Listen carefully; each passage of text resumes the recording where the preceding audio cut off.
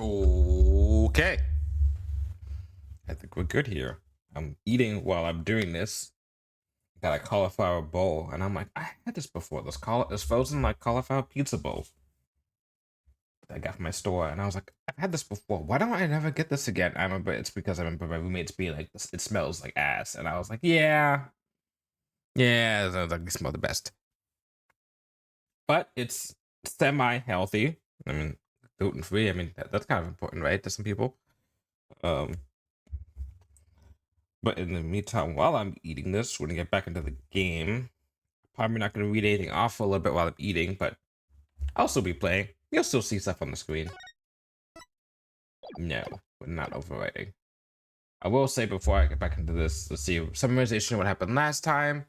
Um, we have a case. A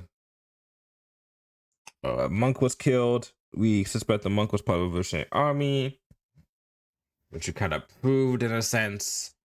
And then we basically got convicted on the idea of Maya being the killer, which is bad because now there's two charges because they found another dead body. And now they're going to charge us for that one too. So we're going to get double the death penalty. That's great. Are we allowed to just walk freely?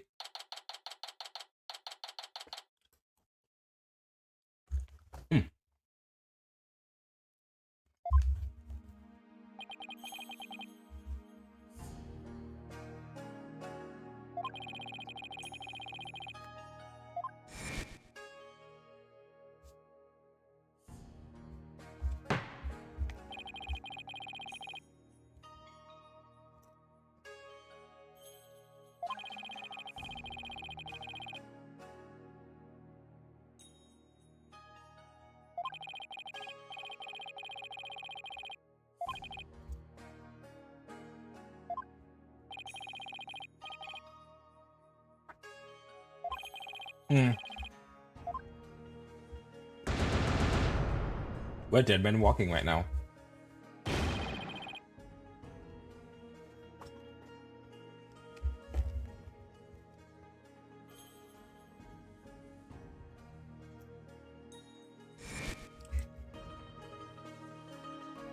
Alright, and just food.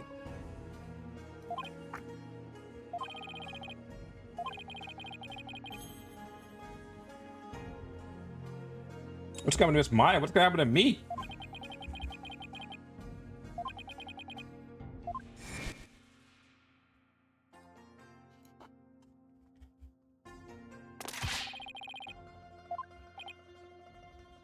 I wonder whose dead body we're gonna find out here.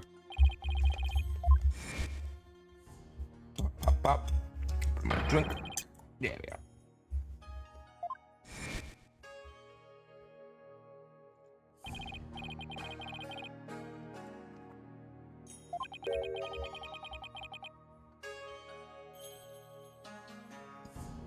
It was Acolyte Zealot? That's the one who died? Wait. Before I do that. Hold on now. Hold on. Explain. Explain, if you will, how you propose that my client killed someone and you couldn't find a murder weapon and then found someone dead later on with a supposed murder weapon. You searched her body. She didn't have the murder weapon. How the fuck did that murder weapon get there?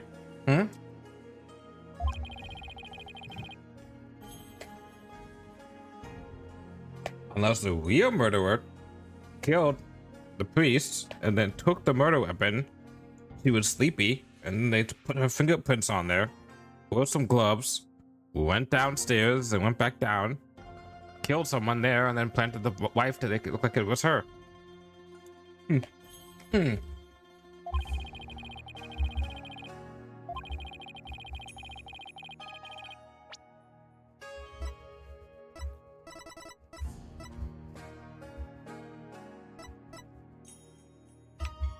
Is this the one who died?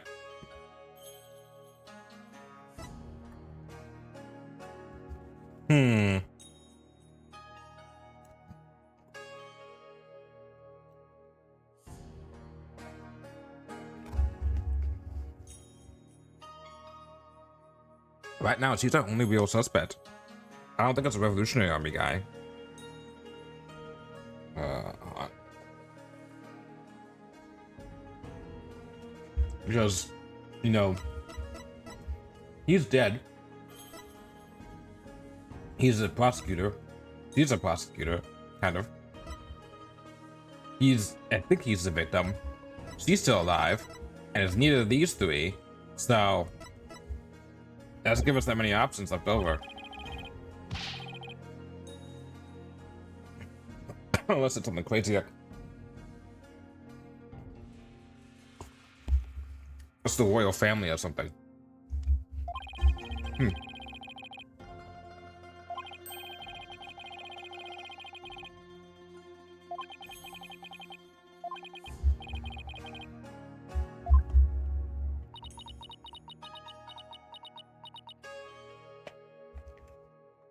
Why are you so down?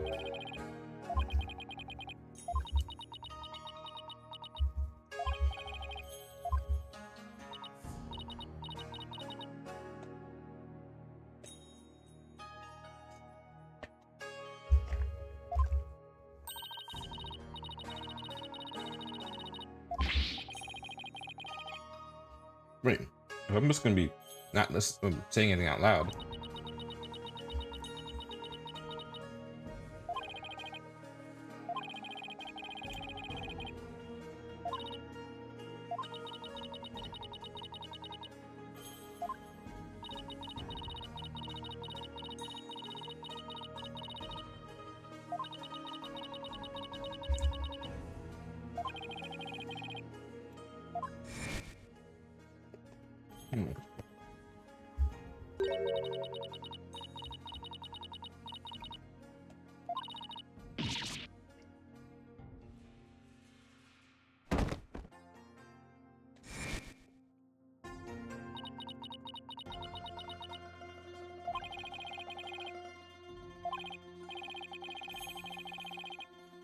No, let her be sad.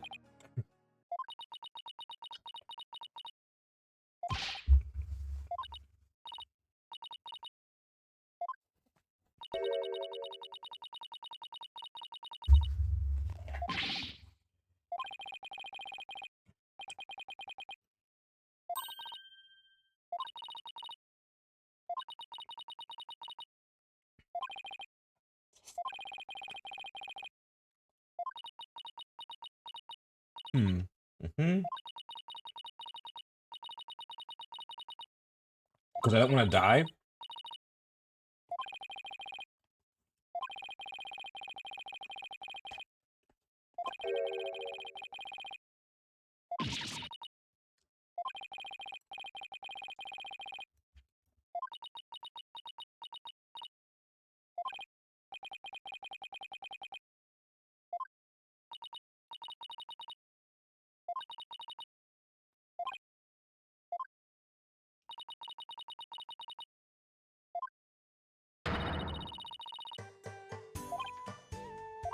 What? No, no. I know I'm trying to make lift your spirits, but oh god damn it.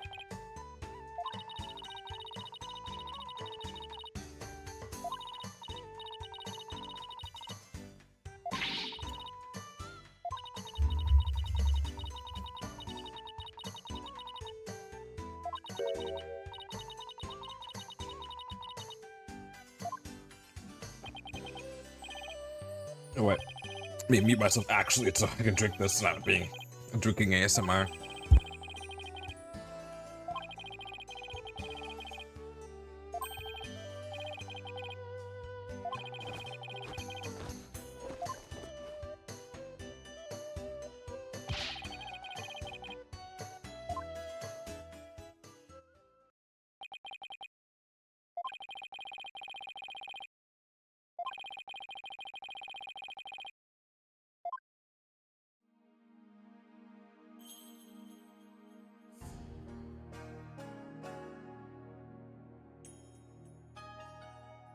Okay. Whew. Whew. Managed to get all that food down in very short time.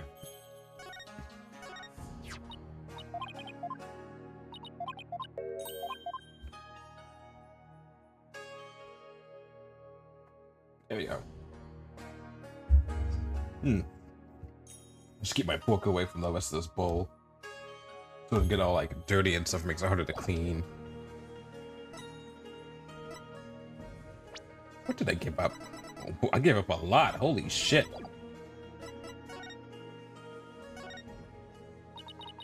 Okay. You will require re-education if you persist in befriending lawyers. Re-education? What exactly does that entail? First, you must meditate upon Lady Kira for 48 hours in the prayer pose. How is that re-education? That sounds more like torture to me. Jeez. What, this Clockwork Orange? Barbed head, you have an investigation to conduct, do you not? Get on with it. Yes, but... What? Do you have preferred that tour guide, the tour guide boy tag along instead? Oh, kind of? It would appear I have read your mind most accurately.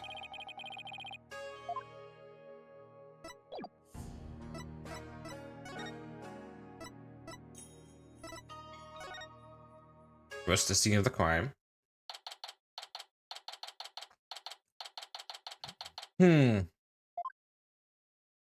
Interesting. Looks like the police already finished their investigation.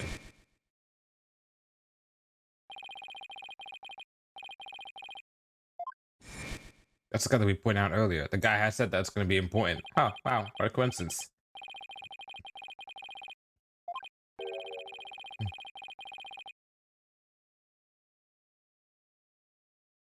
Oh.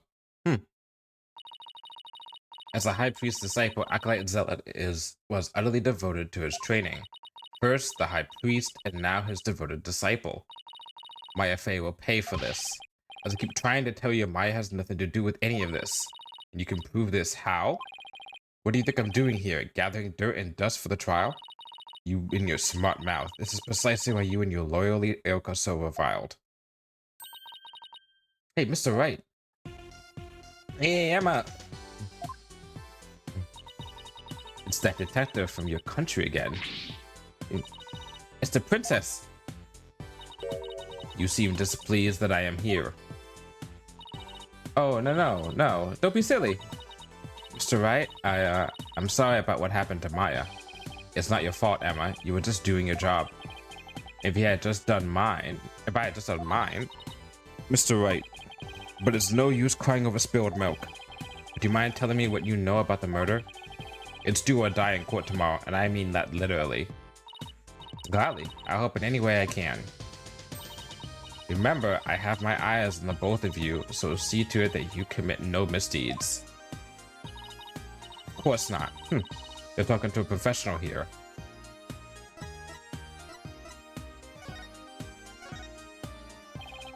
Let's see, how about starting with an overview of what happened? Sure. The victim is Pere Zealot. He was the high priest disciple. You get service out here? His body was discovered around noon today, right after the rite wrapped up. So during the high priest murder trial. That's right. Apparently he had been here praying since the day before the rite even started. Talk about serious devotion. This is a picture of Mr. Zealot's body.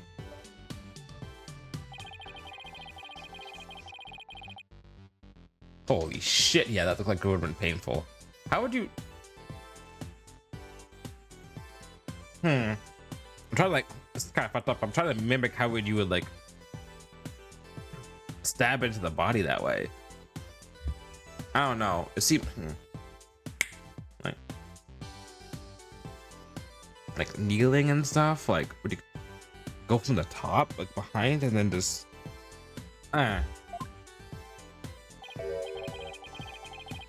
Was that peach tattoo? Was that something else? A flower. Oh, yeah, peach shaped, huh? Everyone started leaving when the praying was finally done. But the victim remained bent over in prayer, and when they went over to check on him, they discovered he was dead, right? So you're telling me everyone was around and no one noticed this guy got killed because the heads were down. Yes, the estimated time of death is May 9th, sometime between the start of the rite and the discovery of the High Priest's body. In other words, we believe the crime took place during the purification rite, and the murder weapon was the same ceremonial dagger that killed the High Priest. The prosecution believes Maya came down the stairs after killing the High Priest, and then stabbed Mr. Zealot with the same dagger. I guess that does make sense, but what about the cause of death? He apparently died instantly from the dagger that was left thrust in his upper back. Here's the autopsy report.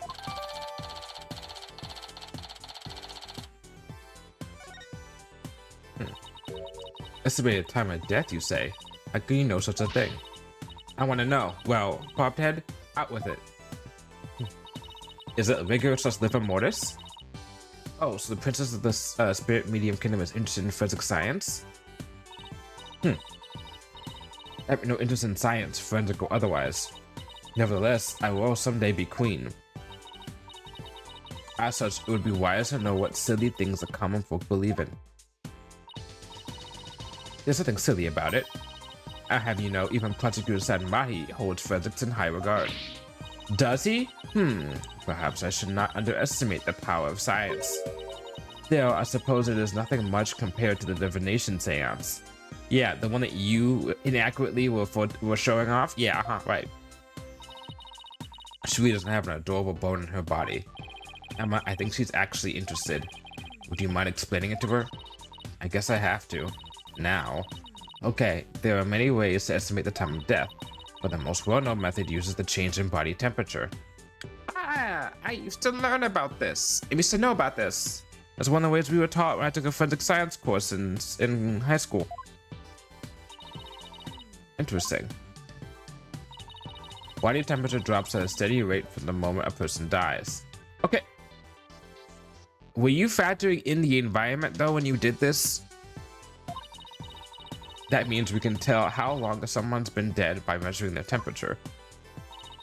I see. That was quite enlightening. Bobbed Head, present your forehead now. What? Why? You feel just a little over 95 degrees. It seems you are not dead yet. Of course I'm not. Heh, it was but a jest. After all, you're still the dead lawyer walking. This 14 goes, it's like, dead person. Haha, you're gonna die. Were there any witnesses? With so many people here at the plaza, you'd think somebody would have seen something. You'd think so, wouldn't you? But we haven't found a single witness. Hey, how is that possible? Because everyone was bent over, utterly devoted to prayer, naturally. Oh right, the back-shattering pose that nearly killed me. Still, you'd think someone would have noticed something. I thought so too, but with the monk's scarf he had on, no one could see the dagger in his upper back. Plus, everyone was so absorbed in prayer they didn't see or hear anything. I can't believe this. What you choose to believe is your choice, but the fact remains there were no witnesses. However, there is one piece of irrefutable evidence. The dagger. Sadly, yes. Was there any other fingerprints on it? Maybe, perhaps? Could you tell me about the murder weapon? The killer used the Warbad dagger, the legendary weapon of Lady Kira. It was discovered impaled in the victim's upper back. The accused's fingerprints were found on the dagger, were they not?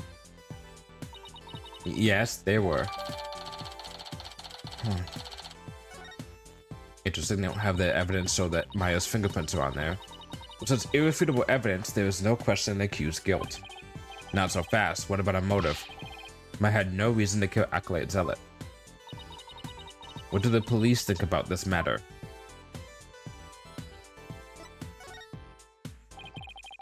Maya had no reason to kill Acolyte Zealot. So you say, but let us now hear what the police think about the matter. The police believe Maya is the Lady Kira figure who has been battling the rebels. As Mr. Zealot was a disciple of the High Priest who turned out to be a rebel, he too was likely a rebel and therefore met the same untimely demise as his teacher. Yes, that is how the police currently view this crime. There's no way Maya is that Lady Kira vigilante. I agree on a personal level, but the police are just going with what today's trial concluded. Hmm.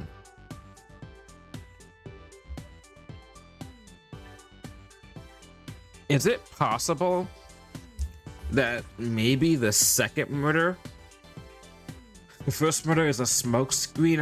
Hold on. My nose is all stuffy from having hot food and stuff like that. Hmm.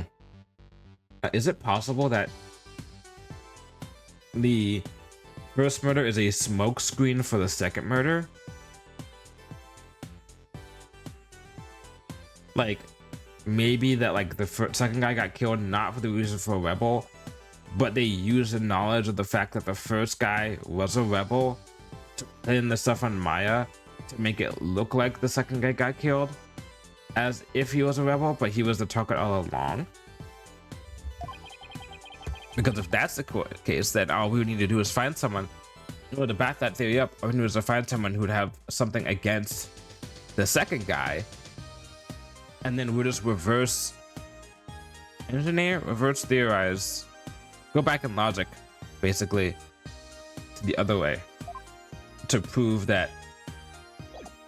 Hold on. So we'll prove, if you can prove that he's actually not a rebel, right? And then maybe he was the target, and then he was killed as a smokescreen for this target. And the whole Lady Kira thing was a way to gauge that. I think my guess is that she's Lady Kira. Either her or someone from royalty. The craziest thing would be if this guy's Lady Kira, the second victim. All right.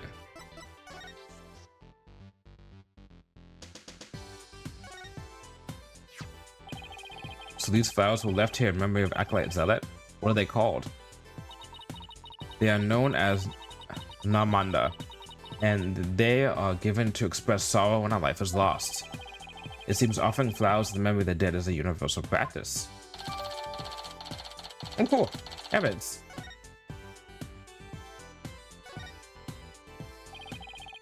Acolyte Zealot died bent over in prayer. There's no trace of blood on the ground, though. The fact that there's so little bleeding could mean it was a single stab to a vital point. Not that it would have been very difficult, considering the position he was in.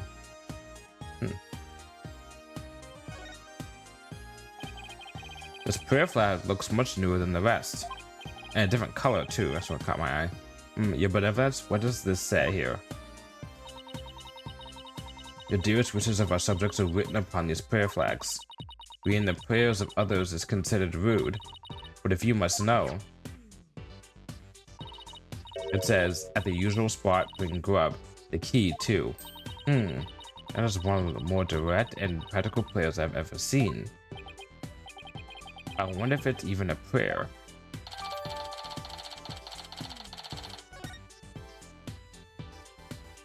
Okay. Okay.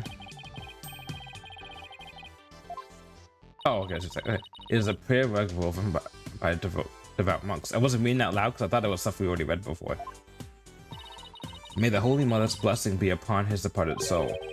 It's strange that there are no blood stains, though. That's a good point. Perhaps it was so cold his blood froze, or perhaps it was absorbed by his vestment. That's a possibility.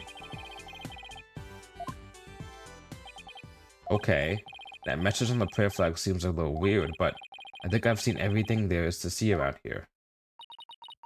You have not found or heard anything of the particular worth. Are you ready to give up? No, I'm not calling it quits yet. Does it look like you have any hope of winning, Mr. Wright? I can't really say at this point. All I know is I have to keep investigating. What are you two sneaks up to? I would advise you to get back to work if you are done here, Detective. Otherwise, I will report you to Prosecutor Sadmari for dereliction of duty. I'm going. Well, see you later, Mr. Wright, and good luck.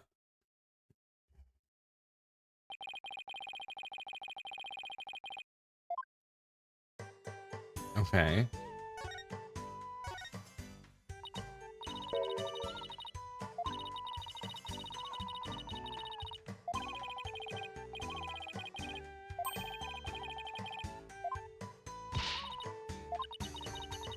This is optional, so I may not read this off.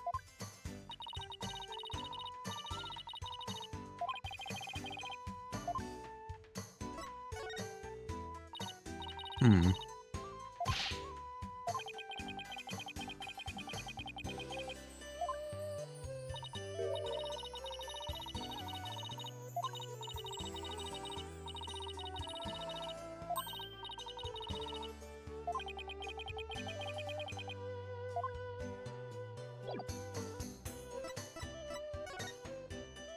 Hmm. I feel like we should go to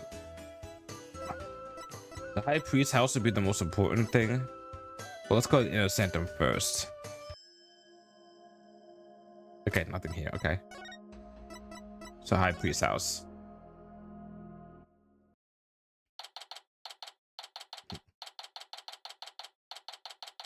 Hmm. Hello, I'm sorry to bother you again, but oh, it's you. Bobbed head. You are not contemplating casting suspicion upon Lady Believe, are you? He's not. I am. That's a beloved husband, and now acolyte zealot who was like a son to her. Of course I'm not. And she was close to both victims and wanted to hear what she has to say. Very well.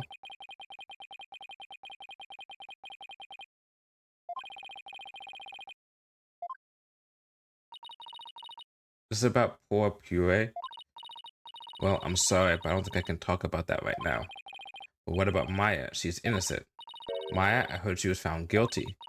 First, my dear husband, and now Puree. Mrs. Inme, do you really, yeah, you don't really believe that Maya is a killer, do you? I don't know. But that was the verdict, so what else can I believe? What am I to do? The verdict was already reached in your husband's case, but the truth of the matter is yet to be found. How can you be so sure? Because I believe that Maya is innocent.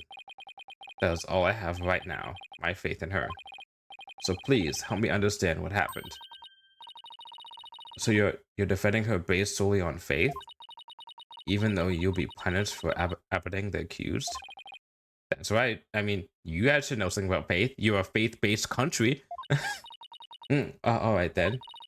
Your faith has moved me. I will tell you what I can. Are you sure about this, Lady Believe?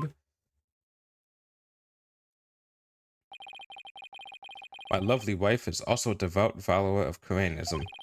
As such, she is not one to make light of another's faith. But if I find that you have lied about your faith in Maya Fei's innocence,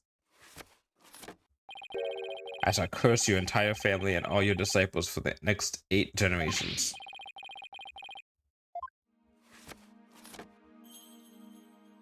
Okay, well...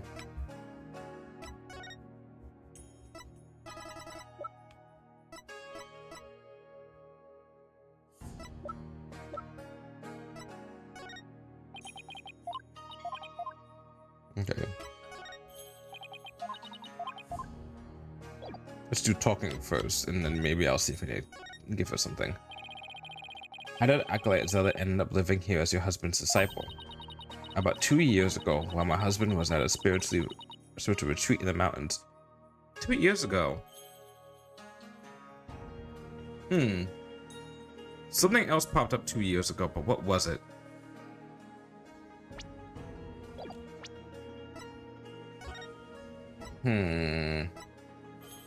Maya came 2 years ago. And then something else was tied to 2 years ago. Okay, well, was spiritual retreat in the mountains. He came across Parade collapsed on the ground. That's when you brought him here. You were always one to help those in need, weren't you, dear?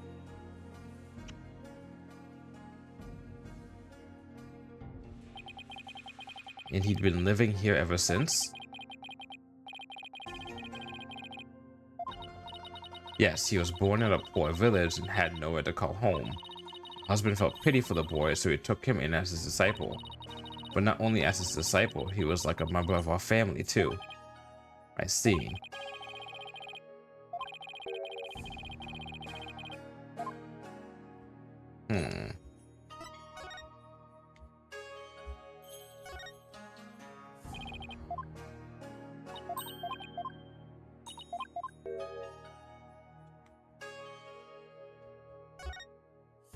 Game.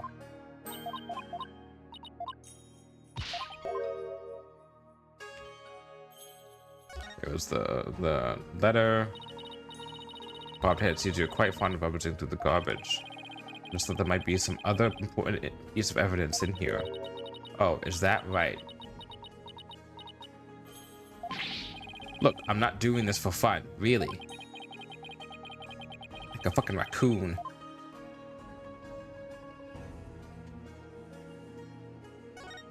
Flowers. It was an outer. Of course it's been. Oh, okay. That's so funny.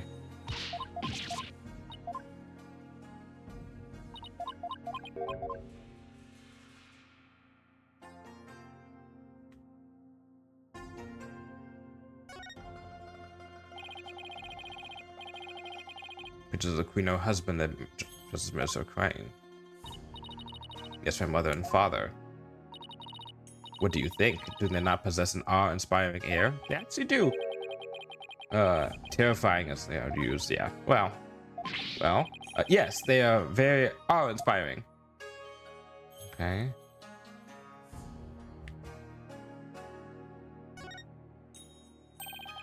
A photo of the high priest, his wife, Aglet, Zealot, and Maya. Since Maya's in it, it must have been taken the day before the rite. I should ask in Mrs. Immy about it. Oh, look how happy the wife looks here. Oh, she's got like a watch thing. I think this would be their final family photo. Oh my god, the watch. Oh my god. Maya mentioned that she gave the watch to someone from here in return for getting the keychain. So she gave the watch to the wife, and I said, in the first time we played this case last year, I said last week that I bet you that the theme is going to play for the watch, and that's going to be people going to confuse it with the Steel Samurai theme when it's actually the Punisher theme. Well, yeah, they can confuse the two of them together, or the other way around. They confuse the Punisher theme with the Steel Samurai theme, and then it's going to be that it's the watch that was what was heard during whatever thing that they're going to be talking about, which is going to point to the wife. The wife honestly looks more suspicious to me now. Also, seriously, like process elimination, it could really only be her or like maybe like that revolutionary guy that escaped, but that's it. This would be their final family photo. That no good Maya Fey has some nerve. I mean, here she is posing with the two men whom she would soon kill. Like the difference in this photo is proof that she didn't kill them. That smile of hers does not fool me. I sense a deep and abiding malice behind it.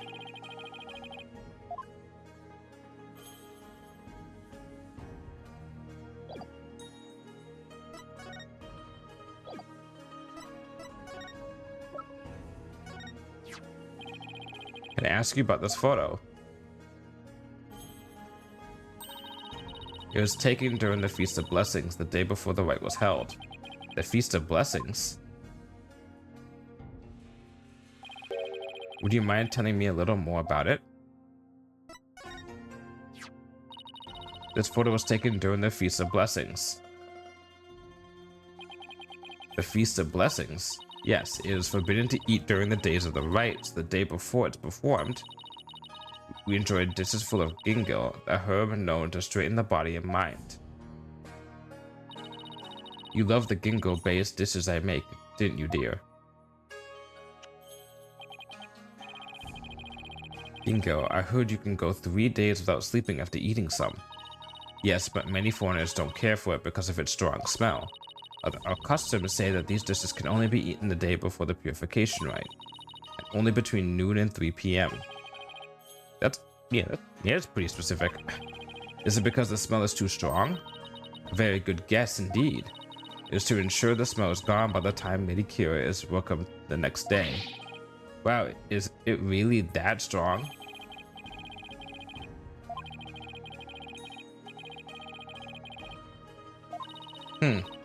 After the Feast of Blessings, Ray went over to the plaza to begin his supplication.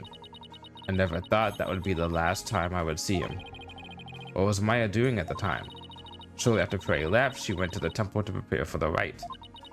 I don't know what she did after that.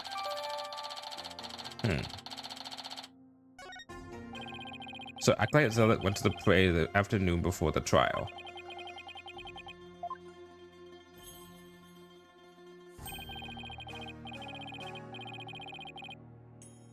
Interesting. The plaza was cold. So how was he went there when it was all iced over? Prey always prayed a lot, far more than anyone I've ever known. He was a devout young man whose faith was twice as strong as others.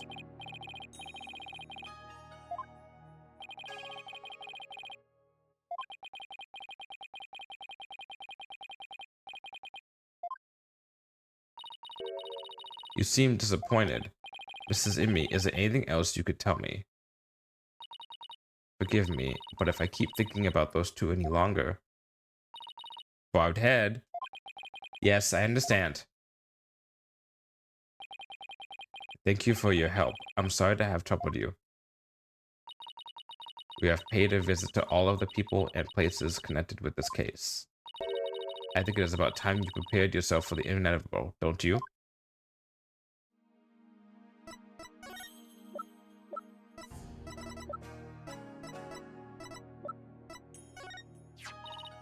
That's a strap that Maya received. Would you happen to know anything about it? It's for the plum to punish her action hero. Of course she knows, Bobbed Head. It's only the most popular show in all of Crying. It would seem that the royal priestess is more familiar with the matter than I.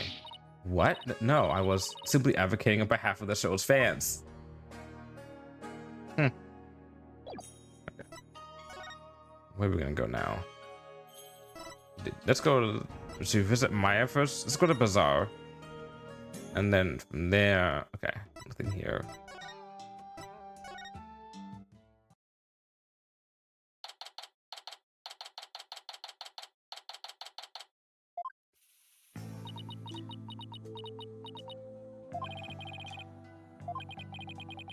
I'm sorry, Maya. So sorry. I failed to defend you during that trial earlier today. I'm sorry too, Nick. I never meant to get caught up in this whole mess. Even worse, I got you caught up in it too. And you were convicted under that stupid law. Nick, you should really withdraw from this case. Maybe they'll even commute your sentence if you do. I could never abandon you like that. You might not believe me, but I'm going to pull off a win somehow. It's not like I don't believe in you. It's just, don't worry. Maybe this extra day in court is a blessing from the Holy Mother. Let's use it to our advantage. We'll turn this trial inside out and upside down. You'll see. Okay.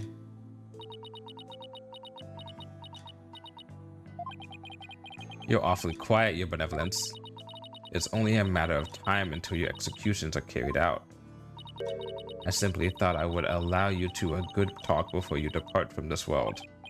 Sorry, but we're not giving up yet, and we won't until the bitter end. There is no need to put on a brave face. Your face was sealed with today's verdict. Worry not about Maya Fey. The Twilight Realm will cleanse the taint from that neophyte practitioner's soul. Then perhaps the Holy Mother may finally forgive her. Maya, it would be a really good time to come out and admit that you can channel spirits.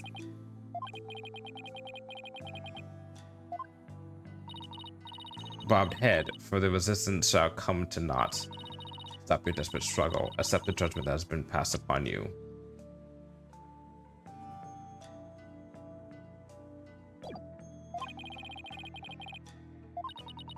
Then, perhaps your sentence will be commuted and... Hold it right there, Your Benevolence. Why do you always have to be like that? Maya, what are you... What is the matter? I was simply showing some mercy upon your souls. Nick here is risking his life to defend me. And that is why I told you it would come to... No, it won't. Nick is just doing what lawyers are supposed to do. He's defending his client no matter what. Enough. There's no place for lawyers in this Hall of Justice. But we have the divination seance. But your insights were wrong. Oof? Oofers? Don't you get it? Errors are bound to happen if your insights are accepted without question. So I ask you, Royal Priestess, what is your true duty? Do the victim's souls or the Holy Mother herself wish you to judge people in error? You dare bring Her Holiness's name into this? You know nothing, you phony baloney. Please, you two, enough already. I'm sorry, Nick. I got a little carried away. That's not really like me, huh?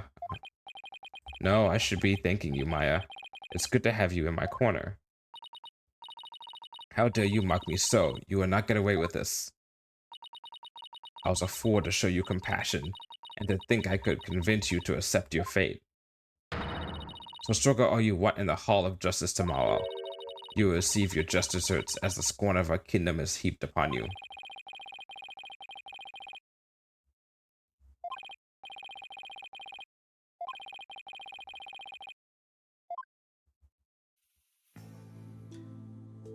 Did she leave?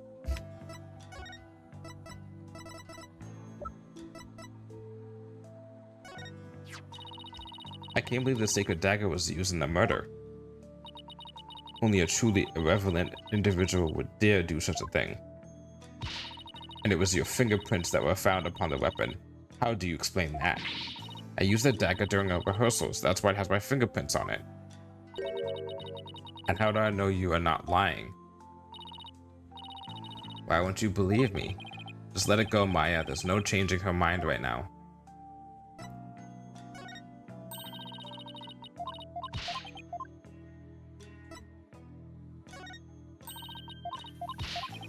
Okay, the one thing we need to get is this one. We took this picture during the Feast of Blessings, before all of these unthinkably tragic things happened. Unthinkable? I doubt that. You were surely plotting a murderous rampage at the time. I was thinking of nothing of the sort, especially not during the trial. Oops. The smell of Gingo was so strong, I couldn't think of anything else.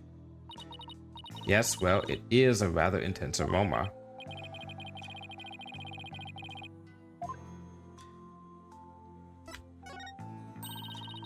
Okay, so that's all we have that's new. Here's the dead person. First Abbot in me, and now Acolyte Zealot. Spare me your crocodile tears. We both know it was you who slew these pious men. No, it wasn't me. Nick. How can we make her understand? Probably only by getting to the bottom of things in court tomorrow.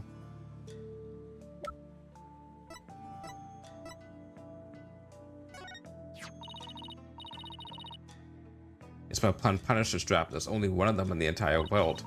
I treasure it for the rest of my life. Your benevolence? I can't help but notice how hard you're staring at the strap. Me? Want that? Sorry, but you are surely mistaken. Hey, your benevolence? Would you let me out of here in exchange for the strap?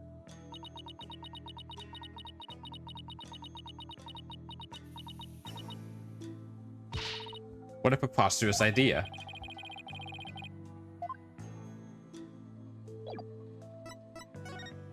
Yay, bribery! Could you try to remember what happened one more time?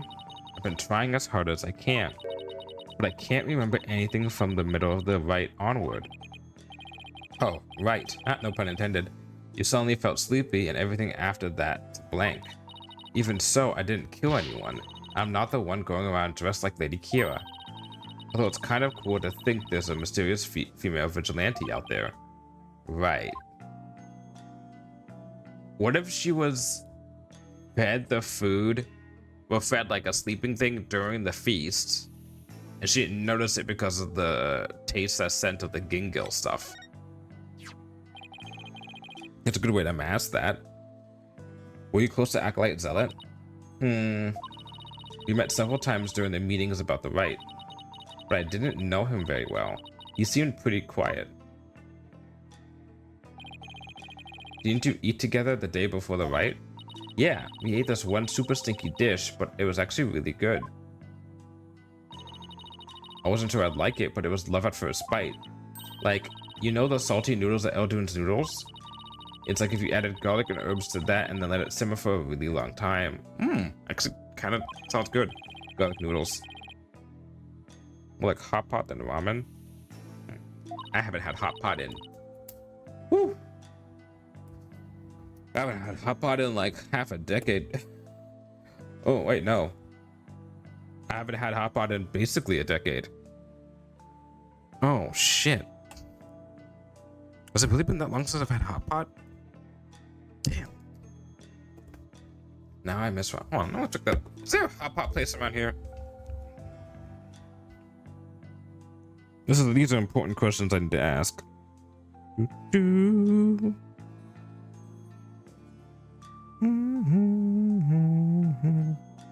Hot pot.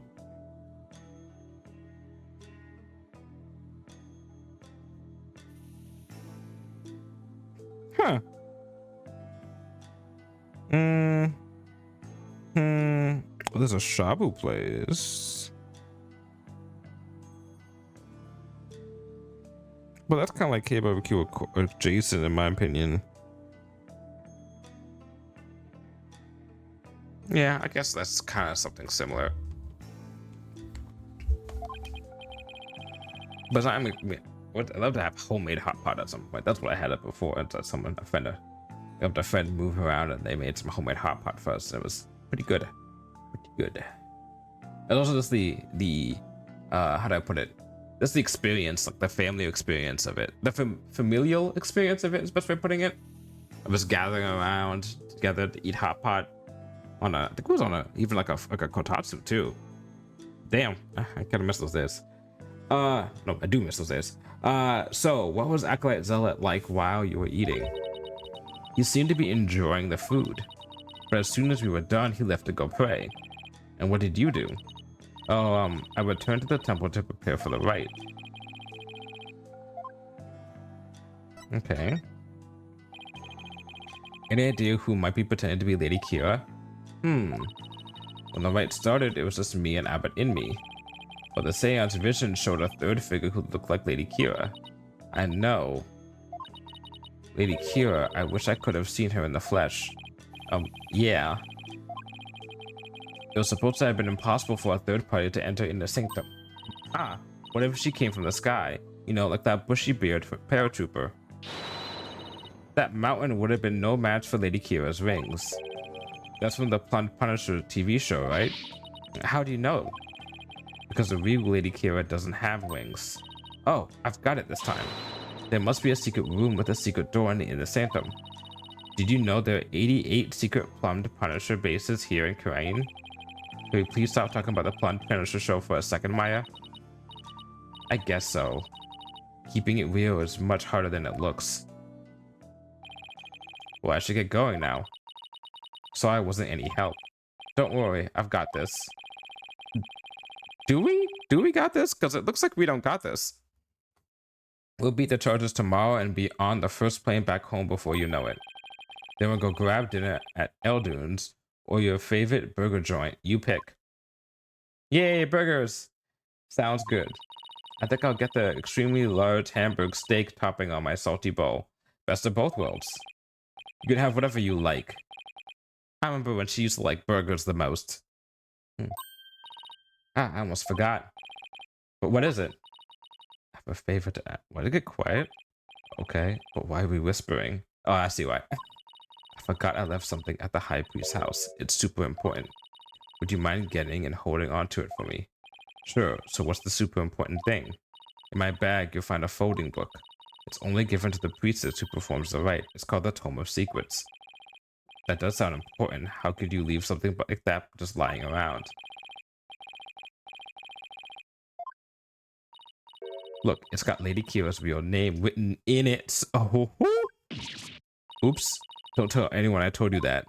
In fact, just forget I said anything at all. It's supposed to be a secret. The Tome of Secrets contains secrets? Imagine that. What are you two whispering about? Oh, nothing. It's just she forgot something, so I told her I'd go get it. You're up to something. I just know it. Thanks, Nick. I'm counting on you. Is it gonna be gone?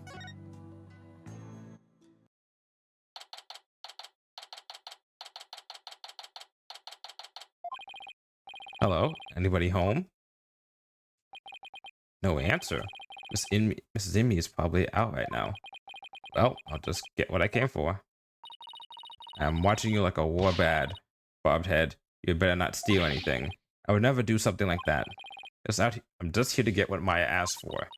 Then get on with it. Or what if you'd stop interrupting me? Here we go. What is that strange patch on her back? It's the Steel Samurai. He's the hero of an action hero show back in my country. There you go. It's actually Maya's favorite show. He's got all sorts of merchandise related to it. I see. He looks strikingly similar to the Plumbed Punisher. They are similar, but... Don't tell her that. Don't tell her that. I see. How interesting.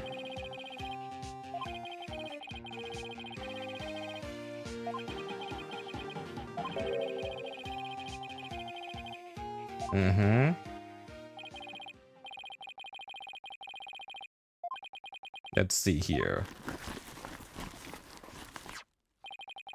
This must be that tome of secrets that Maya was talking about.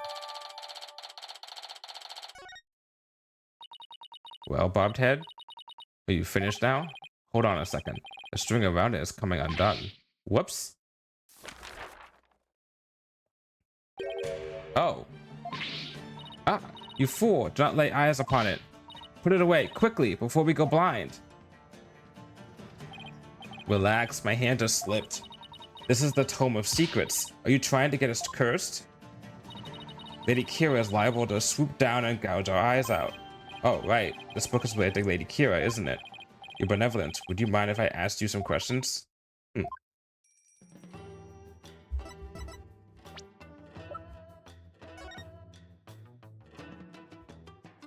Im-san. Oh, I said the name. It said speaking this name is unforgivable. I'm gonna die. Interesting.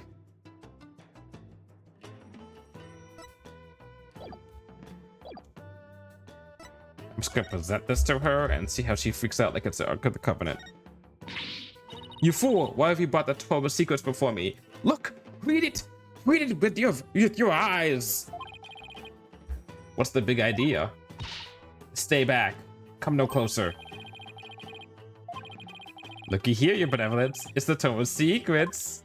If you do not desist this instance, I will have you put to death for the crime of blasphemy. You can't get me on that. I'm already sentenced to death. Sorry.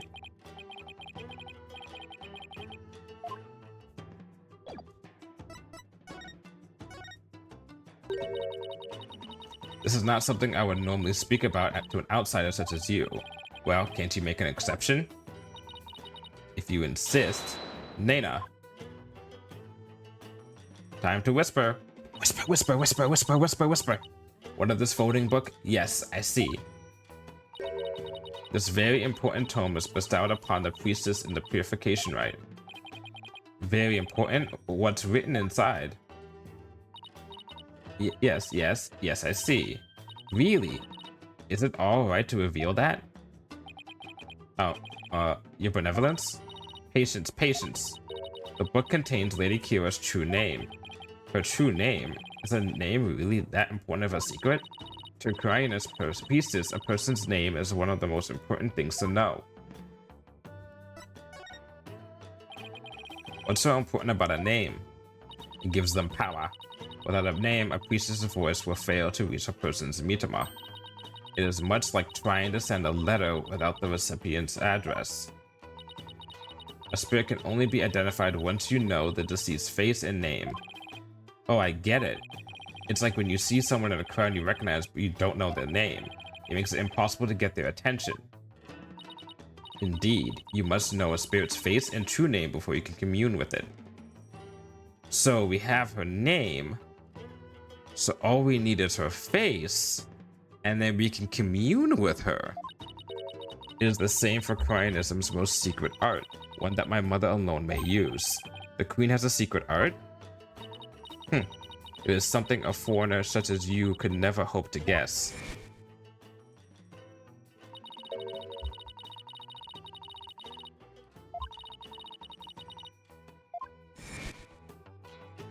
He's not gonna.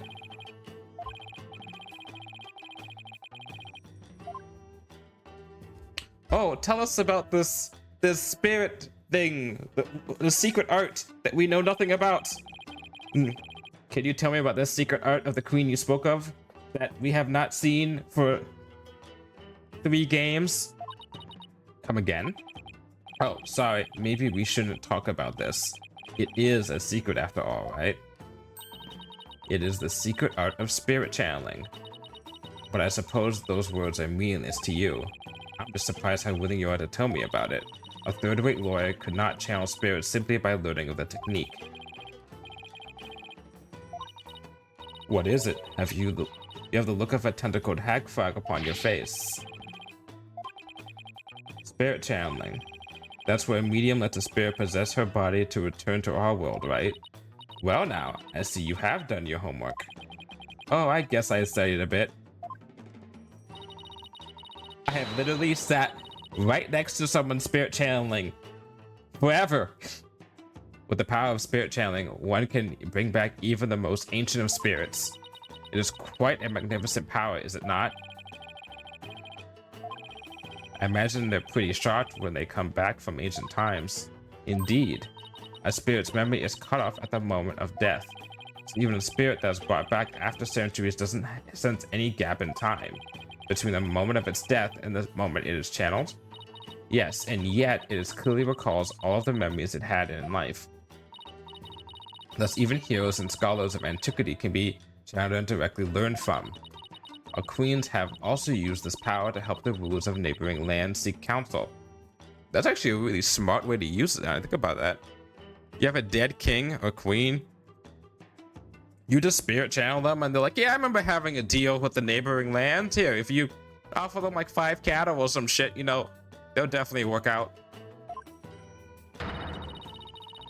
That is why we have never been invaded and how we have maintained our unique culture. Ooh, oh no. Oh no, Phoenix. Oh, Nick. Oh no. If we reveal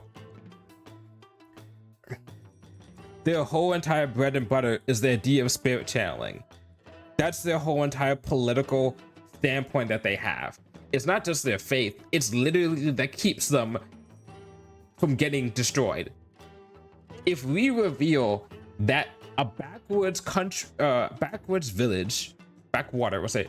village in place where Ace Attorney universe is set, that is not Japan but kind of the US instead, Crane Village, where anyone can spirit channel as long as they have enough power, and the people in Crane Village know this information and have been coming here secretly to prepare to go back into spirit channel like before.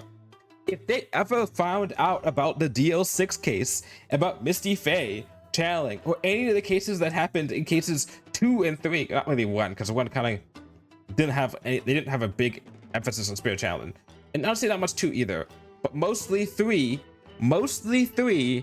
right? And you know, trials and tribulations with or even the judge was like, well, you know, I've seen some weird shit, but I'm willing to accept spirit channeling being a thing, right? And the public knows about spirit channeling being a thing. If this country figures out that that's something that royalty can't do, and other nations figure out that it isn't exclusive to them, bro, that's like being a country that has like, oh, we have the best iron or like titanium deposits or something, and then another country is like, actually, we have that too. Suddenly, your country's not all that special. So if we have to reveal that spirit channeling is something that Maya can do, that will. Well, first off, it's one thing that would probably piss off the queen, but I could also very much see that piss off the secretary of whoever does defense or whatever, the guy who was snipping all the death penalty stamps, her dad, because then he's gonna be like, you just fucked with us politically, like you fucked us over. Oh shit, wait, hold on, that gives a motive. That doesn't give a motive for killing the two Gritums. That gives a motive for trying to get Maya killed. What if this whole entire thing is trying to get Maya killed because they know that Maya can spirit channel for some fucking reason? Right? And if they kill her off, you know, then they can just nip that shit in the bud and no one would, she won't know. I don't know. That'd be a cool, like twist that like these two deaths, they are really not even for the rebel stuff, but just to get to Maya, just so they can get her and make sure that no one can find out that spirit channeling is like not reserved for just the royal family. So I was like, oh yeah, so spirit channeling is really effective tool for international politics. It is indeed, and that is why only those with the power to channel spirits may rule our kingdom. But of late, there has been an endless influx of illegal immigrants from neighboring lands. The fools come seeking the same great power as my mother. Illegal immigrants? Yes, it is becoming quite a problem. Some have lost their way in life and look to cryonism for their salvation. Among them are also those of dubious nature who have been driven from their own lands. Uh-oh.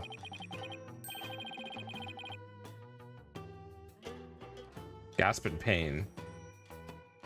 Oh, yeah. Winston Payne's brother or whatever. Or cousin. Interesting. Can you channel spirits, your benevolence? I am but the royal priestess. There is still much that I must learn. As of now, the definition seance takes me to the very limit of my ability.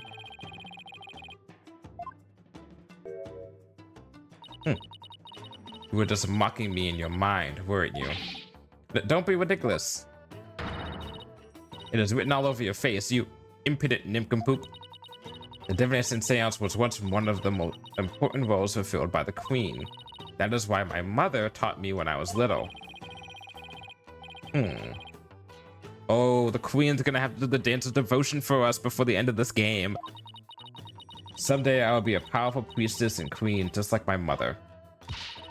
And the divination seance is a vital part of my training to prepare me for that day. But forgive my ignorance, your benevolence.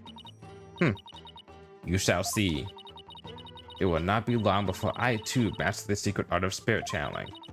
I'll be a magnificent queen who unites her people for the greater good of Cryon.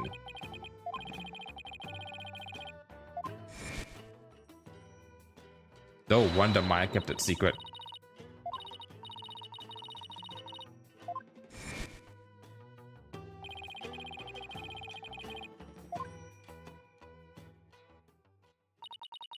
Are you quite through now? There are more important things to do than stand here and talk about spirit channeling.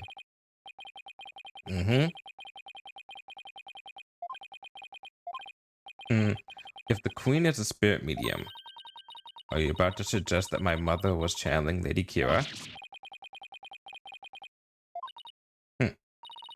Lawyers are indeed a witless breed. On the day of the Wright, my mother was engaged in other duties at the palace. Of course. My mother is a very busy woman, and the idea itself is preposterous. Do you truly believe the Queen of Cryon would personally battle the insurgents? This is precisely what makes you third rate. Anyway, I need to continue looking for leads, so... Wait, what? What is all that racket?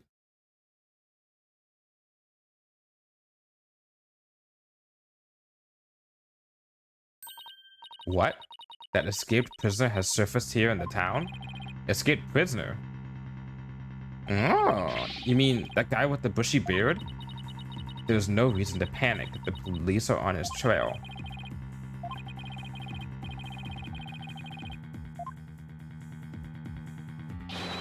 Let's go take a look. Wait.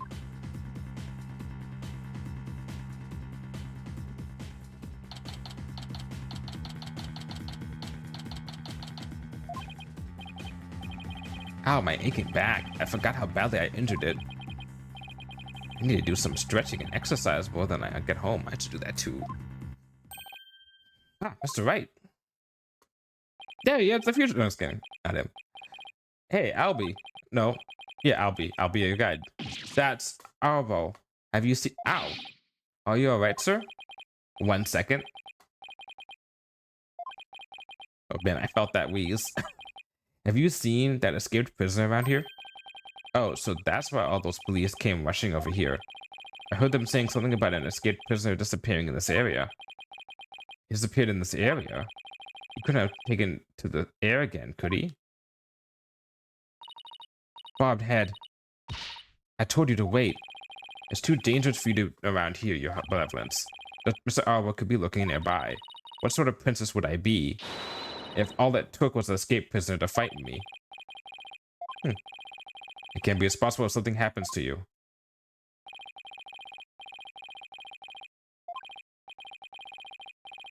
Oh, well, I wonder where I should look. I wonder what thing looks very suspicious. Oh, look at that. There's an open sewer thing. That manhole cover. It's open. Whoa. What is it, Shadow? Did he sniff out someone or something in the manhole? Could Shadow track Mr. Arbo if he had something with a rebel scent on it?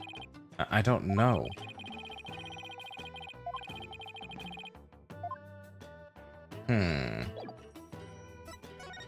What do I have that he would have touched?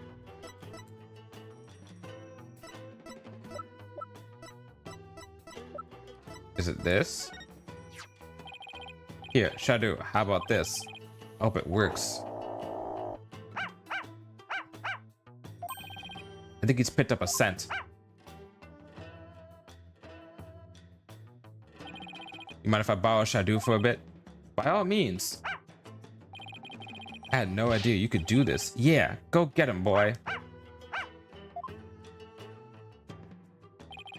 Your benevolence, I'm heading down the manhole now.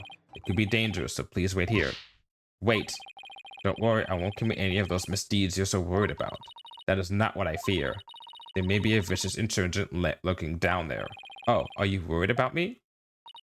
No, I was simply wondering why you would go to such lengths in your investigation. After all, if you would simply withdraw from this case, they might commute your sentence. I'm doing this to prove my innocent. But how can you be so sure of the accused's innocence? He's already been found guilty. I don't think you understand how long I've known this woman. Don't worry, maybe this... that's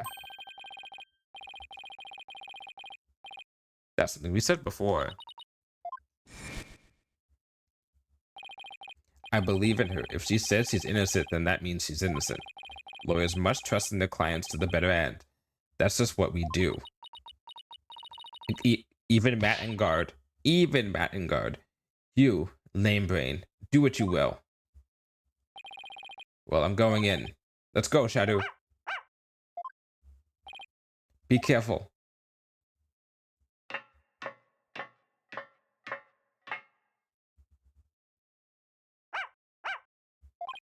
Wait, come back here. It's pitch black down here. I can't see a thing.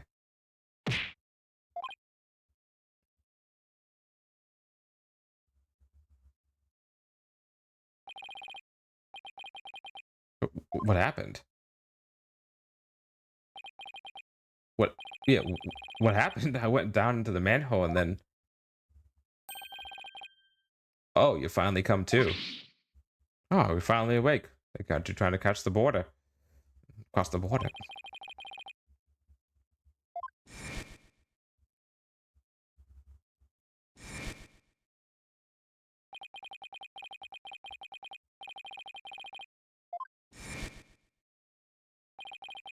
Well, is that a fucking huge ass spider in the back over there? What the fuck? What is going on over there? Holy shit. Ah, it's gone. Give a warning before that happens. Good thing I'm not arachnophobic. Yikes. So I got a little rough with you back there. Thought you were the cops.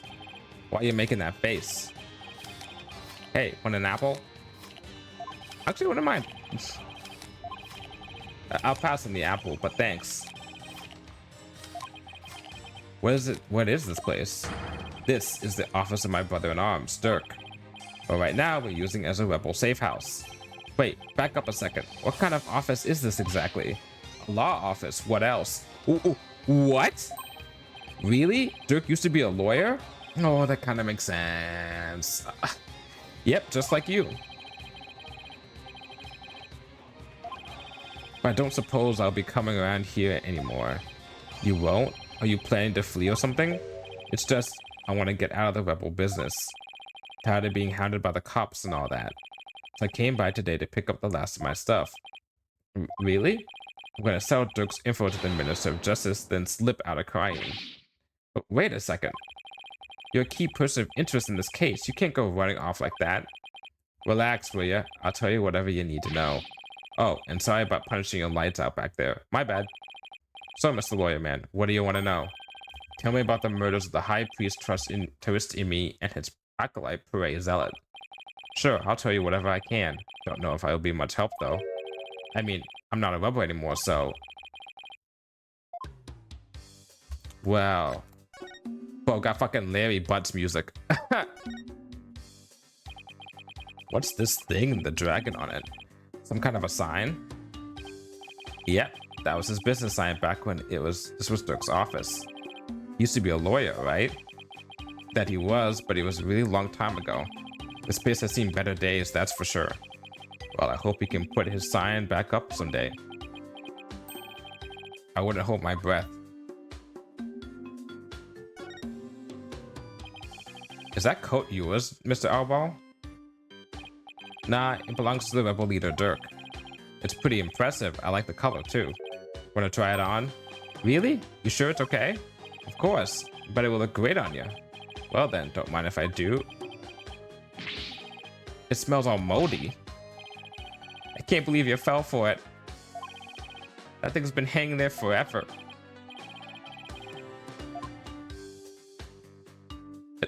Is that straight up just lizard? Look how flat they look. What are these hanging there? Lizards? If so, they're pretty big. Those are sewer lizards. We call them that because they live in the sewer.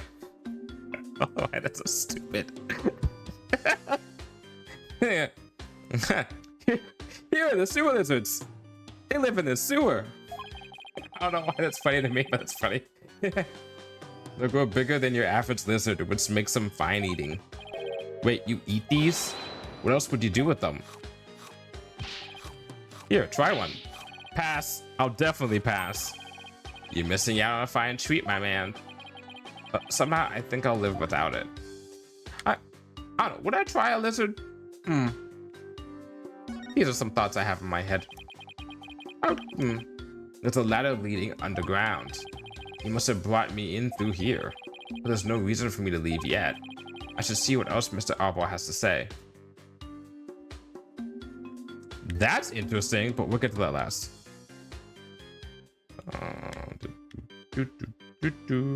TV? You guys get electricity?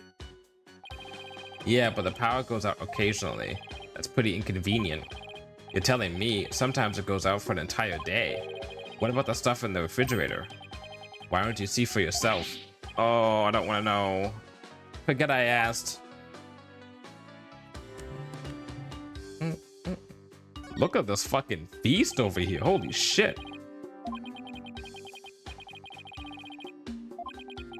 You must have a pretty big appetite, Mr. Arbal.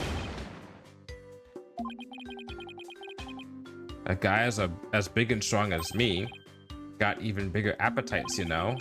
We just fled from the police. I don't know how you could eat this much after all that excitement.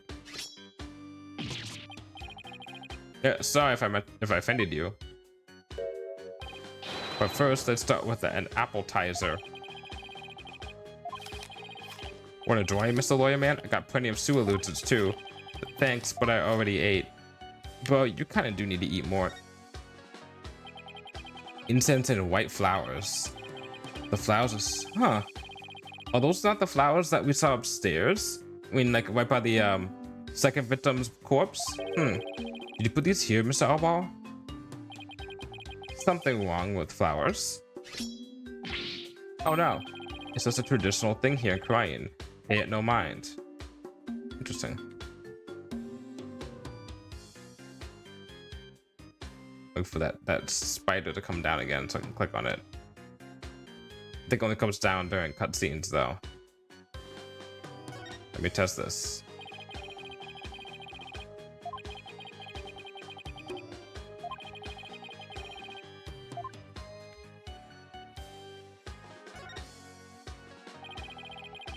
No, I can't click on the spider. Dun, dun, dun. Got this, got this, got this, got this, got this, got this, got this, got this, got this, got this, got this, got this. Got all these, and last but not least, that. Is this a law book? That's Dirk's law book. Really? The leader of the rebels? That Dirk? That's right. And that mark of the dragon is the symbol of the rebellion. The pages in this one section are really dirty. Must be the section of the Defense Culpability Act. He must have done a ton of research on the Defense Culpability Act. He practically wore out the entire section. Interesting.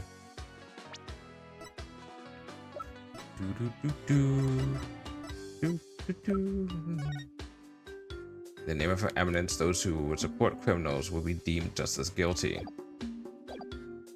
In the name of her eminence, so maybe we can either prove the eminence not to be the most reliable. Wait, hold on. Did we not examine? Okay. This looks like a photo of Dirk and his compatriots. And here's one that looks really old. Whoa! Wait a second. Wait a second. Wait a second. Hold up. Hold up. Let's hold up. That is a fucking reveal. Oh boy. I mean, Prosecutor said Marty, I'd already said was possibly learning under Dirk at one point because they made a point of when Dad's all bad saw him, he was just like, bro, why are you on that side now? But I should have also clicked in that would have been Apollo if he had history with him. Wow, this is taken about 20 years ago. Those are Dirk's sons. Hold up. Hold up. Really? So this is the rebel Dirk in the center? He doesn't look so evil. And both of his sons look kind of familiar. The one on the left is Yudi. Oh, but you know him as Prosecutor Sadmati. Prosecutor Sadmati is Dirk's son? That he is. Yudi was once a rebel too. He used to really respect his old man, both as a father and as a lawyer. Then why'd he become a prosecutor? Being a lawyer in this kingdom is the same as sending your own death warrant. I count the Defense Culpability Act, right? Yeah, that's why Yudi decided to be a prosecutor instead. He wanted to spark a revolution from the inside, so he drove right into the enemy's den. I would have never guessed it looking at him now. You can say that again. Dirk is battling to change Korean's legal system. The will of the dragon spurs him on. We all thought Yudi was taking up the mantle to carry on that will too. We were sure he'd help overthrow Koran one day, but as you've seen, he now uses the law to do her bidding. Dirk's been beside himself.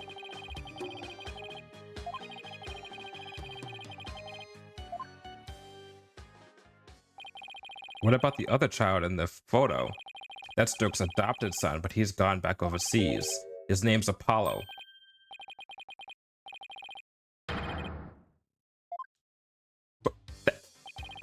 He was a rascal, that one, and his voice could shake the entire room. Yeah, that's Apollo. Holy shit. Imagine he's out there raising high hell somewhere. Haha, yes, I'm sure he's doing just fine. Haha, because that's what he says.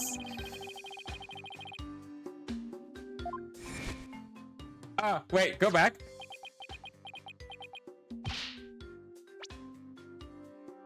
Considering how far he's come, Mr. Arble's description really doesn't do Apollo justice. It's a pun. That's a good one. That's a really good pun.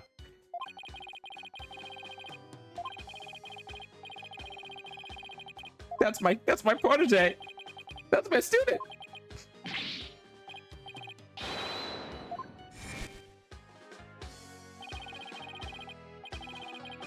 So you're telling me that my first sidekick, who I'm currently covering over, Kin Spirit channel, which can only be done by the royal family, you're telling me that my protege also is the adopted son of the rebel leader of said country that I'm in right now. But I am persona non grata here. Oh my god. Tell me everything you know about the High Priest's murder. Well, as you know, I don't remember much about that. Did I keep the picture? I banged my head on a rock as soon as I parachuted into the inner sanctum. So when I told you it had nothing to do with his murder, I meant it. Okay, then where were you when you came to after banging your head? By the time I came to, it was already dawn. I must have been out cold the whole time. So you didn't see the crime happen at all? You got that right. Then why did you say you saw... Why did you say you did when you testified? Oh, about that, since I didn't remember a thing, I was afraid I'd seem suspicious, so I came up with that whole story. Bro, that fucking... I'm gonna die because of you. Sorry for the trouble. It was definitely my bad. Okay. So the bottom line is you were at the scene of the crime, but weren't involved in it. Got it. Okay. So Dirk used to be a lawyer? Yep, he was a force to be reckoned with back when he was still practicing. He was a juggernaut of the law and as mighty as a dragon. He could strike terror into a prosecutor's heart just by glaring at him. People called it his dragon's glare. He even got criminals to confess and pass out with a well-placed glare. But most important of all, he would never surrender. He'd fight for the accused no matter how the odds were stacked against him. Is that what you mean by the will of the dragon? Yep, that would be it. Actually, your work in court yesterday was mighty impressive too. You didn't give up no matter how hard of a beating you took. Not unlike Dirk, I might add. Thanks? Well, I gotta start packing. Who knows when they might catch up with me if I don't scram soon. Please wait, I still need to ask you something. Go ahead, shoot. What are you rebels trying to do?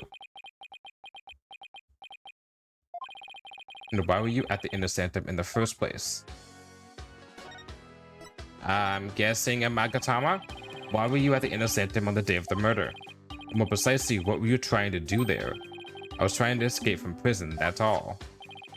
But that high priest was a fool for getting taken in by Dirk. You should have tried hightailing it out of crying like I'm doing.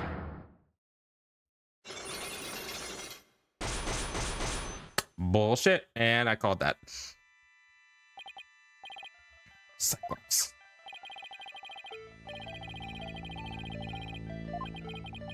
What exactly are you trying to hide, Mr. Arball? Huh? I'm not hiding anything. No way, no how. Take that! Do I have enough information?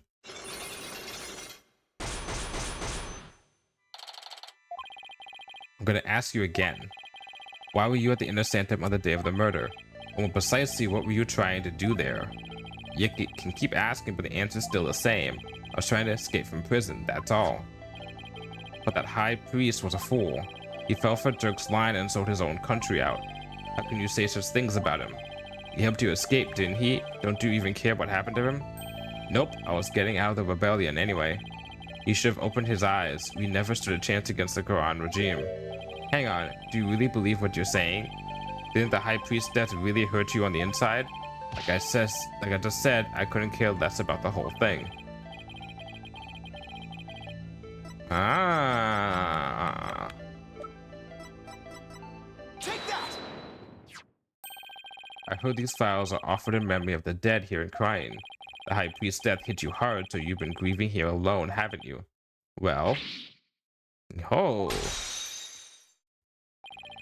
Those files don't mean anything, it's just the Chinese way of saying goodbye. Why hide the fact that you're mourning his death? You're reading into this too much. I told you, I'm done with the rebellion. I haven't even heard from Dirk or the rest of them for a few days. And tomorrow I'm planning to kiss this kingdom goodbye. Now, I know you've been in contact with the other rebels lately. How exactly do you plan on moving that? This piece of evidence ties you to the other rebels.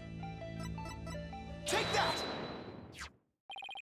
I found this prayer flag at the Plaza of Devotion. You wrote a message on it and left it behind for your fellow rebels, didn't you? They brought this food for you at your request. So you're lying about leaving the rebels. You're still involved with Dirk and the rest of them, aren't you? That's the second one. Are you ready to tell me the truth now? Oh, you're good, Mr. Lawyer Man. I admit it. I requested the grub. But I was just taking advantage of them, that's all. What do you mean?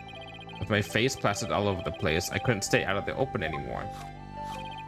So I just took advantage of my former comrades to grab some grub and a place to hide. I was gonna kiss this kingdom goodbye tomorrow. I'm not buying it. You're obviously lying. I can tell just by looking at you. The white-hot flames of revolution definitely still burn on the inside of you. What? That's ridiculous. Those flames burned out a long time ago. This proves that the flames of revolution still burn on inside of you. Take that! You still got that on your patch. Dirk's law book, I'm no lawyer, but what's that got to do with me? Look at the mark branded on the cover. This mark that stands for an unwavering commitment to the revolution. It's Dirk's way of representing the will of the dragon. Yeah, so what of it? You have that same mark on the scarf tied around your left arm. But you wouldn't be wearing that if you were no longer a rebel. I forgot to take it off, that's all. No, as a wanted man, that should have been the first thing you took off. The fact that you haven't hid that mark yet proves you're still a rebel. Think what you want, but you don't know anything about me. No, you're wrong. You wear your heart and your beliefs right on your sleeve, just like me.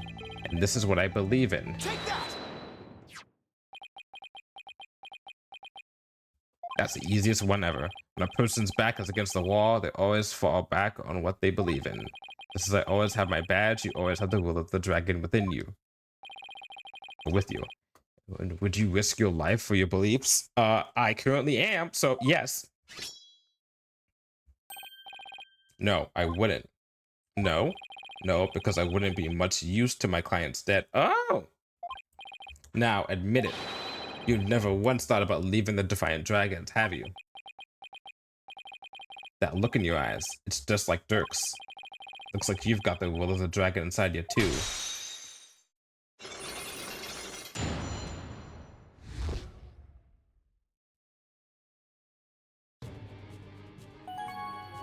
Clutch.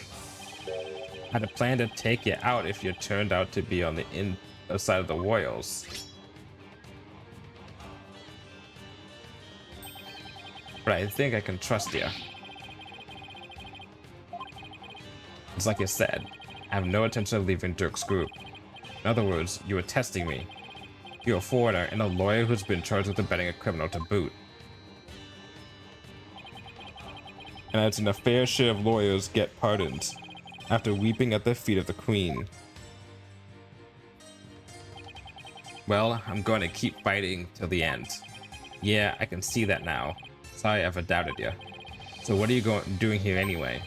I came to get the secret hideout key from the helper. A secret hideout? Yep, I was supposed to get my next order from Dirk there. But the town's swarming with carps thanks to that murder. Nothing I can do about that. What about the order Dirk was supposed to give you? Gonna have to abort that mission. Now I'm just lying low, waiting for a chance to make contact with Dirk again. Hey, why the long face?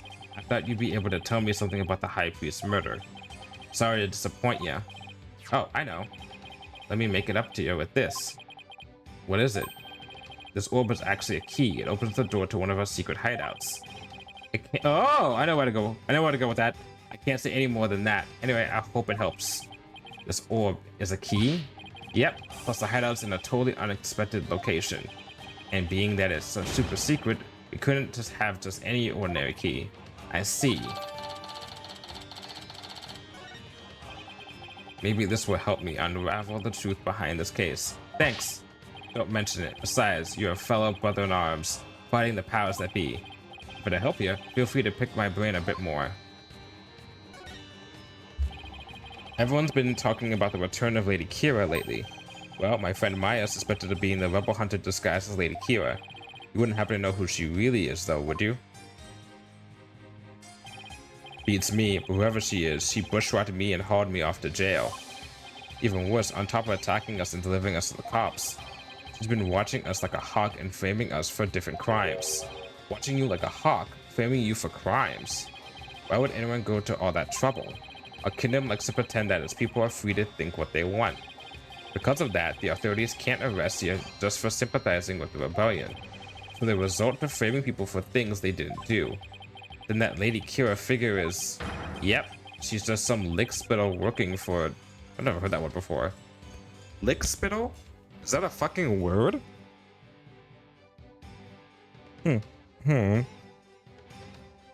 Look. Spittle. A person who behaves obsequiously to those in power. Obsequious. Obedient or attentive to an excessive or servile degree. Oh, yeah, like a simp. Oh, excuse me. Oof. The Olipop's still in me. Wow.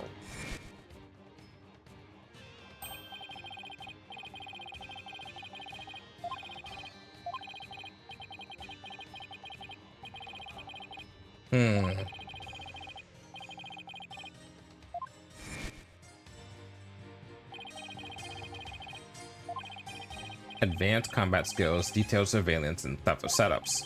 She's no amateur if you ask me. So you're saying the monarchy is using Lady Kira to secretly take out the rebels? Exactly. The Garan regime is using her to control the people, even down to what we think. Why don't the people protest that the monarchy is doing things like that? Unfortunately, we don't have any conclusive evidence. And without that, we can't prove anything. I know the feeling. If I bring this up in court, they'd probably dismiss it out of the hand. I still think it's the wife. Like, literally, like, we don't have that many options. We really don't have any more options. It's not you, it's not you, it's not you, it's not you, it's not you, it's not you, it's not you. It could be you, and it's not you. It's 100% not you. It's gotta be her. She has got to be Lady Kira. I'll go to get rid of that evil, no good Defense Culpability Act. I can tell just by looking at Dirk's law book. The DC Act has turned this kingdom into a corrupt cesspool, where false charges are overlooked and prosecutors are the only ones heard in court. It's been 23 years since it was first enacted. What happened 23 years ago to make them pass such a terrible law? The assassination of Queen Amara. That's where it all began.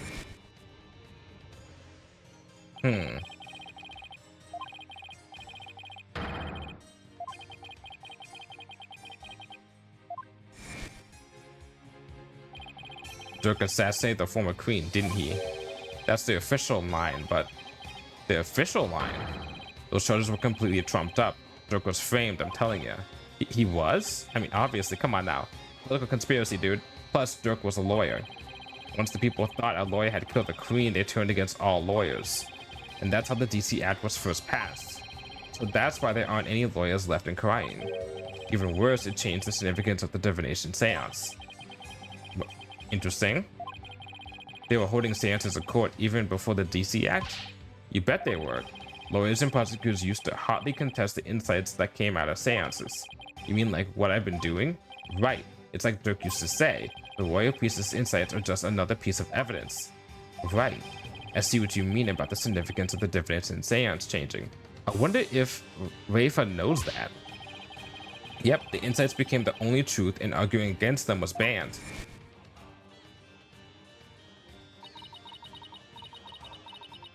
She's only 14, and this all happened 23 years ago, so she may have no knowledge about what her past country was like. Especially if she was groomed at like a young age to believe the idea that her divination seances were law, like the final and the absolute.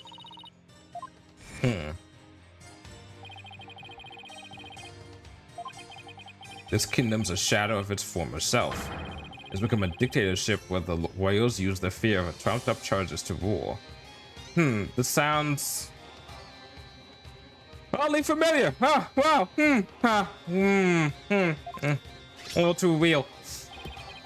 And that's what Dirk's been rebelling against? Yep.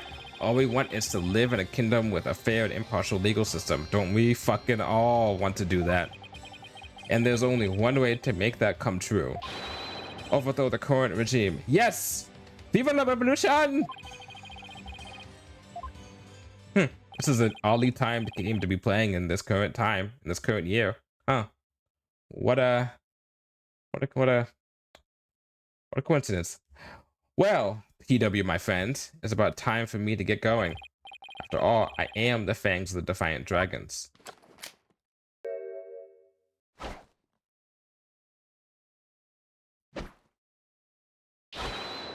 That's airball. You're not going to do that alley-oop thing again, are you? I was just getting to that. See ya when I see ya. He seems chill. I like to have a beer with that guy. Well, I guess we're friends now. But enough about that. I've already spent way too much time here.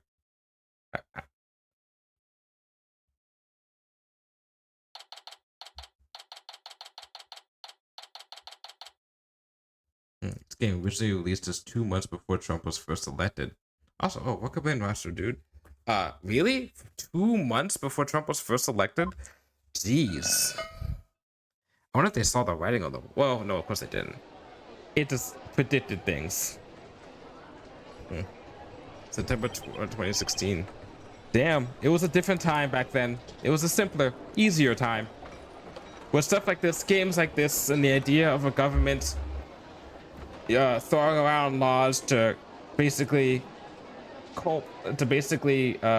neuter the defenses of people of the innocents and be able to enact harsher laws and blanket blanket bans and punishments on people who don't deserve them was seen as more of a fantasy than a realistic scenario. But you know what? I guess times have changed. Mr. Wright! I'm so glad you're okay. I was so worried about you. Shadow, what happened to him anyway? He came out of the manhole about 5 minutes after you went in. Sorry he wasn't much help. Well, did you find anything of worth? Aha! Aha! Aha! 1, 2. Not that. The picture that I saw with Apollo. 3. Yes, I did. I tripped and fell down there. I must have been out cold for a while. I figured as much.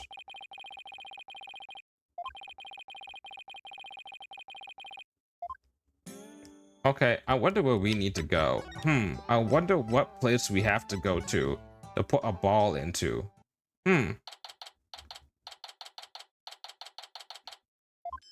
This game doesn't know that I have a decent fucking memory. Bobbed head, you already searched here, did you not? Oh, I just thought I'd look around. Again, you know, in case I missed something. We have a saying back home, leave no stone unturned. Oh, yes. You cannot stump me. I know that one. Okay, we're just going to examine that. Let's take a closer look.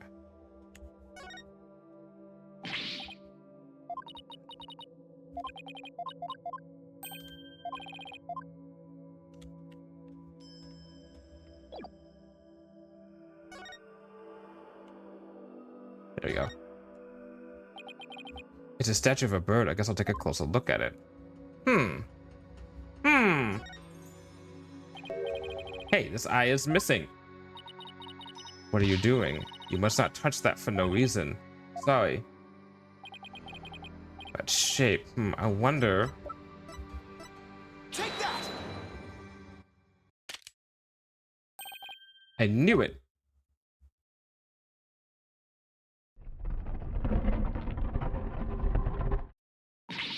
What?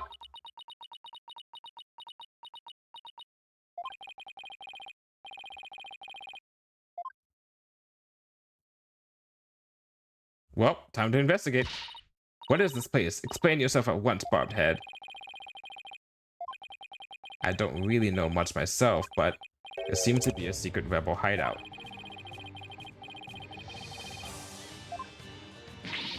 A rebel hideout in the inner sanctum? Somebody will pay for this. Well, for now, I think I'll have a look around. Wait, you must not enter before the police. Don't worry, I won't disturb anything. Besides, with you watching over me, it should be fine, right? And, you see... Fine, just please stop pleading your case. I can only stand so much loyally drivel. But I will be presenting all information gleaned from your efforts here to the police. Of course. Now, shall we? I will go no further. Oh, right. You're not supposed to come in contact with the taint of Lady Kira's battles. Very good, bobbed head. I commend you for remembering. Oh, well, thank you. I may not be able to enter, but I will allow no misdeeds on your part. I'll be watching you like a warbad from the entrance here. I told you I'm not going to do anything. It'd be funny if Dirk is in here.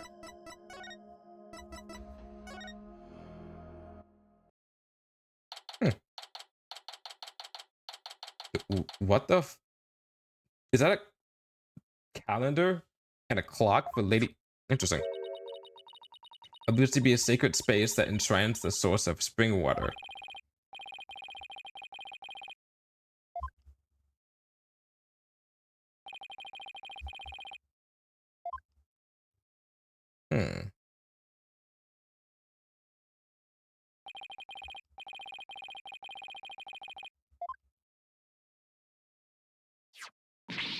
To think those filthy rebels were scheming their schemes in this most sacred place.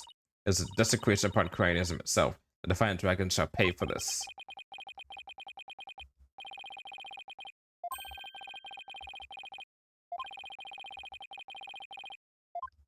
Quick! Stop that. You must not take photos here without permission. Really?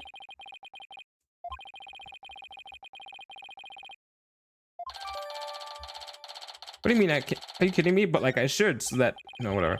Now it search every nook and cranny. Bobhead, just because it's hard for me to see your every move, don't use that excuse to touch and break things. I heard you the first time. Alright, first off, it's weapon time. Weapons, and lots of them too.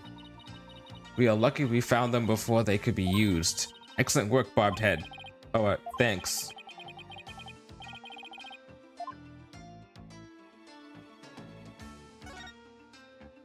I like the music.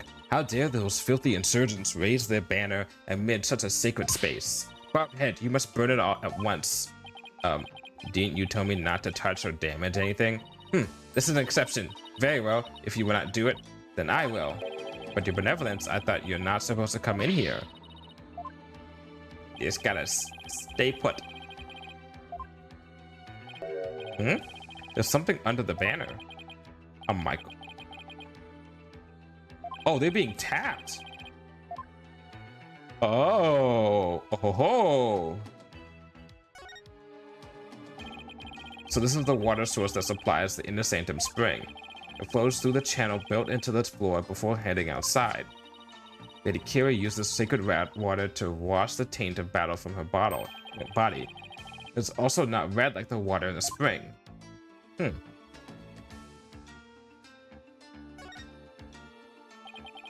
A large stone slab.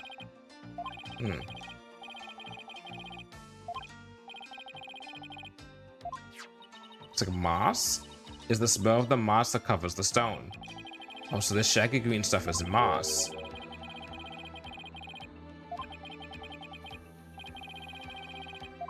No, no, no! Oh, no, no, no, no! What's happening? What have you done to the sacred space? Nothing?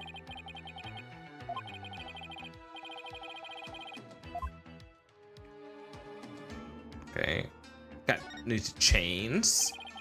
The statue door rotates when you pull this chain. I see. Then you must shut the door and destroy its mechanism. That would deprive the insurgents of access to this place. But wouldn't that trap me in here? Not to worry. I would come to visit you once a year. Are you... Damn, these people are ruthless. Look. Look with your special eyes. What is it, Barbed Head? It's Plum to Punish a clock. Why, I believe it's a limited edition promotional item given to 50 lucky viewers. This weird item plays the Plum Punisher theme every hour. Hand it over now, Bobbed Head. It's obviously because you want it for evidence, right? See, that's... What a fine item. And the switch, if I'm right.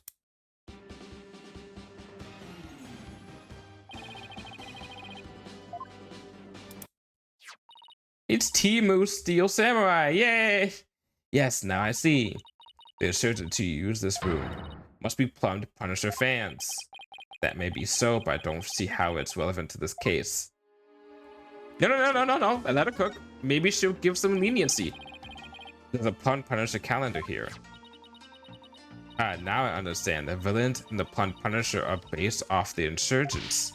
Watching the show must have roused their ire against Lady Kira.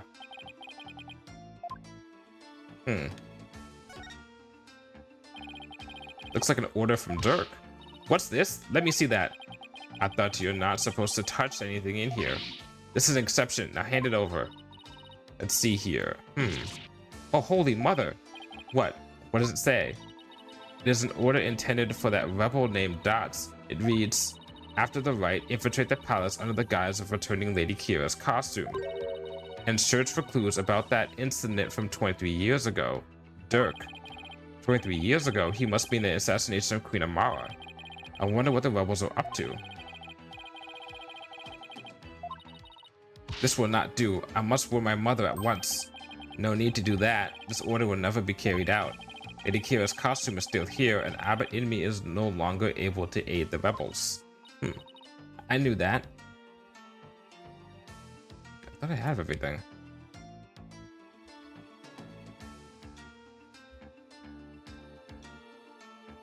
Set the map again. Is there anything else you would like me to read, Bobbed Head?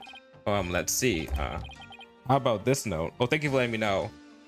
Usually I'm not one for backseating, but if they don't have the thing to like let me, they don't have the red, because usually it has the red glove and you're supposed to not hit it again. But they didn't have that, so that's actually a good thing you told me. Also, I would have been searching forever. Konora, Zabas, Bara, Yak, and Rokes. Wait, this looks familiar. What is it? Some kind of curry in a spell?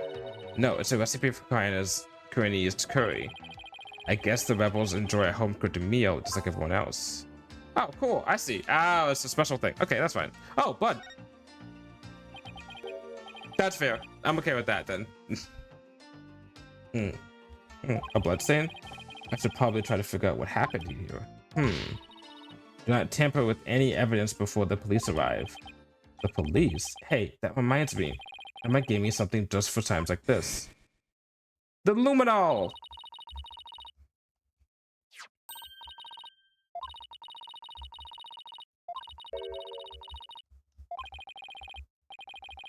The one of the two things that we do, luminol and fingerprints.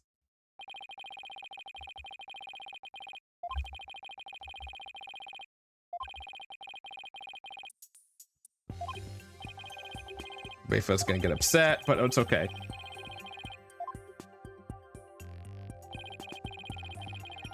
Yay! First off,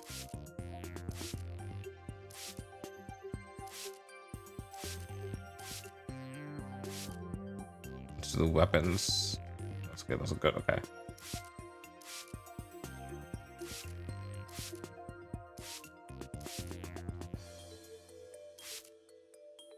Interesting.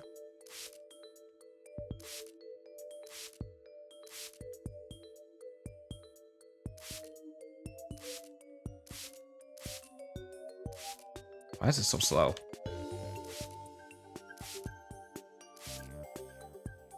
Wait, why is it not?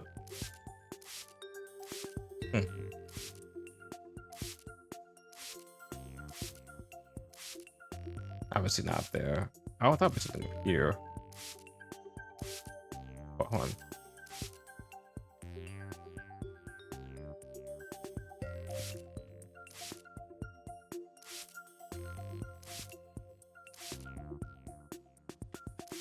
I am definitely spraying where the blood is. So you would think that the blood would... Oh, I guess it's not wiped up though.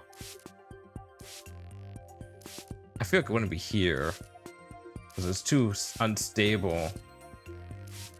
I thought it'd be something over here. Over here, boy. Oh, wait, hold on.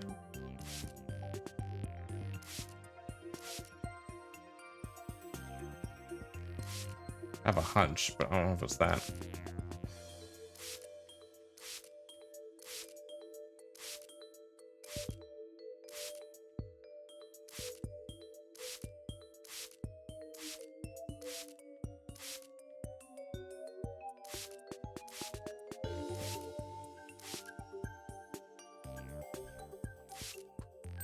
Oh, there you go. Okay. Okay. This is a huge blood stain. Something big must have happened here.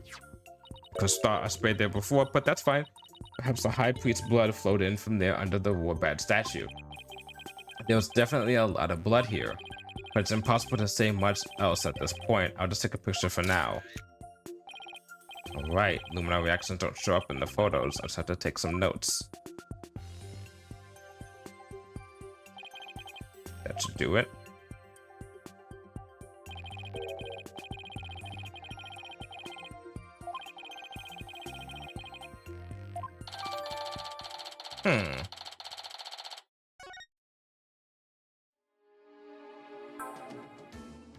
Yay, forensics expert.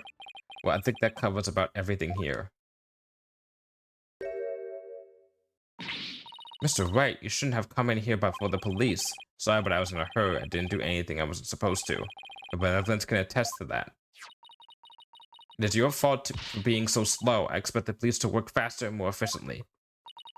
Sorry. Well, Barbed Head, have you not already seen enough? I guess it's about time I got back to the temple and go over everything I've learned.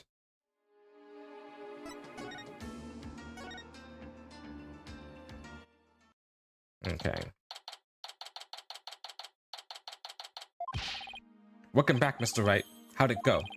Unfortunately, I didn't find anything inconclusive. No way. I do not understand, Bobhead. What don't you understand? Why you did not commit any misdeeds during your investigation? After all, lawyers ply their trade primarily through illicit means and methods. What? Who told you that? My mother. Are you saying she was wrong? No, that cannot be.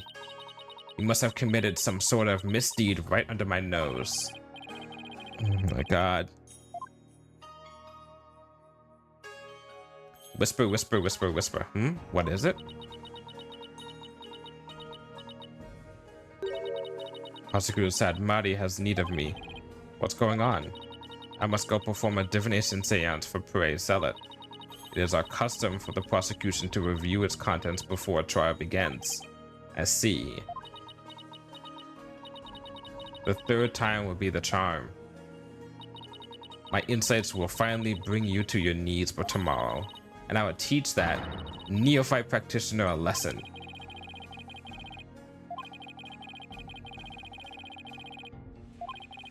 I look forward to seeing you in court, your benevolence. Your overconfidence will be your downfall. You will not look so confident when I am finished with you tomorrow. Okay. Actually, I'm not really looking forward to seeing her tomorrow, especially without any solid evidence. Why don't we go over everything you know so far? Alright, let's see here. A Glite Zealot was killed during the riot with Lady Kira's dagger, and Maya's fingerprints were found on it. Doesn't sound very good. I know, it's the very definition of being up a creek without a paddle. The day before his murder, Zealot enjoyed a meal with the High Priest, his wife, and Maya. Also learned about spirit channeling here in Crying. None of that sounds very helpful. Oh, but I did hear something interesting.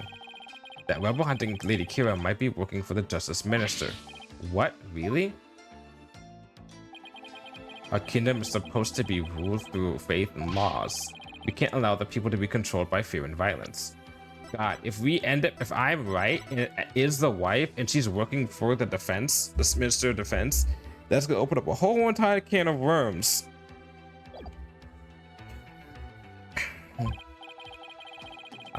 That sounds like something a rebel might say. It does? But if that Lady Kira really is one of Minister Inga's subordinates, that would exonerate Miss Maya. Fortunately, I have no way of proving it in court. Oh, that's too bad. Oh, I almost forgot about the secret rebel hideout we found at the Inner Sanctum. There was blood stain inside, but I don't know if or how it's connected to this case though. A secret room at the Inner Sanctum? That would be a huge hit with tourists. Smart kid. Smart kid. What I mean is that the hideout could be important to your case. Maybe, but it's still too early to tell. Looks like I'm heading into court without any useful evidence. Well, We'll just have to pray something appears during tomorrow's trial. Since this way first divination seance might be my only hope. There could be some new information in it that might help. The divination seance? But I thought it always works against the accused. Not always.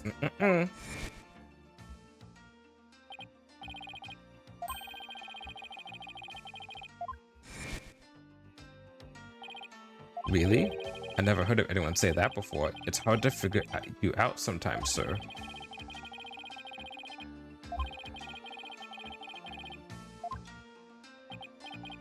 Mr. Wright, I just wanted to say, good luck tomorrow. Thanks. I can't afford to lose this next one.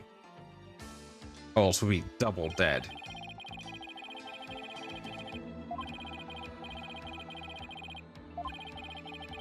Okay, I can go into this case, into this trial, with the 100% thought process that the wife is the killer.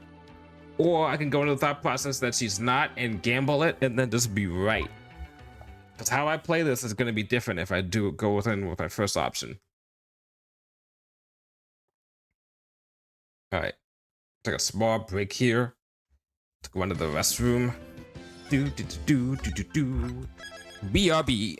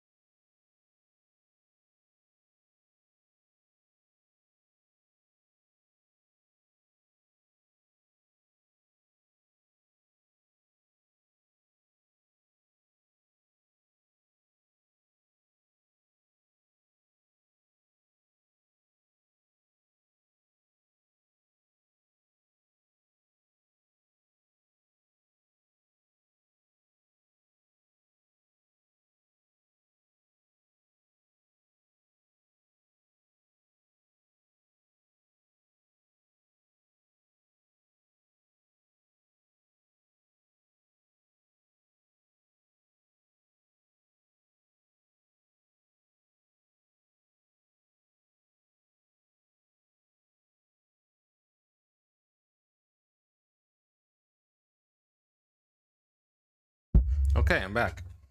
I decided to, when I went to the bathroom, I was like, I'm going to also clean my dishes quickly, get my water over to my desk, get some other wafers on the side to snack on, put my light on because I'm going to be here for the long haul.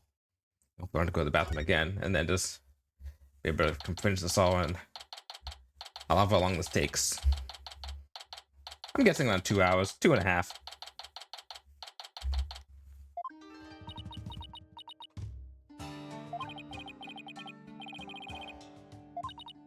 Nick, I was thinking about it all day yesterday. I never properly asked you to defend me, did I? Don't you fucking do that. Don't you fucking do that to me. Doesn't matter. I'm on this case to the bitter end. I know. That's why I wanted to officially ask you for your help. Oh, okay, cool. You got it, Maya. Let's do this. Gotta wrap this up and get back home so you can make your dream show come true. The Steel Samurai versus the Punisher, right? You bet. You look as if you did not sleep last night, Barbed Head. It is written all over your face. How can you expect to put up a respectable defense like that? I'm all fired up and raring to go. Raring to go?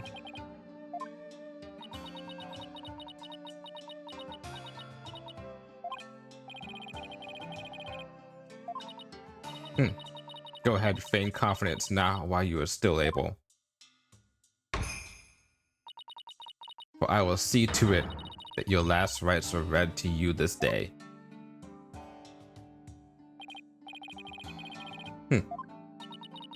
Ready, Nick? Okay, Maya, let's head on in. Take a bite of my food.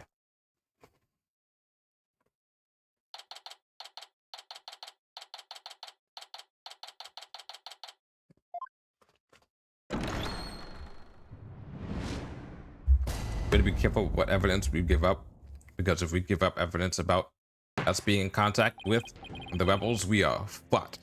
We are 10 ways fucked. Now then, if everyone is ready, defense is ready, Your Majesty. The prosecution is ready. Let us begin without further delay. Sure thing, UT. Oh, no prayers this time, Prosecutor Sadmati?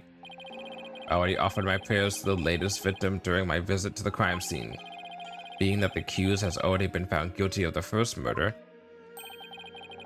let us hasten this trial so we may put this dead lawyer walking out of his misery. Now that we know his backstory, now I'm going to really wonder if he's actually really believes the shit that he's saying, or if he's being threatened with something. I could not agree more. In yesterday's trial, the accused was already found guilty of murdering the high priest, and today should be tried for the murder of his disciple, Pere Zealot. Now then, Prosecutor Samari, your opening statement, if you would. Certainly. The accused has now slain 2 of the most devout clergymen in Koreanism. Bullshit? Even the lowest level of hell, the hell of tickling, would not be punishment enough. Then, what terrible fate awaits her?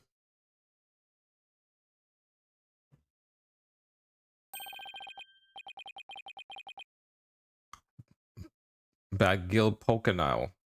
Bagil Pokon. Bagil Pokon. Oh, okay. Alright. Bagil Pokan Hell. A realm of eternal agony. AKA being on the line on hold with customer service call for a span of 3 hours. There she will suffer the endless punishment of Jaga by the Galoon of Pomot. Okay, alright. Furthermore, Ghoul Jump. Enough. My blood runs cold at the mere thought that such a terrible place exists. I want to know what it's like. Now then, please continue, minus the part about the terrible hell awaiting the accused. As you wish. Victim of this heinous crime was the high priest's disciple, Pere Zealot. He had been training under the high priest while living in the priest's home. I had met him a number of times and he seemed like an earnest young man. How tragic that he met such a terrible end. The murder occurred at the Plaza Devotion during the purification rite. It was a bold climb carried out while the closet was full of the faithful deep in prayer. A warbad dagger was found impaled in the victim's upper back. The stabbing caused a spinal cord injury that killed him instantly. Okay, two thoughts that was in my mind. What if he is the Lady Kira of the first case, and all the cases that involved Lady Kira, and then the wife found out, and she knew the husband was a rebel, and then killed him as a response? Like, what happens if he's the one who killed the priest, right? Because he was sent by the government to spy on him because they knew he would possibly be a rebel, and then the wife found out and then killed him.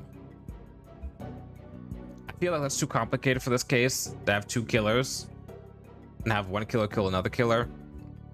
It's too tying up loose ends in a very easy way that the prosecutor is going to argue against unless we can really heavily prove it.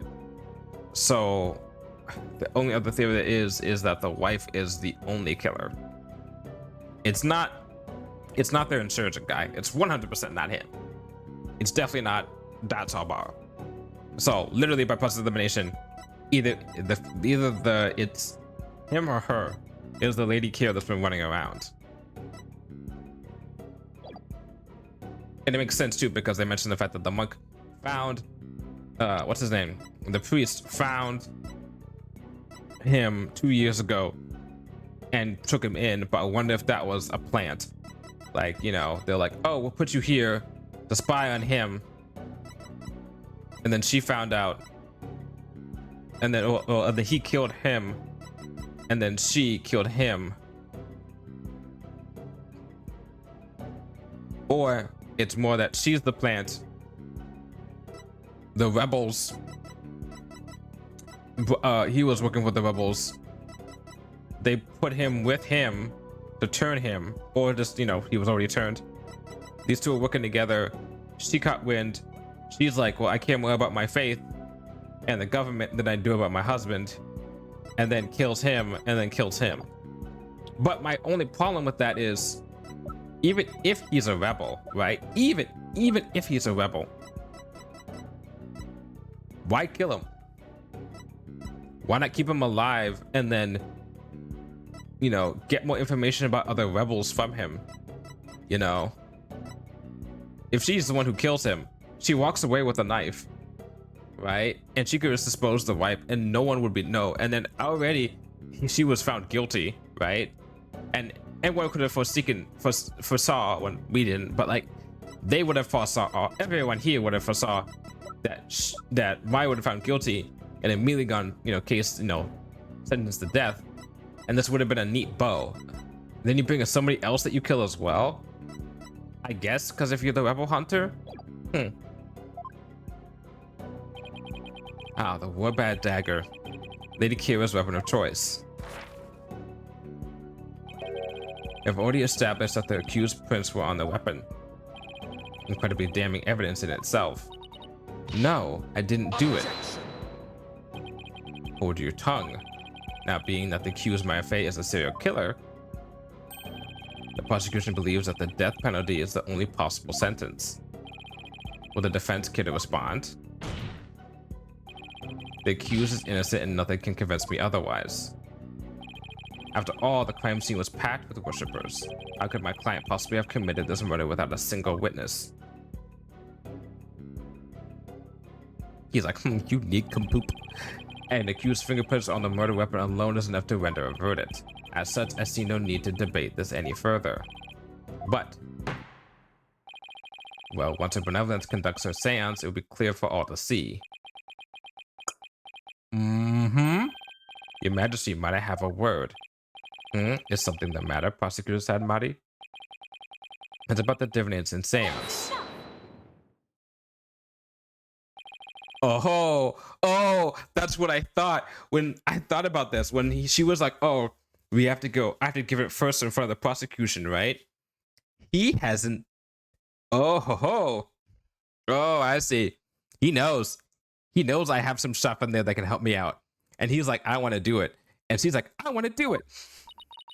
Stop right there, prosecutor said Mighty. That's why she looks sad.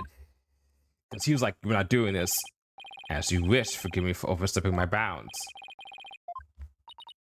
Bob Head, have you made peace with your fate? For this time, the divination seance will bring you to your knees. Please, it will bring me to my knees in happiness. I will be praying to the gods because you will be giving me my salvation, of giving me evidence to keep myself in this case and not getting killed. Bring it. Bring the divination seance. I'm ready and I accept your challenge. Phoenix knows. I know. Come on.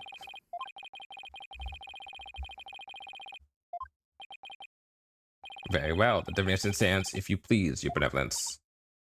Yes, let us begin. I can have my food while this is going. Nina. Nina's the killer, obviously. Alrighty.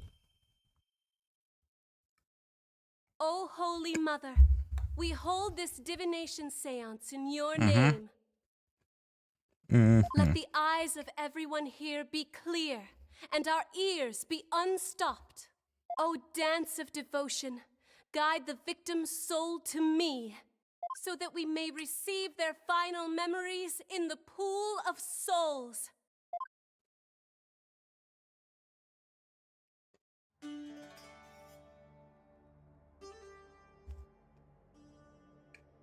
This is the perfect time to eat food, damn.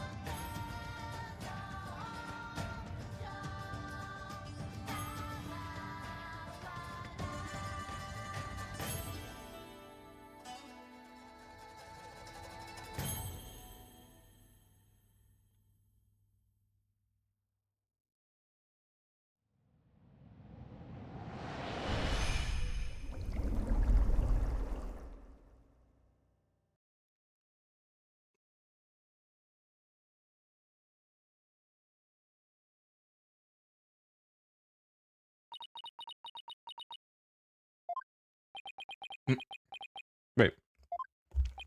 Wait. Hold on. What?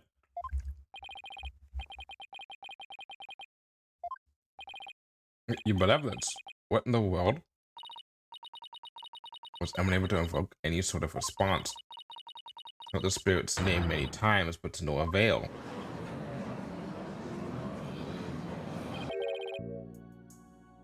This is I thought. Oh. I had sought to confirm the content of today's divination seance. After all, it is customary for the prosecutor to verify it beforehand. Maybe that's not his actual name?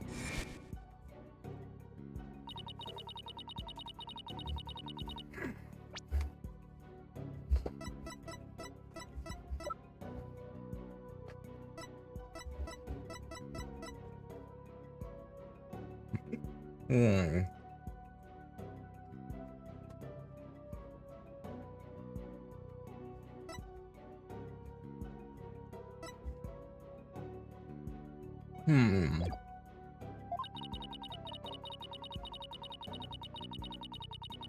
So she tried before, and she couldn't do it.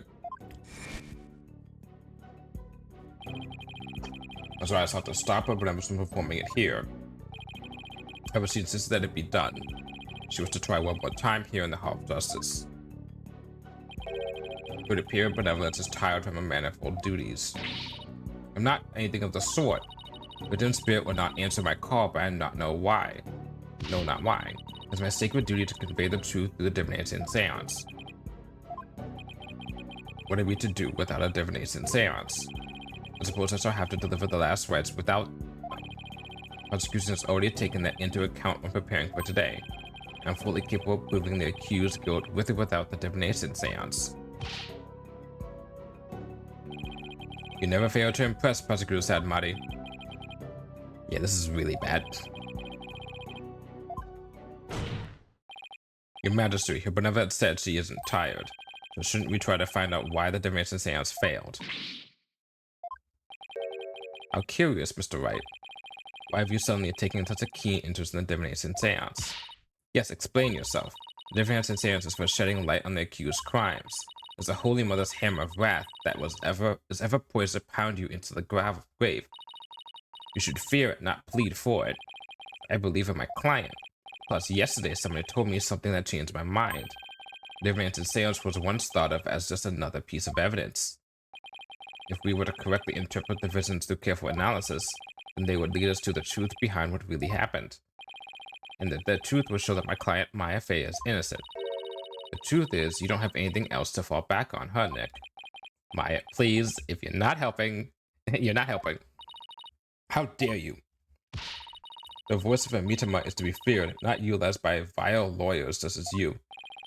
Seances exact a heavy toll upon the Royal Priestess. It would be best not to burden her any further. Or does the defense feel that it can pose no counter-arguments without the seance? No, of course not. It's the name. Well, since the divination seance is not possible at this time, I see no other choice. Let's proceed without the trial without the seance, as Prosecutor Maria suggested. Thank you, Your Majesty.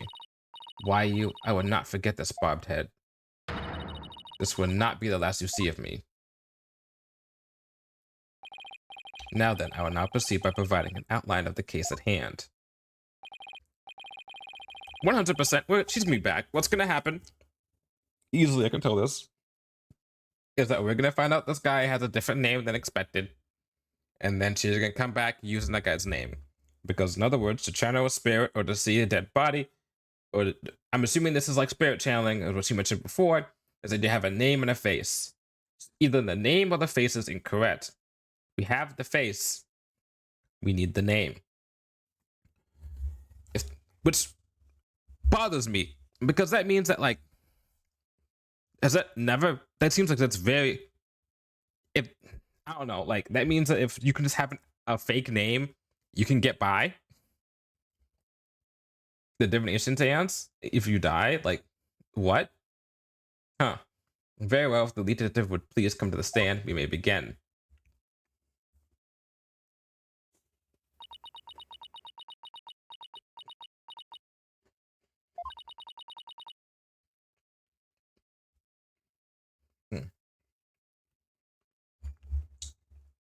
All right, last of my cookies has been eaten.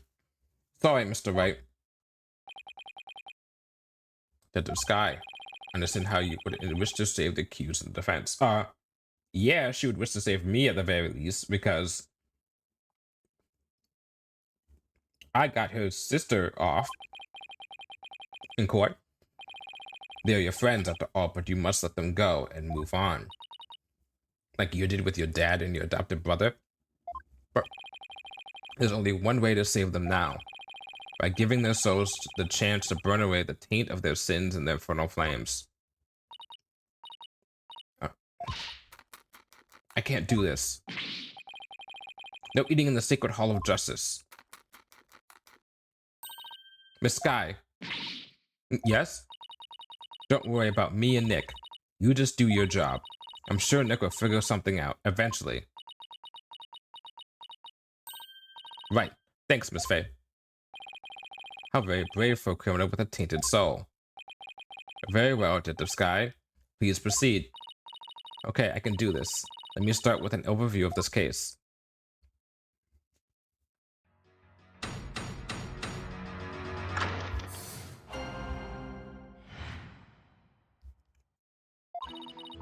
The latest victim was Pure Zealot. He had been training under the high priest and living in the house for the past 2 years. The high priest's widow, Believe in Me, has identified the victim's body. He may have been mistaken for a rebel and killed due to his connection to the high priest. Hold on. My number one suspect, not the games, but my number one suspect, the wife, is the one who identified the body? Okay. I see. Well, that certainly makes sense. Will the defense care to respond?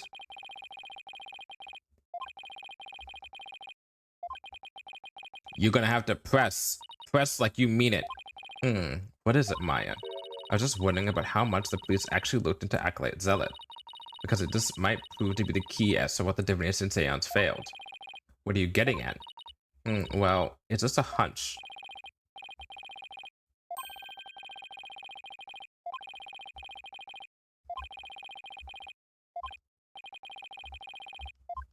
Okay.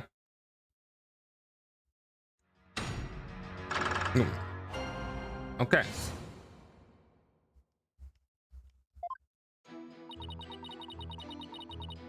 Hold it! Okay. What kind of person was Acolyte Zealot? According to the neighbors and others who knew him, he was a deeply devout youth. I, too, have heard his name mentioned as one who was a fervent practitioner. I suppose you might say he was the high priest's star disciple.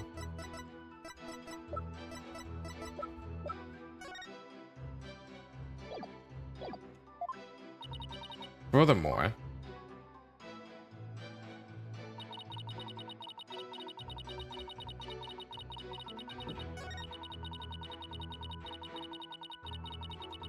Hold it! was Miss Inmi's positive ID the only way you would verify the identity of the victim? Huh? Well, no. We also checked the ID card he carried and the data in his family registry. But what? His personal information didn't match any of the public records we cross-referenced. Maybe that's why the divination seance failed. I'm not sure what you mean, Mr. Wright. Here's what I'm thinking. The victim decided to hide his identity for some reason. In other words, he was using a fake name. The royal priestess uses the deceased's fake face and true name to summon their spirit. Why, yes, that is indeed true. If he was using a forged ID and there's no mention of him in our public records, then he was likely an illegal immigrant. They are not uncommon here in Cryan. We just talked about that. An illegal immigrant? But if that's the case, we have no way of knowing who he really is. We have to proceed without holding a divination seance this time. I'd always thought that Acolyte Zealot was Kuranese, or how the high priest must be lamenting his disciples' deception in the Twilight Realm. Well, Mr. Wright, what do you think? Should we add this to the testimony? This is an important fact. Please add it to the testimony. It would seem to be a fact most inconvenient for the defense. But if you insist, Detective Sky, please add to what you just said to your testimony. Yes, Your Majesty.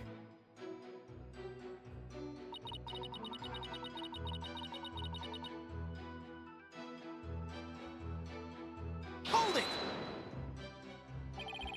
Isn't there some way to track down his real name? Okay, I use this to check something.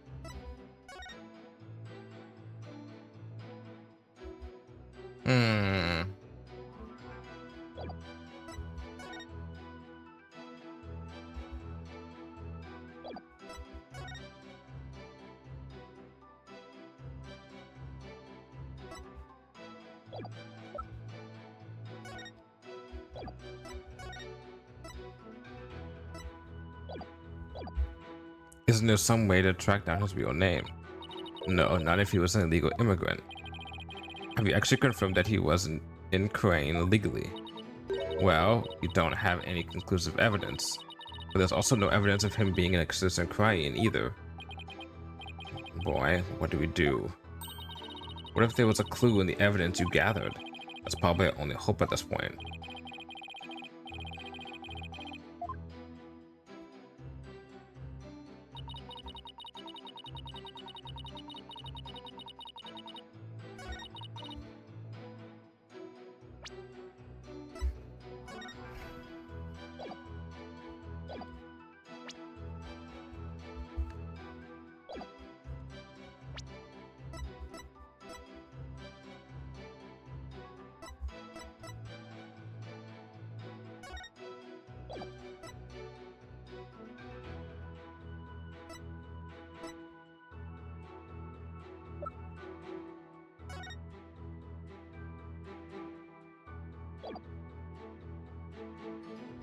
Peach on his name.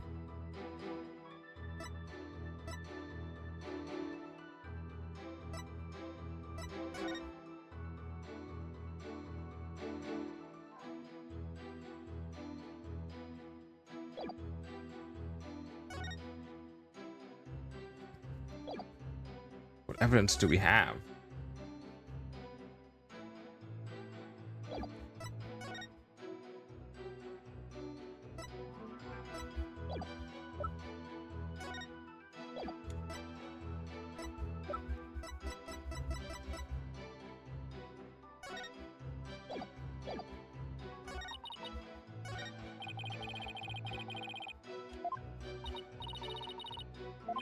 Yeah, which means we're in a big trouble. If he really wasn't a legal immigrant, it's going to be real hard to find out his real name.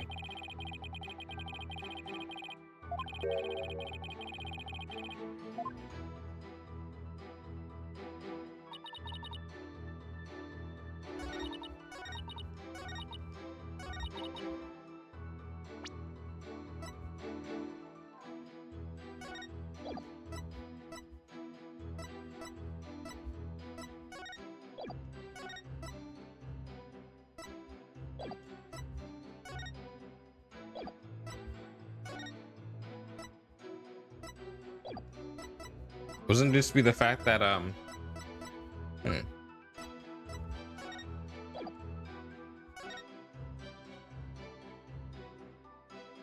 mean, a little peach thing on the back, right?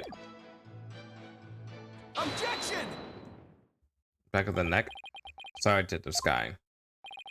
But the police missed something important in their investigation. Oh, what are you talking about? Victim was undeniably Chinese native. This crime scene proves it. What proves it? It does? It's a little hard to see, but look closely. You see clear proof that the victim was Chinese. But where? I don't see anything that would prove that.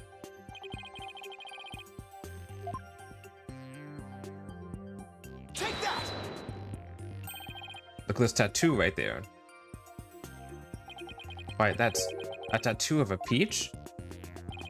I would like you all to think about the meaning of this tattoo. Oh, the victim really liked peaches? Well, peaches are a favorite delicacy here in Korean. They happen to be a personal favorite of mine. The sweetness of their abundant nectars and the softness of their perfectly ripe flesh. They're a blessing from the Holy Mother herself. Nick, I've suddenly got a craving for peaches. After the trial mile, right now we have bigger fish to fry. Bigger peaches to eat. Fortunately, that is not a tattoo of a peach. It's not a peach, you say, then what is it? Take a closer look. Haven't you seen something like that before? Namely the tattoo on the high priest's brow. Oh, yeah, totally. Yeah, absolutely. This mark is only borne by members of the Koreanese clergy. Objection! So that is what you believed it to be. But are they not utterly different shapes? Sure, they're shaped differently, but there's a reason for that. Them had the peach-shaped tattoo inked over an existing tattoo for some reason. However, the dark red portion is exactly the same as the Marcus Coreanus clergy bear. Hey, you're right. Until about 20-something odd years ago, everyone did get one, didn't they? I myself bear one on my right, but that is entirely too much information, your majesty. Information on everyone who enters the city is maintained at the temple. All we have to do is look up a monk with a mark on the same spot. I'm on it. I'll let you know if I get any hits. That would not be necessary. If you seek information on the clergy, I have it all right here. Oh my, you never cease to amaze. So, tell us, is there anyone who fits the bill? Bet you the defense attorney. There is just one, and his name is Rionamu. Rionamu. Oh my. Oh, but are you kidding me? His name is Rionamu. Like, real name. Became a monk 20 years ago.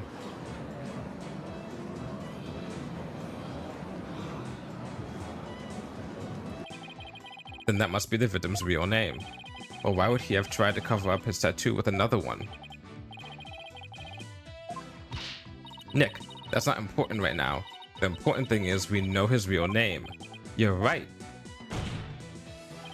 Your Majesty, now that we know the victim's real name, the divination seance might finally work. A lawyer who willingly seeks a seance. This is entirely unprecedented. Heh. You are but digging your own grave, defense. We won't know until we try. Very well. Let the divination seance be held once more. Are we gonna do the same thing again? She can do the same dance again? Why would a lawyer work so hard to see the divination seance be held once more? You are a fool, bobbed head, and your foolishness shall yield no gratitude from me. You're welcome. For with the truth revealed by my insights, I shall gladly seek your demise. Bring it on, princess. Because I will correctly interpret each and every one of your insights. You will regret ever thinking you could use my sacred insights as evidence. You should say that after you do your insights. O Holy Mother, we hold this divination seance in your name. Let the eyes of everyone here be clear, and our ears be unstopped. O dance of devotion, guide the victim's soul to me, so that we may receive their final memories in the pool of souls.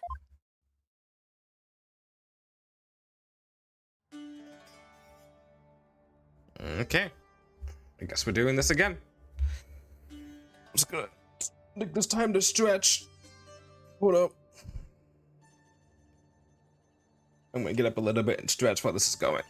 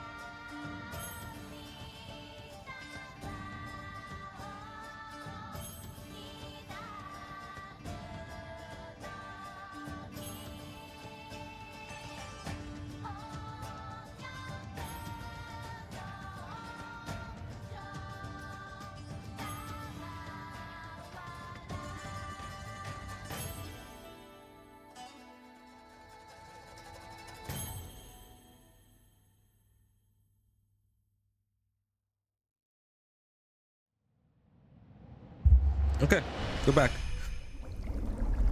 I did my nice stretching and everything. It's good to do every now and then.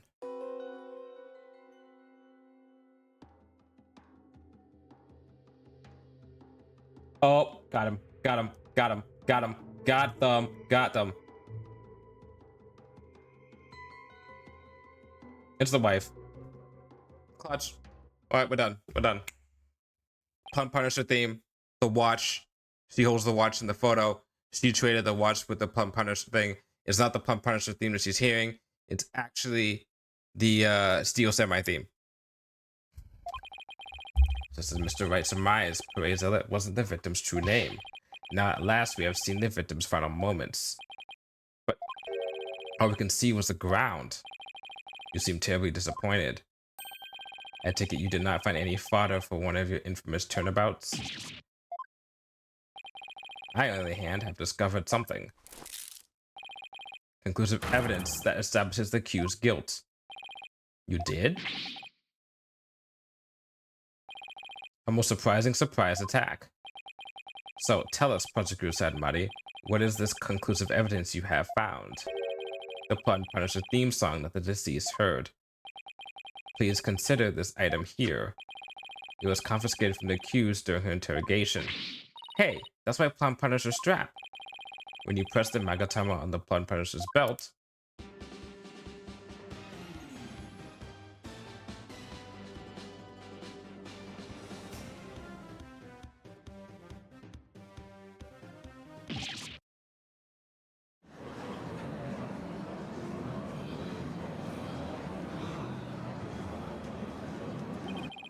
it seems the accused inadvertently pressed the button in the midst of a crime. The strap is an extremely rare item, is it not, Miss Faye? You better not break it. There's only one of those in the whole wide world. Maya. God damn it. It is just as I said. Your flights of fancy have come crashing down on you. She sure seemed to be enjoying this. Yeah, I've never seen her look so thrilled before either. It is time to accept the fact that the divination science is far more than mere evidence. It is the very truth that brings the hammer of justice down upon the accused. That is as conclusive evidence as we can get. Now then, if there are no further objections, of course there are! Because there's another piece of information in there that's very important. Yep, I'm 100% get that right. Let me see if I can find the evidence I can find. Okay, let's see what it is. Okay.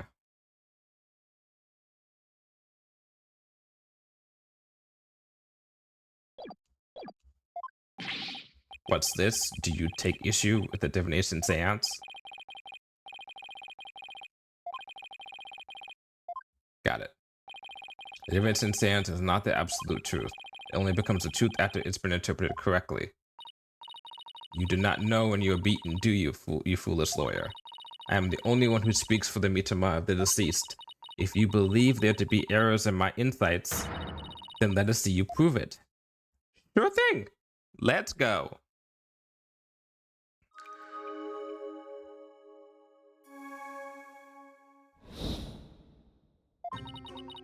Victim was offering up his prayers. It was the night of the rite. Though it's dark, the pattern of the plaza's ground was visible. Then someone was there, and the theme of To the Plot Punisher filled the air. The accused held the defenseless victim down and plunged her knife into his neck. The blade struck true, and in that instant he departed from this world. Okay, that is everything the deceased experienced in his final moments. Benevolent's insights have painted a detailed picture, both vivid and true. Oh, you said that, Sadmati. So when I tear this apart, don't go back on your word.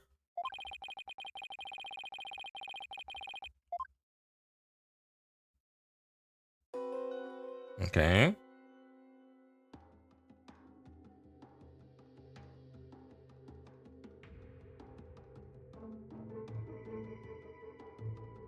Okay.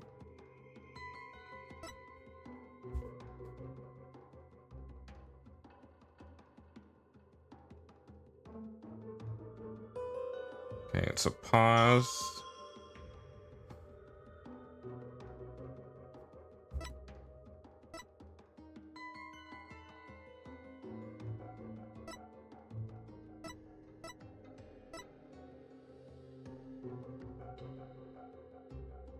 It was the night of the rite. Court record.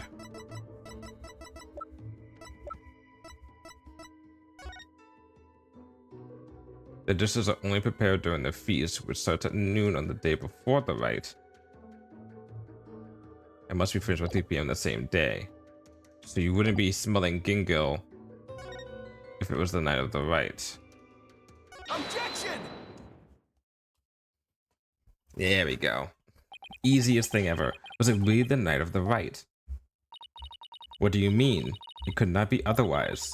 The accused slew Acolyte Zealot after killing the High Priest during the purification rite. The only problem is the deceased spirit does not corroborate that. What's this? Take a good look at what the victim smelled. Do you see how it says Gingo? Acolyte Zealot shouldn't have smelled any Gingo on the night of the rite. What do you mean? Let me back up my statement with some evidence for you. Okay. Take that! Here we go. The High Priest's wife, Believe in Me, told me about the Feast of Blessings. The feast includes a number of Gingo-based dishes, and they're only supposed to be served at a certain time of the day before the rite. Why, I believe you're right. I've completely forgotten about that. During the feast, the unique smell of Gingo pervades the entire kingdom. The fact that the victim smelled it means that he was murdered between noon and 3 p.m. the day before the purification rite.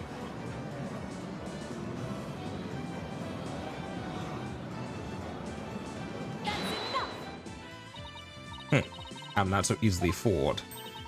Did that autopsy report not make it clear? This estimated time of death was during the rite. Forgive me your benevolence, but the estimated time of death is just that, an estimate. Depending on the circumstances, it's possible for it to change. What's this? Like, if a body was kept cold, the slowed rate of decay makes the death seem more recent. Well, I believe I heard of something of the sort before. If it was as if Mr. Wright claims, the estimated time of death in the autopsy report will have to be revised. It doesn't change at all. Bob Head, you blinded me with science. Yeah, sorry. No, I knew she was gonna say no matter next. No matter. The murder may have occurred in the afternoon hours the day before the rite. Nevertheless, the murder weapon with the accused prints on it is incontrovertible evidence. I'll now amend my insight to account for this new truth. Okay, sure. So she killed the guy with the murder weapon and then just left it there. So then what was the murder beforehand? I mean, after that then.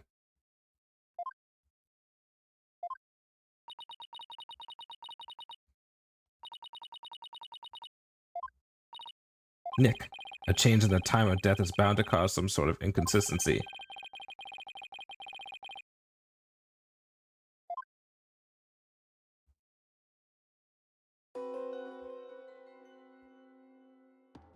Okay. It was after the day before the rite.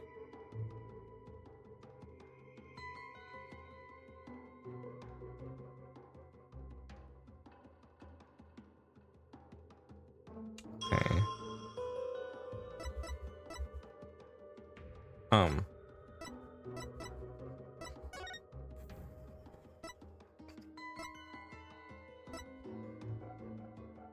Thick white ice that froze the ground and intercepted the plaza devotion until yesterday has melted. The Viking now going as planned. We give thanks to the blessings of the Holy Mother and Lady Kira. After the day before the rite.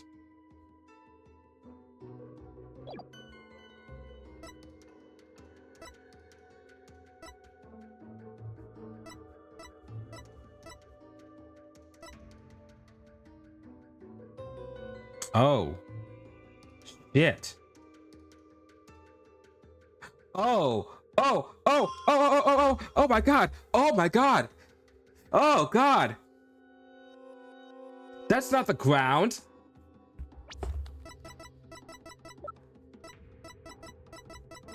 You think it's the ground, but that's not the ground. It's this. He was against this. He died in the hideout. Because we're about to prove that, oh, he couldn't be there. He couldn't be in where he was sitting because it would have been cold outside. So he would have been, oh,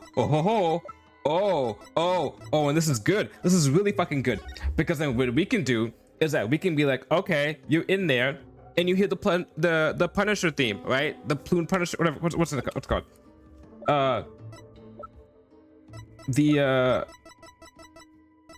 the plumed Punisher theme, right? Plumed Punisher, whatever, plumed, right? So if we prove he was in there and prove that the clock was in there, and Rafa herself has shown that the clock makes the sound, then we are proven that if that sound is from that, then that proves that Maya is not the only one who could have killed him, because her having that evidence on her hand does not prove the fact that she was a killer. If we prove the murder happens here, and we prove that that clock was there at the time, then we also prove the fact that we could possibly maybe even determine what time it was when he got killed, precisely because the clock goes off at specific times. I think, but then also the more important part is the fact that we prove that that sound does not have to come from the keychain, which proves that Maya. It doesn't prove that Maya innocent, but it proves that she doesn't necessarily have to be guilty. Okay. Paused. All right, so select site. Objection! Okay. Here we go. The change in the date and time of the crime has caused a new inconsistency to surface. What's this? You are making that irritating face again. Cease that at once. Sorry, but this is the face I was born with. Now, let's focus on what is important. What the victim saw in his final moments. Do you have bats in the belfry, Barbed Head? There is nothing to see. The ground at the plaza is all that entered the victim's eyes. And that's what I find so strange. On the day before the Wright, it should have been impossible to see that pattern on the ground. Impossible, you say? Do explain. This piece of evidence shows why the plaza's ground was not visible that day. The newspaper. This newspaper has an article that is tiny in size but huge in importance. It says the ground was covered with thick white ice the day before the Wright. What? But the victim did not see so much as the ice cube on the ground. Exactly. And so we must ask, what was the victim looking at in his final moments? If you have something to say, then say it. The last thing the victim saw was not the ground of the Plaza Devotion. This can only mean that he was killed elsewhere. What? What? What? What? Then where do you propose the victim was actually killed? Yes, tell us where, otherwise your argument is worthless. About that. Any ideas, Maya? Let me think. Well, it's somewhere green and shaggy, right? Right, but where could that be? What is it, Barbed Head? Giving up already? No, not at all.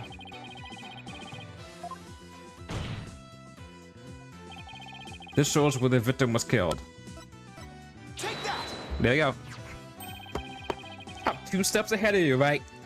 The secret hideout the rebels were using. The rebel hideout?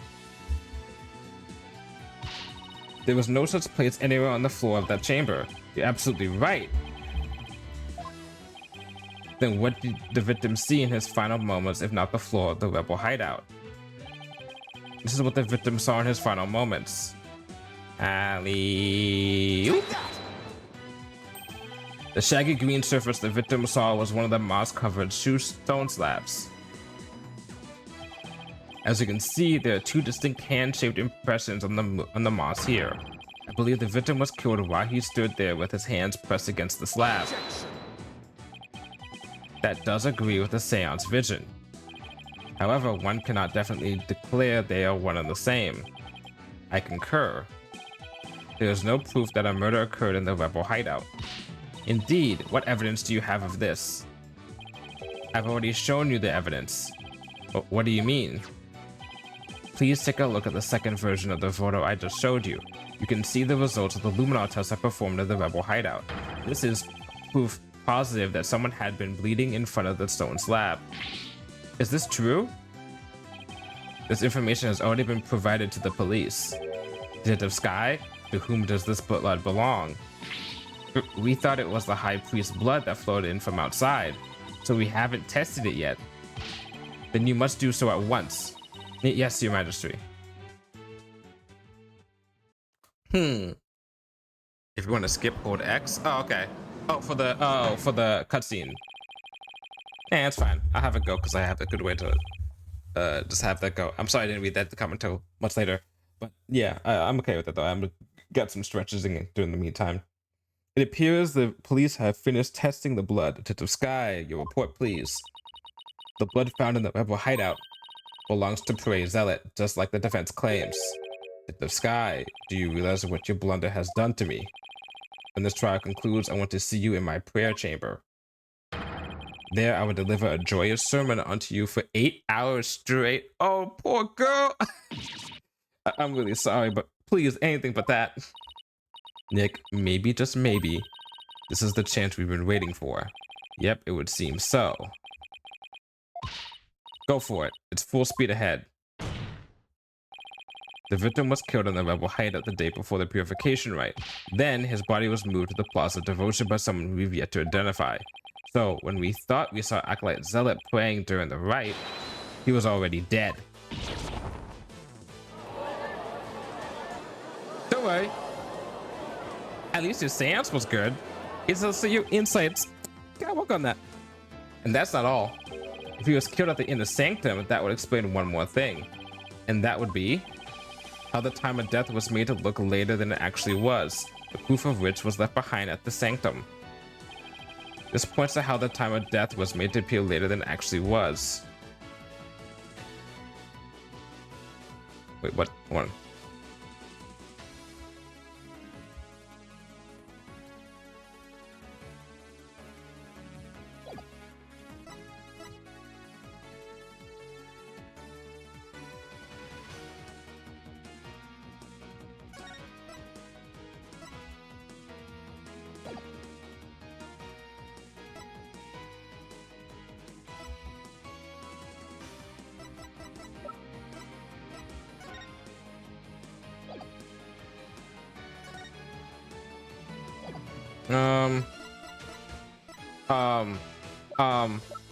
Yeah, oh shit. That's not all. It was killed in the sanctum. That would explain one more thing, and that would be how the time of death was made to look later than it actually was. Would it be the code? The proof of which was left behind at the sanctum. So something that's at the sanctum, the inner sanctum.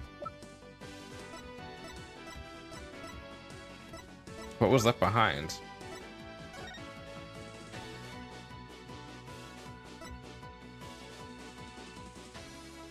The blood? The cart?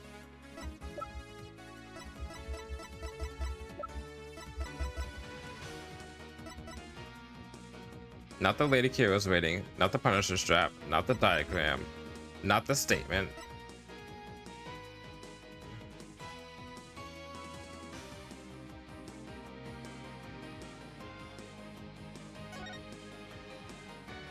After the inner sanctum on the day of the rite.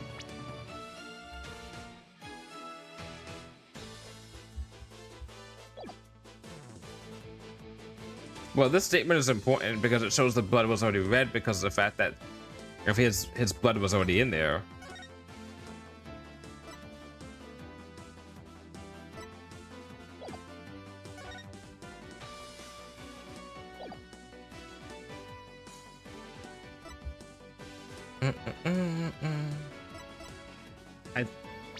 Is it the blood then? You killed on the.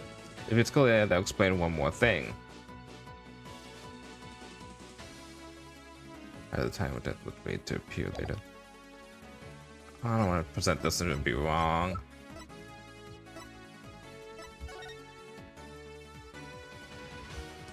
It's not this.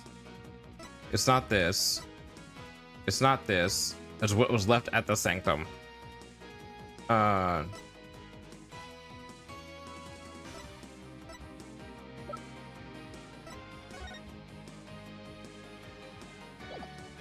It's 100%. I think it's 100% the bloody water.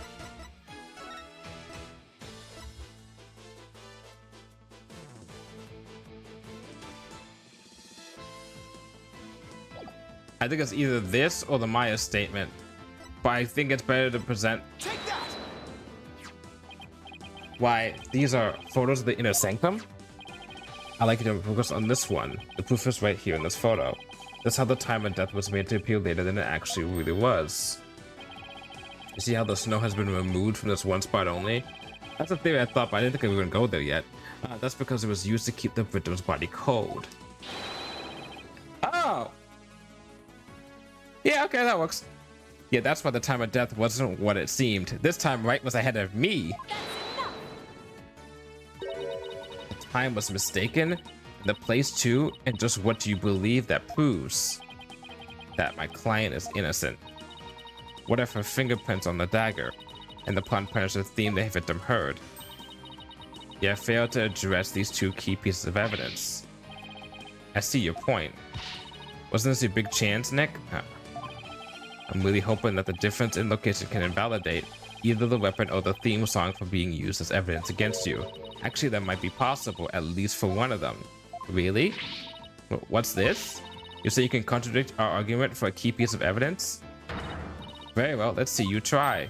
Nick, take a good look at the rebel hideout photo. I wonder what it is. If evidence can invalidate this piece of evidence. The pawn punisher theme, and how do you intend to support such a claim? Since the murder happened in the rebel hideout, there's something that played the theme song other than my client's strap. That it wasn't the strap? Is this true? I'm gonna play the pawn punisher theme song was this. Oh, look at that. Once again, back on top. Got that before you, right? This is a pawn punisher alarm clock. I believe the victim has heard its alarm go off. What proof do you have that the alarm went off? What proof do you have that it was my client's strap that played the theme song? Good point. Do not twist the facts with your lawyerly wiles. Either way, the accused would still be guilty based off of footprints on the murder weapon. And here is what really happened. Oh, don't you dig in your own grave, girl? No!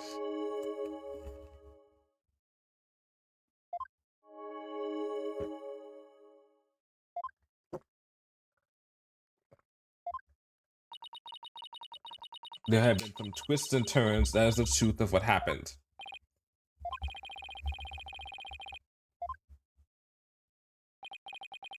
Most impressive, your benevolence. I see no inconsistencies anywhere in the prosecution's case. Okay, well, first off, let's look at how he was posed. Okay, so the head of the bird is facing up, right? Okay.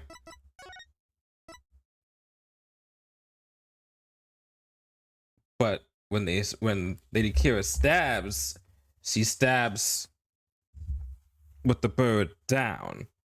Okay. And if you're trying to be with Lady Kira, so you would have to stab with the bird down.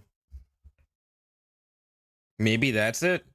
Because, like, yeah, if in this thing, Lady Kira, I say the knife is like this, right? And we already proved. Hold on, let me look back at the evidence again. Okay, we proved that the knife was stabbed in a weird way, like from behind, right? And their claim, we haven't actually seen what the fingerprints. They haven't said which way the fingerprints face, but we do at least know that.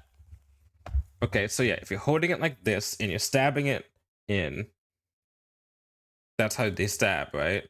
So the knife's supposed to be going in with the head down. Yes, the beak down. But in this, the beak is upwards, which means that you're stabbing like. I mean, are we really gonna argue that? We could. No, there is one. What's this? You still claim there to be an inconsistency? Try as you might, the outcome will always be the same.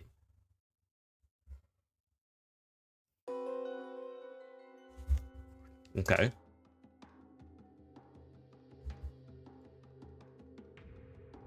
It's Sam to the stone step and head out. It was after the day before the riot. Someone was there. The theme of Punisher will fill the air. Who's plunged her knife into the victim's neck.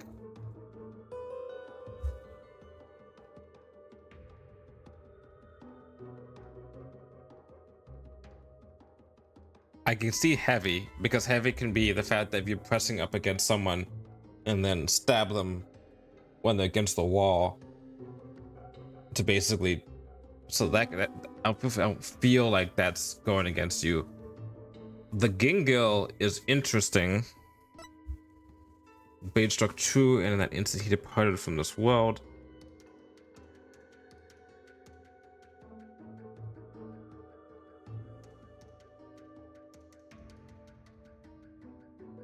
What changed?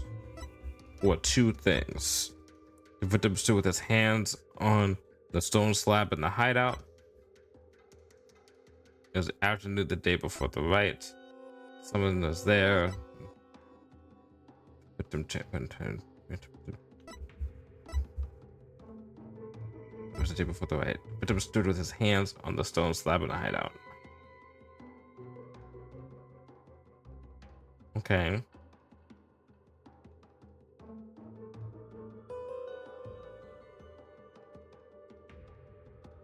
Pain. Okay. Stabbed. Killed. Heavy. Okay. That's still a possibility.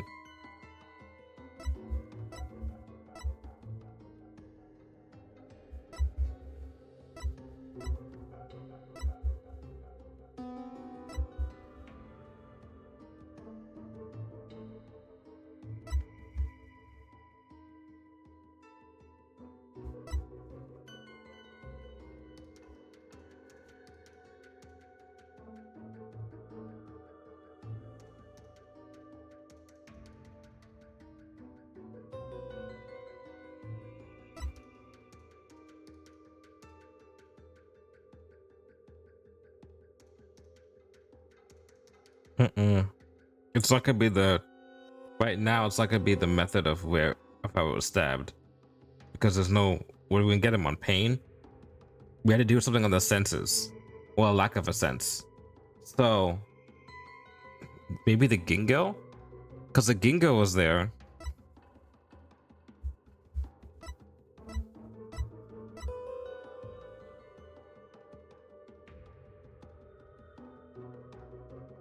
In the sanctum, right?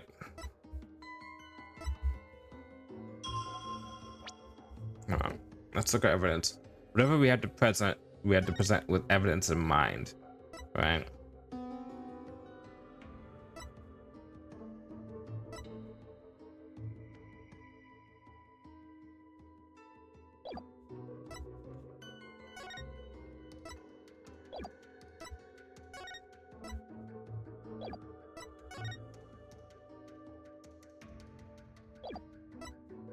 We know why for this. Okay.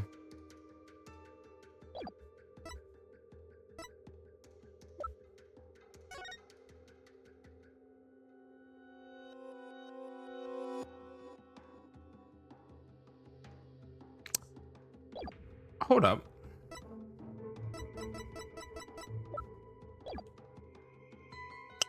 Hold up.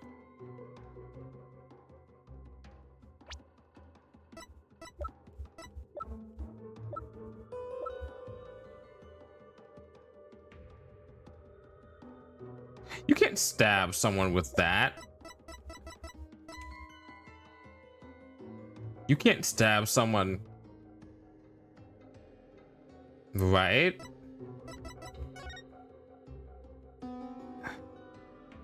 What does this mean? Right? Because I mean, you can if you come from up top and then come down at a curved angle, because it's curved upside up. This is given from this thing too, right? It's curved downside up, but it was flipped, so it's curved upside up. But what sense is fucking with me right now? Gingo. Punch theme. Heavy. Pain.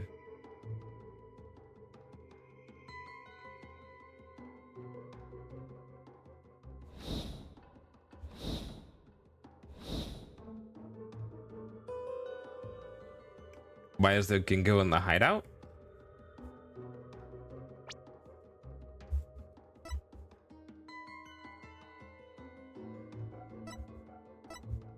Hmm.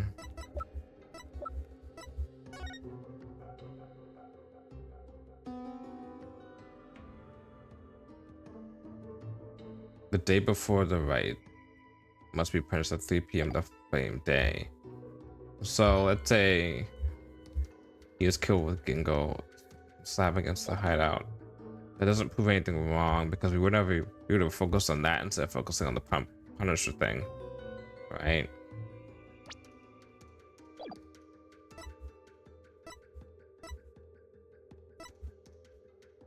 Okay.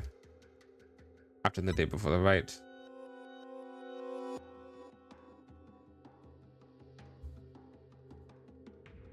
Someone was there. The theme of Punisher filled the air. Fast forward.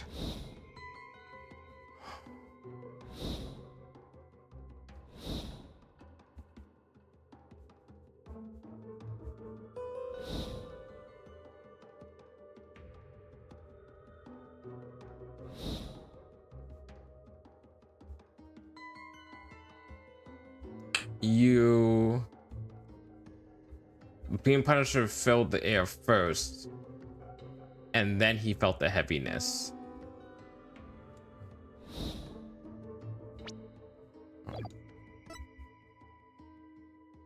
Rise into the defense's victim's neck.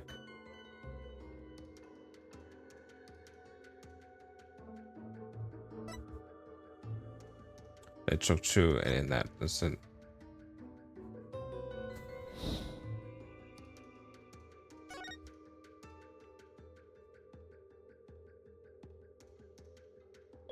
one.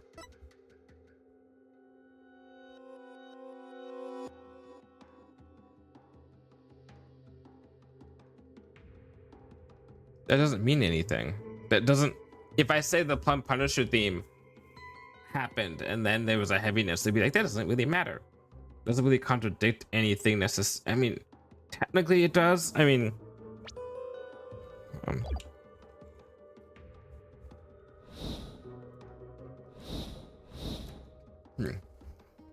I'm thinking it's to do with the heavy. Maybe the heavier pain.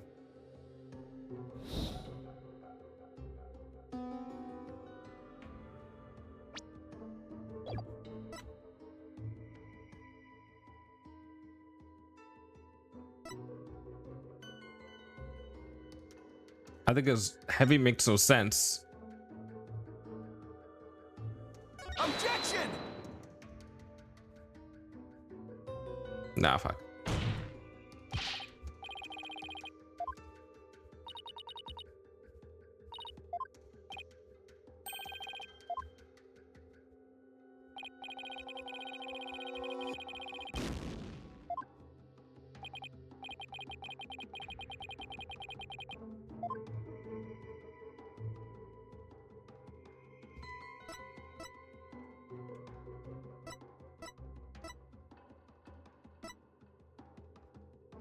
And they don't give you hints either. They show up just like, hold on. I can't see the history until I fail. Oh, that's right.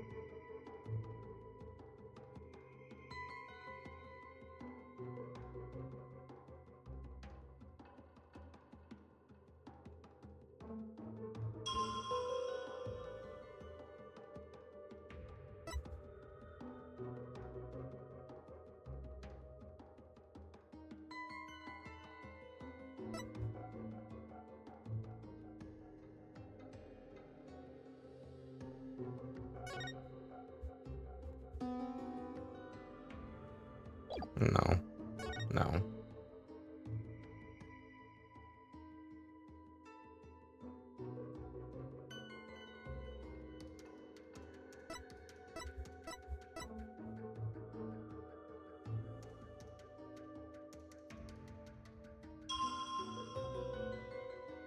Okay. Then you had happiness. Felt pain. Dead. There's nothing to do before the right. So you would have had Gingo. You would have felt seen the plum partnership theme. And something with heaviness doesn't really matter. The matter of this statement. Someone was there and the theme from partnership filled the air. Someone was there, filled the air. And then you felt the heaviness after the person was there. So that really is a contradiction whether or not you felt it heavy or not. Okay. You just punch a knife into the defenseless victim's neck.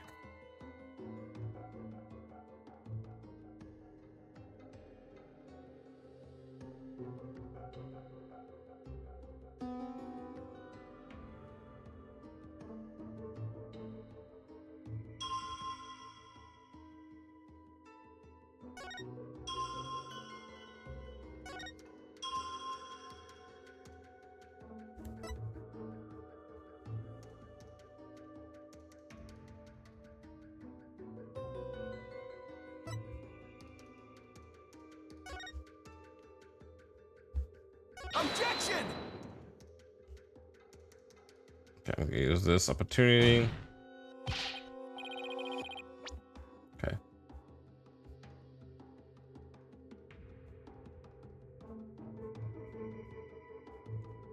Move the alignment off.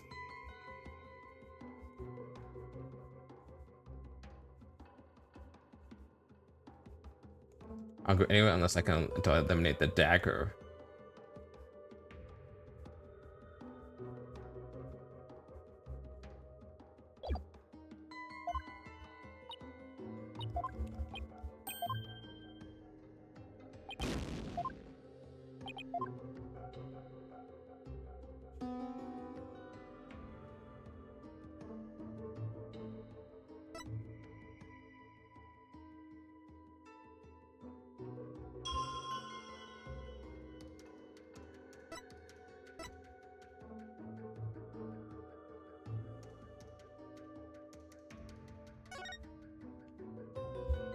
Objection! Okay, now.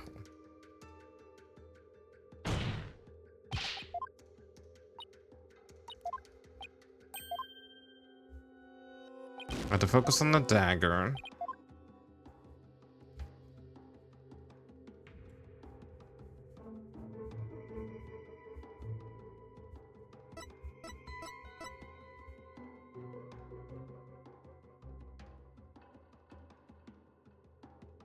Okay.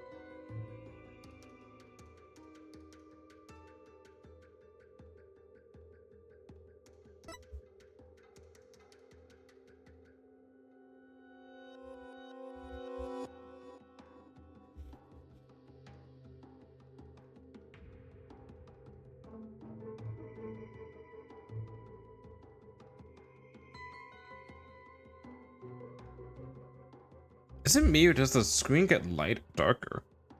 Hold on.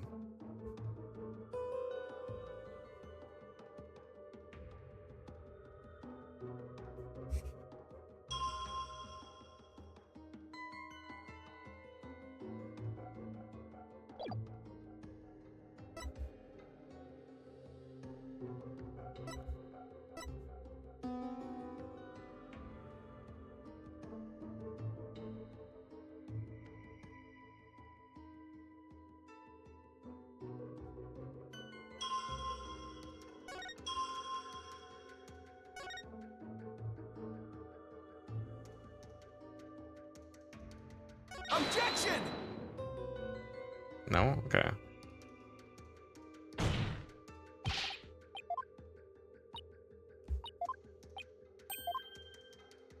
We gotta have at least one game over. As is custom.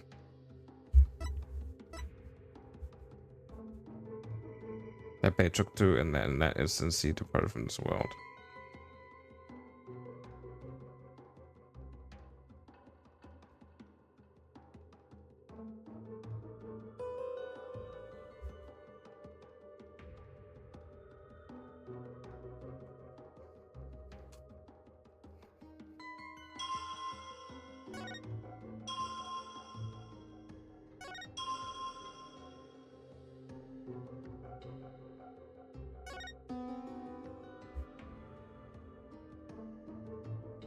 How fast does he? I mean, I don't think it's the pain.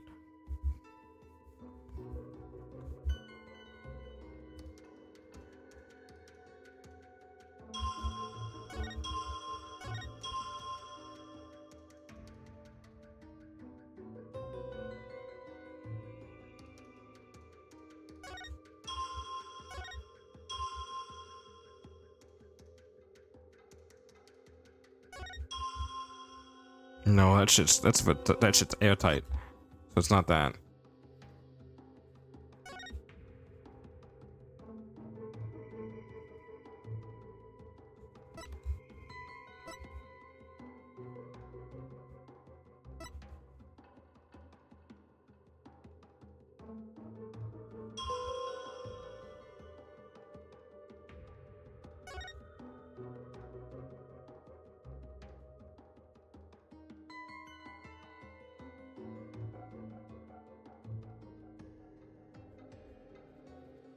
Oh, is he smelling Gingo?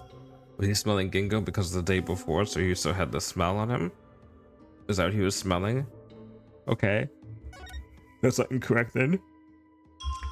You the Plum Punisher theme that's coming from the clock or from Keychain, most likely the clock. You feel something heavy. That's the biggest thing that they have that is interesting, is that he doesn't.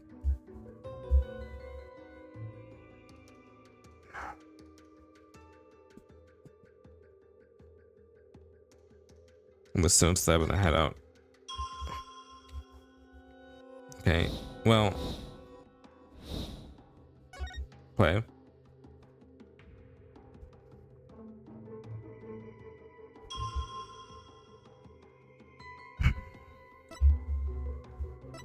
Yeah. Yeah.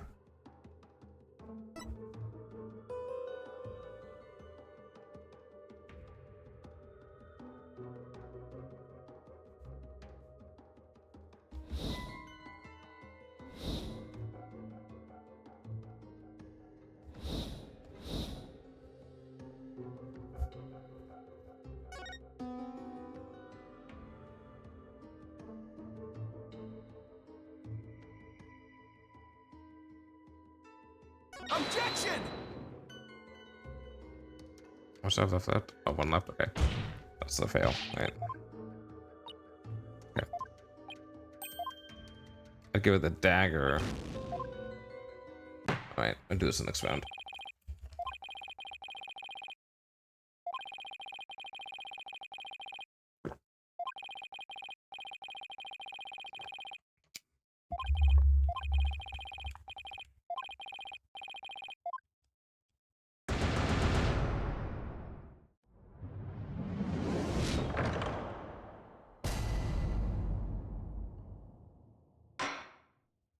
The seance makes the fucking Athena psychology thing look like fucking cakewalk.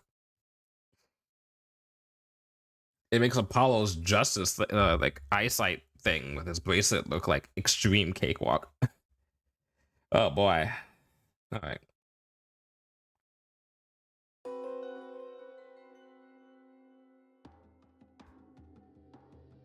Because there's so much you have to discern what statement, what thing, what, and then what statement combined with what scene and what part of the what sense to combine with what scene and what sense in that scene to combine with what statement. Yes. I know for a fact that I have to focus on the dagger and getting rid of the dagger. So I have to do something not with the beginning part of, well,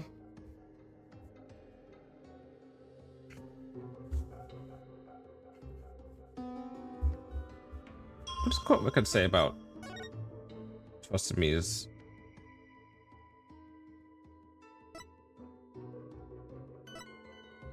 okay. No, but then they can always be like, he was stabbed, and then Maya took the blade out. Sorry, yawned. Maya took the blade out and then stabbed trusting me, and then put the blade back into the first guy, into Zealot, or what's his name? Nemu, Nemu. Name. Okay.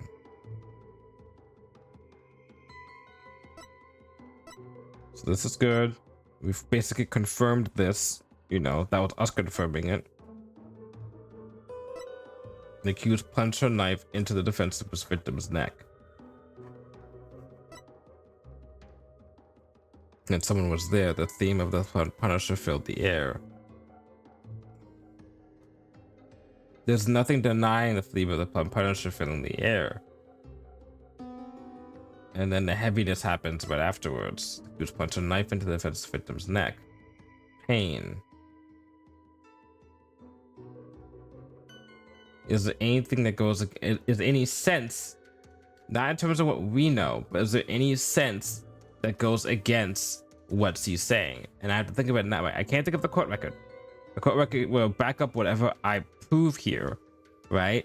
But I can't think of the court record in terms of discovering what the contradiction is. I have to use just what I see in terms of the seance and then what her insight is. So if I think of it that way, okay, so let's go back to the beginning. Victim stood in his hands and the stone slab in the hideout. That is very much true. There's nothing going against that. There's the Gingo and the Punisher theme, and the okay. I'll just say, let's go back. Okay, pause. Right here. All right. Victim stood while his hands and the stone slab concert. Right.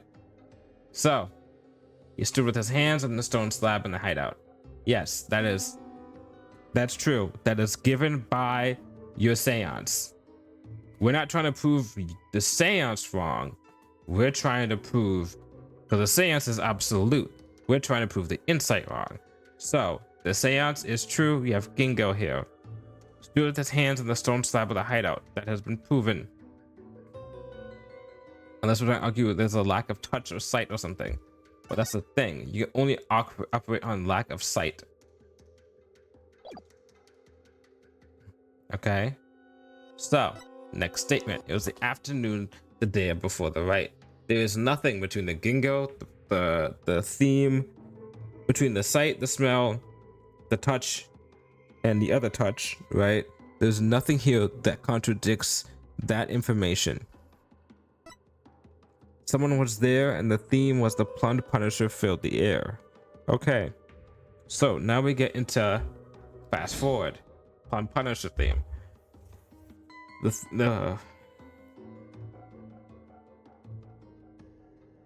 Okay.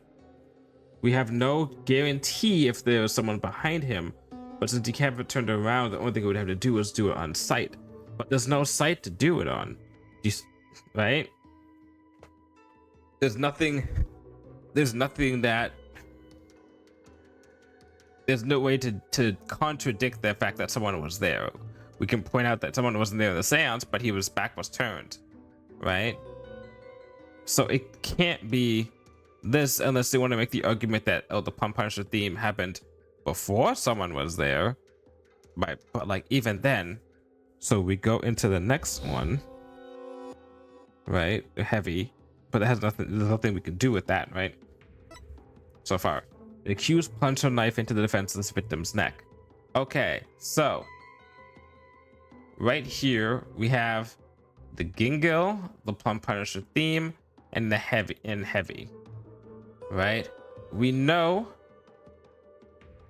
there's nothing that here that proves that Maya couldn't have done this. She could have pressed her body against him and then stabbed him. Right? That's the only I can think of. We have to still identify what the heavy is if we come with the idea of. Oh, wait, hold on. If we come with the idea that heavy used to be the idea that he was being stood on, so his hands on the slope of the hideout, maybe it's the heavy that's the weird thing. Objection! Oh my god. Victim was originally thought to have been stabbed while bent over in prayer, but he was actually standing with his hands against the stone slab. So the question is, where did the sensation of something heavy come from? It's not really a contradiction as much as we just don't have an explanation yet. Yes, I see your point. Since the victim was standing there, he couldn't have been held down. But he could have been held against the thing, couldn't he? And tell us, Mr. Wright, what was that heavy sensation felt by the victim? What caused the heavy sensation that Mr. Zealot felt?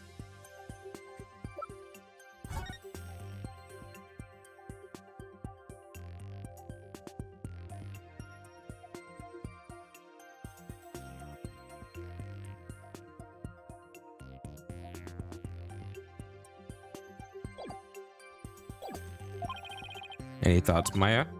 I agree. That sense of heaviness seems important, but there's also the matter of Zealot's hands on the stone slab. Why are they even there?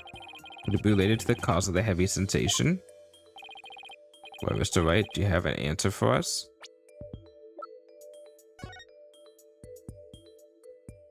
I think he was held up, like pressed against the wall. Of course.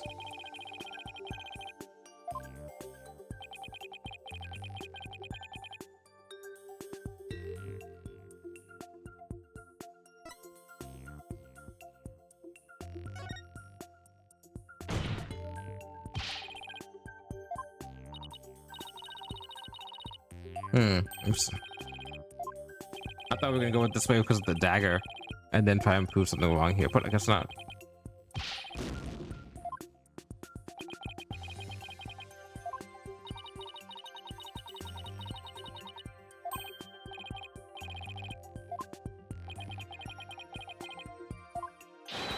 The stone slab falling over, trapping the victim underneath. Wait. Are we really gonna argue that his death was an accident? Oh my god, hold on.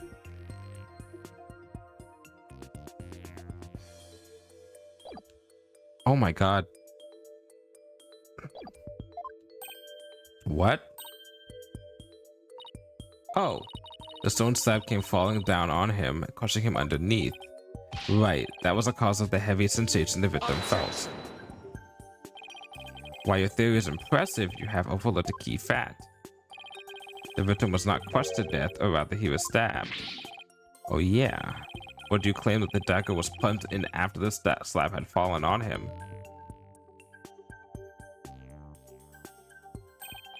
Plus, had the killer been behind the victim, they would have both been crushed together. Well, would you care to explain?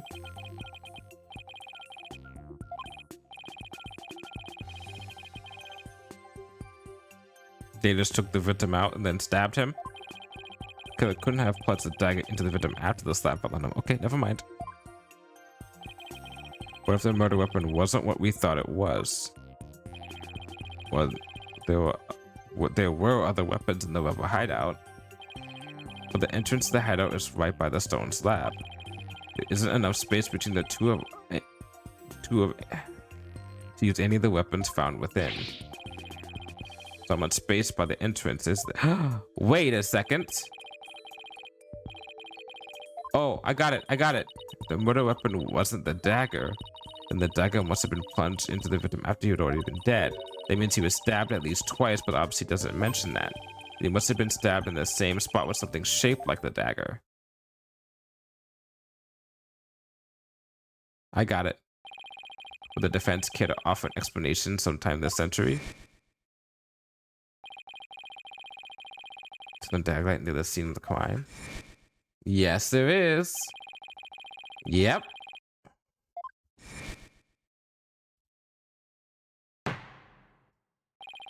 Present your evidence at this time, Mr. Wright. This shows what really killed the victim. Take that! Is this not the photo from the scene of the high priest murder? Are you suggesting the murder weapon is hidden herein? This is what took away Zealot's life. That one right there. But that is the Warbad statue. Exactly. The Warbad statue has dagger-like feathers protruding from it.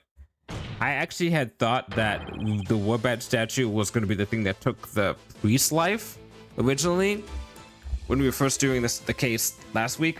Okay, you know, yesterday in this game. But now, I guess I just didn't know it was for the different murder. This is what really took the victim's life.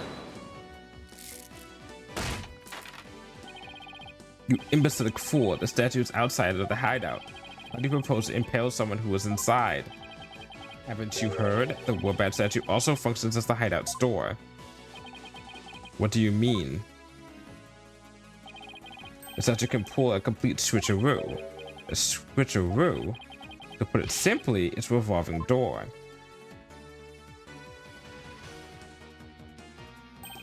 A revolving door? Why, that makes perfect sense. Therefore, I believe the truth behind the divination seance to be this. As the victim entered the secret hideout, the stone sculpture came toppling toward him. He threw up his hands to stop it, but its weight forced him backwards. Unfortunately, the Warbad statue was right behind him. But this cannot be.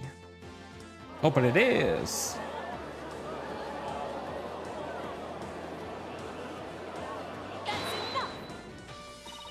But the accused's fingerprints were found on the dagger. She had held it while rehearsing for the rite, which is when her prints got on it.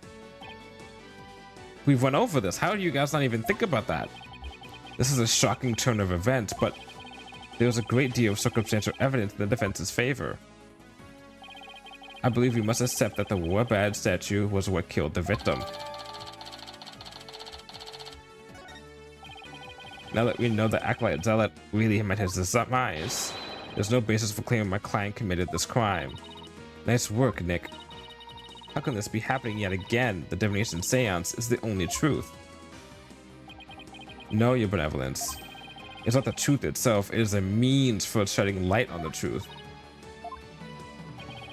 Do you understand now? Your kingdom needs lawyers so that they can interpret your insights. But that means I have been misinterpreting the voices of the spirits all this time. Your benevolence, are you unwell? All the color is drained from your face. She gonna faint again? I will be fine. Continue your proceedings without me. As you wish.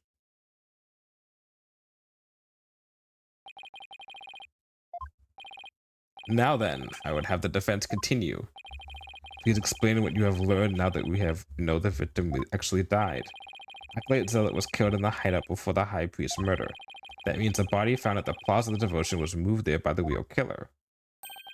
But only after the Warbad dagger was thrust into him, to make it look like the murder weapon. That does seem to agree with what we know now, but why would the real killer go to such lengths? Stabbing Acolyte Zealot's body with a dagger, moving the body was...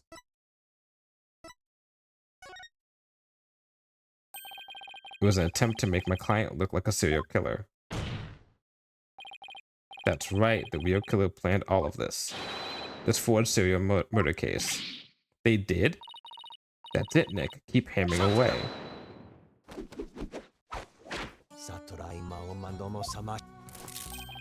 Your reasoning has more holes in it than the cheese you foreigners so enjoy. What? Those putrid hole-riddled clumps of curds that only a rat like you could love. Hey, don't knock cheese. Your reasoning, much like your putrid hole-ridden brain has putrefied. You have yet to overturn my argument that the accused is the killer. A careful analysis of the chain of events up to the killing exposes the truth as follows.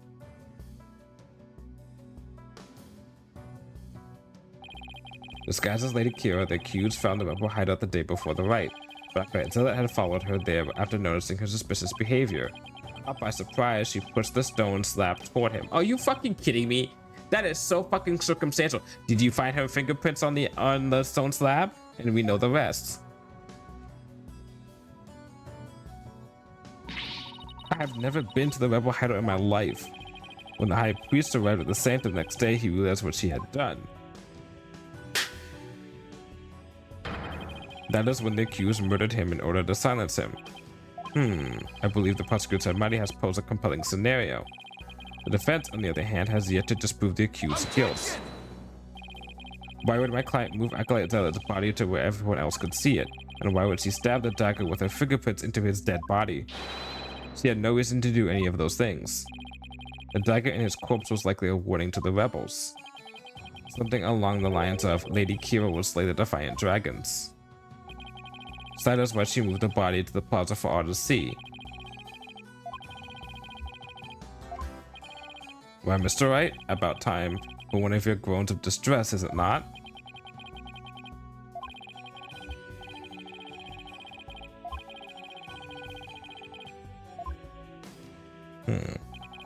Is it not time to end your futile struggle? You were already judged guilty yesterday. That makes you a dead lawyer walking. Accept the death that now awaits you, and in doing so, finally know peace. A dead lawyer walking, indeed. Then again, are not all lawyers who practice the Quran?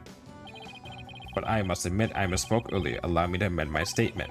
I had said the defense's reasoning had a putrid cheese-like smell.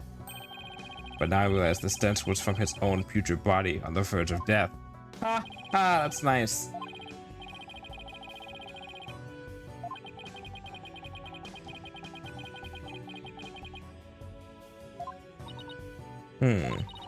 Only those involved with the Wright could enter the sanctum, so...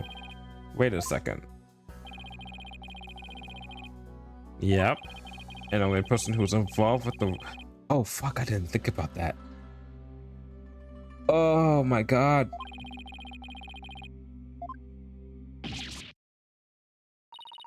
Did somebody come to mind? Yes, except there's one huge problem. A huge problem? What are you two going on about? Plotting your escape from this sacred hall? I would not put it past you, considering you have no means to raise further objection.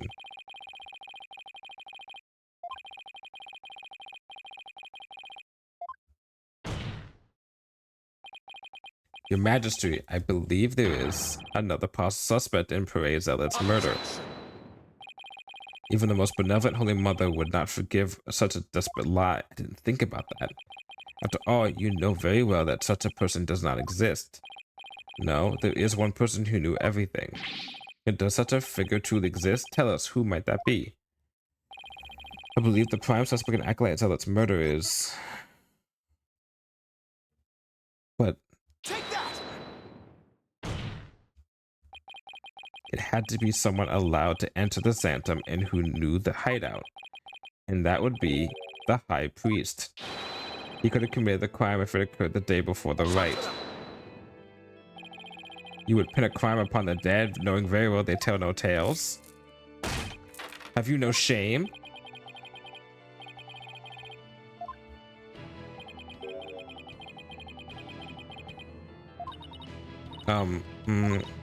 What? Do I have... No. No. Right. No. Wait a second. Right. You wouldn't. Don't tell me how some of my effect was caught between my teeth. Right. If you do this, you know what's gonna happen. Your Majesty, dead men do tell tales. Therefore, I would like to request the High Priest's testimony. His testimony? Just how do you propose to get the deceased to... Go to the Queen. Go to the Queen. Don't use Maya. Go to the Queen. The Queen can spirit channel and you won't get the country in trouble. There's a way for the dead to testify. It's known as... Summon him here by means of spirit channeling. What did you just say?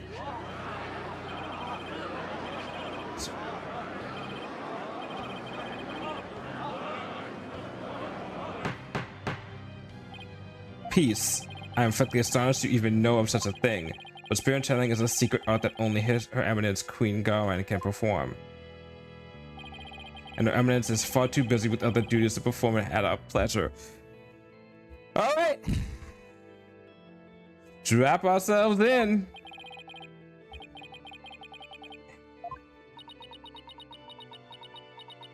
Maya, you know what you gotta do. It's okay, Nick. You can tell them. But Maya, I thought you wanted to keep it a secret here in Karain. Don't worry. It's not like it's against the law or violates some religious precepts, so I don't think we'll be punished. At least, I hope not. I mean, you're about to destabilize their faith, but this is a crucial period for you. It'll decide whether you become a master of Karain. We don't have any other choice now, do we? If I'm found guilty, it'll be a lot worse than not becoming master of Karain. Alright, thanks Maya. Actually, there is someone here who is capable of channeling spirits.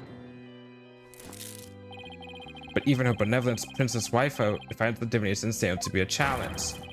Who could possibly have greater spiritual power than she, aside from the queen? That would be me.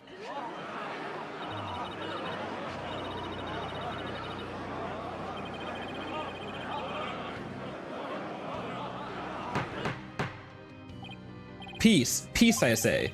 Is this true? Is the accused capable of performing the secret art of spirit channeling? Well, yes, I can. Now, your majesty would like your permission to begin.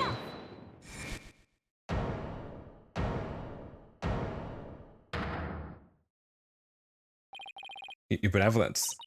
This is an outrage, I say. First, you make a mockery of the divination seance, and now spirit channeling?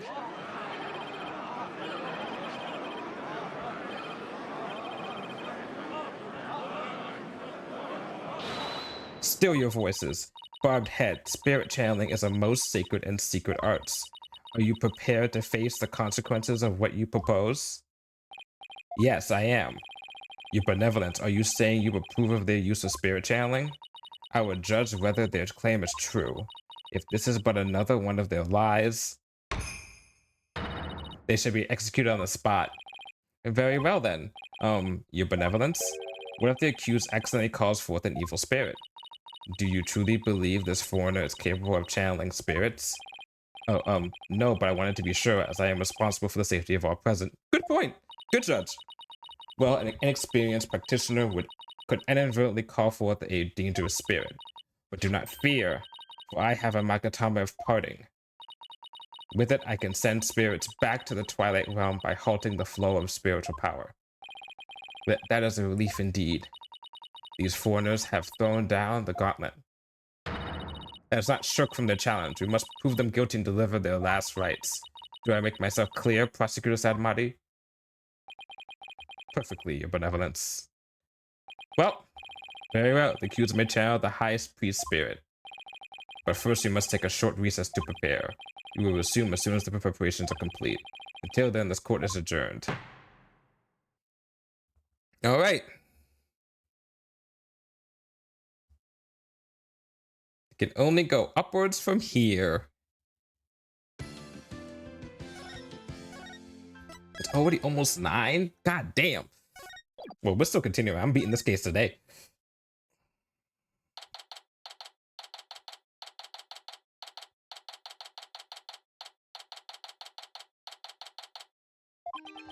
Sorry, Maya, but this was the only way. You sure you're up for this? Thanks for believing in me, Nick. Even though I don't know if my channeling ability is on point yet.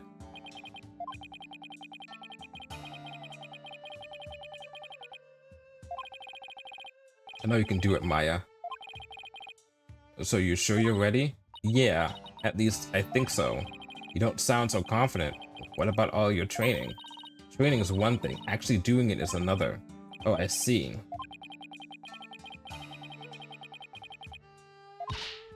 Relax, Nick. You can count on me. I'll show you what my training's done for me. This will be a moment you never forget. Okay. Once we hear Abbot Inmi's story, I'm sure the truth will come to light. I'm sure, but he was hiding the fact that he was a rebel, so I doubt it would be as cut and dried as all that. They are ready for you. Please return to the Hall of Justice at once. Okay, Mai, I'm counting on you. You got it. Here we go. How they're probably gonna be like, it's fake. Didn't actually do that. So we're gonna have to prove a way that she's actually doing it. Because they made a big point of making the fact that like, oh, people come to here to pretend that they can spirit channel.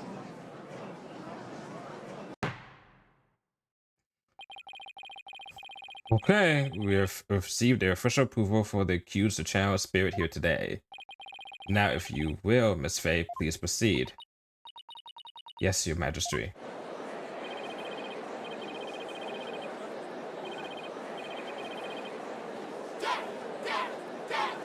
You're about to eat your fucking words! I'll show you! I'll show you, people!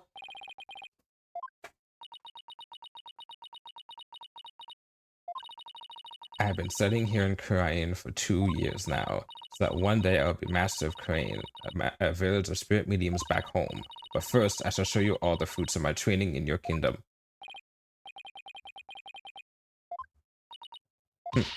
A neophyte practitioner such as you could not possibly channel a spirit.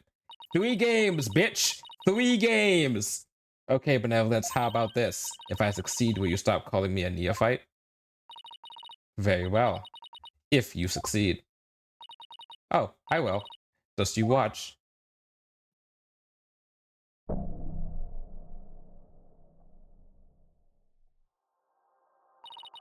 O spirit of thirst in me, slumbering in the twilight realm, return now to the world of the living.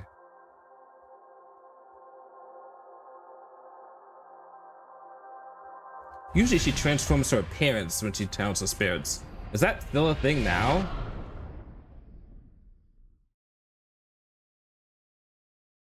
Yep. It's a thing now. It's still a thing. Let's fucking go. Oh, what is this place? Oh my. This cannot be. Oh, but it is, you little shits. That's right. That's fucking right.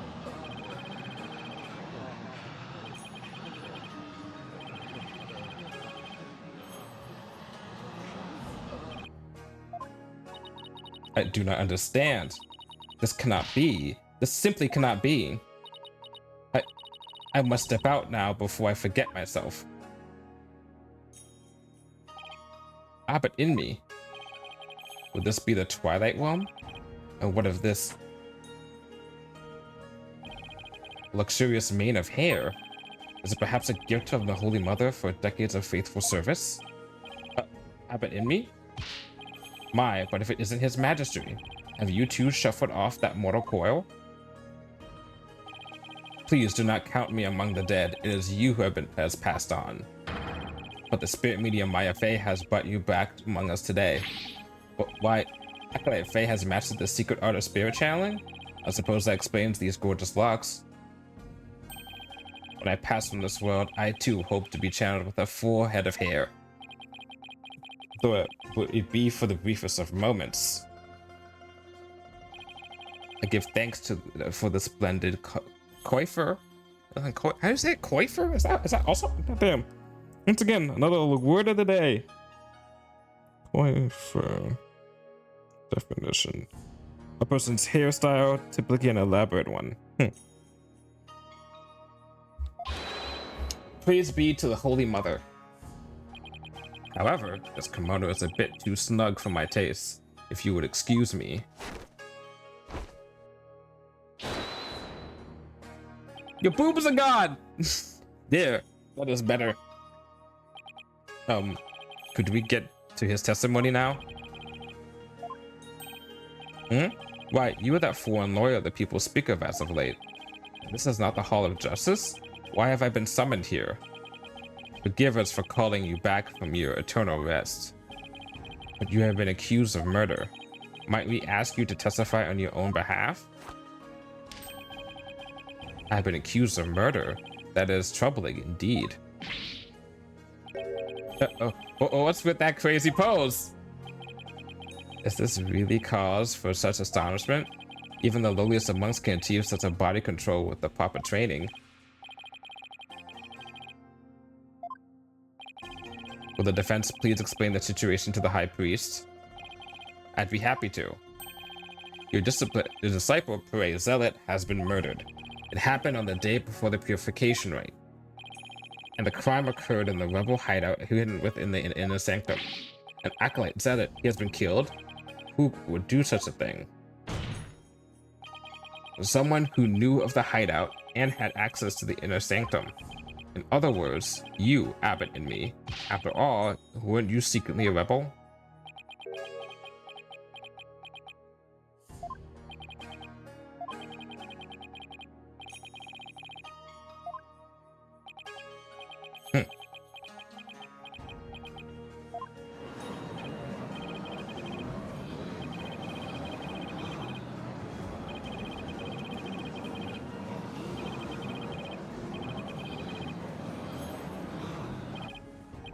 Even if though he's a rebel. Oh my, have my rebel allegiances been exposed?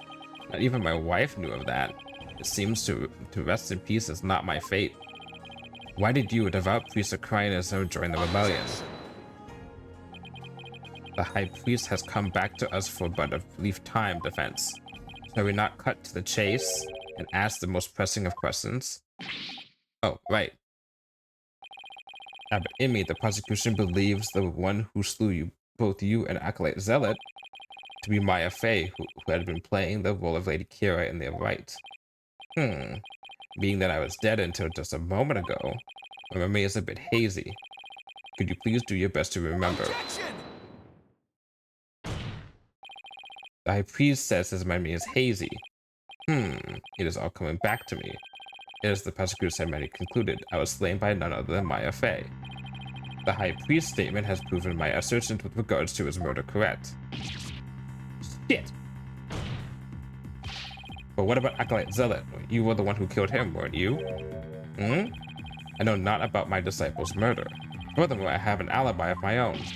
An alibi? Seriously? It seems the testimony the defense had been hoping for was working against him. Now, Abbott, in me, your testimony, if you please.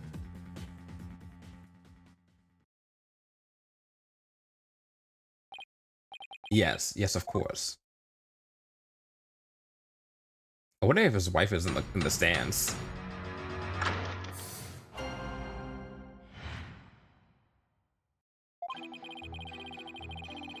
I have an ironclad alibi for the time during which the murder took place. This past noon on the day before the rite, I was entertaining guests at my home. I believe my guests can corroborate this.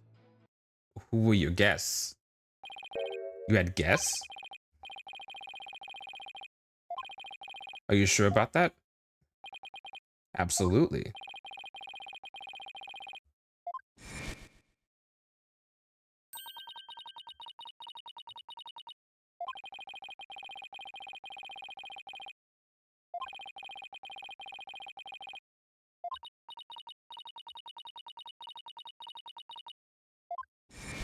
Clearly remembers every single thing that it had.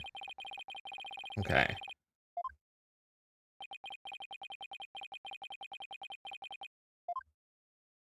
Best angle attack would be to press everything to figure out information. If we're assuming what he's saying is true, because unless he's either lying or something is important about what he's telling us.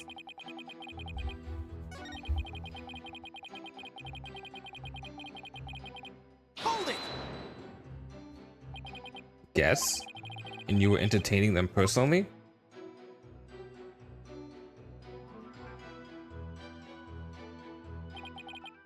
That I was. We gathered around the table for a most enjoyable conversation.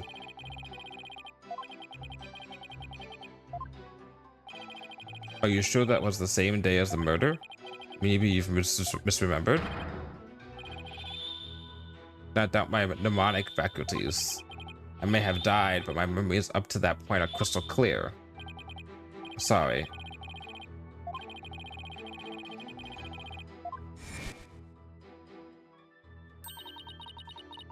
We just... Wait, why are they telling us information again?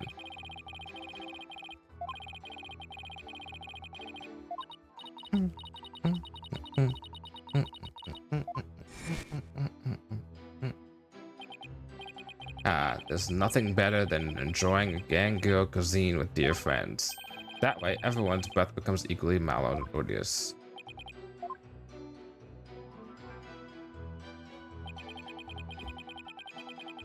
Hold it! Okay. Who exactly were your guests that day? Don't tell me they were rebels, so they can't be called here to testify. It was none other than His Majesty along with his family. He couldn't attend the Wright due to work, so he stopped by ahead of time. My, how his daughter has grown. Wait a second. Let me set the record straight right now. I am not a rebel. Thank you for that wonderful meal, Abbot Emmy. Lady Emmy's cooking simply cannot be beat. So there you have it. When exactly was His Majesty at your home? He was there from 2 p.m. to 3 p.m.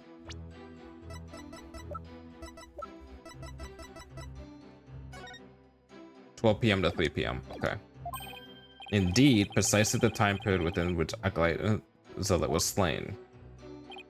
Yes, and we had a rousing chat concerning the game of Catcher de Mal. But I'll just have that added to the testimony. After all, it was I who had visited the High Priest's home.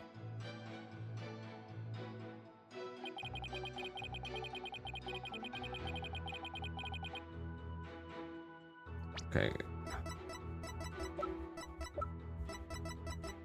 Objection! What? How is that? The death happened from 12 to 2. Or 12 to 3. It's 2 to 3. That's 2 hours of a difference.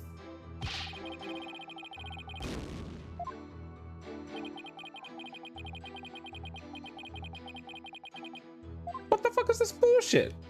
2 hour difference is plenty of time. Hold it! Fuck it. We'll just press it.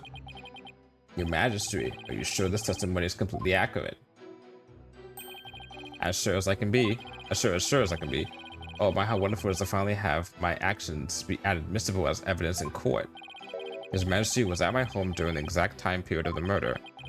Come, let us put this behind us. I could not have possibly committed this crime. How can you be so sure? What if the clock or watch you were using was off or you misread the time? There was a clock right next to the table and it had the exact time as my watch.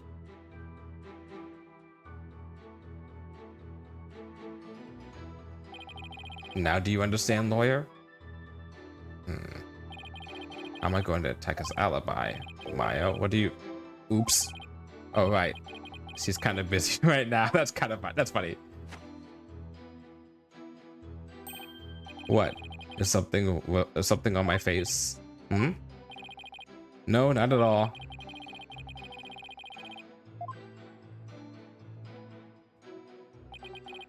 Hold it! You use the word alibi as if it was second nature. Are you perhaps mocking me? Or is it perhaps the kingdom of crying itself you wish to ridicule?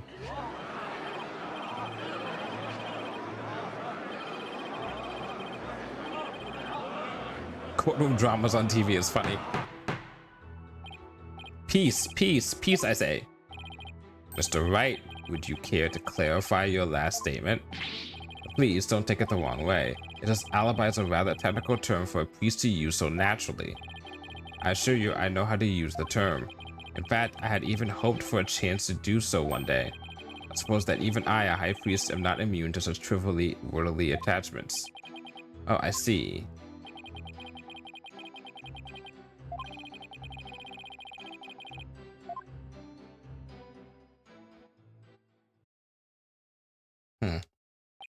That was a false testimony.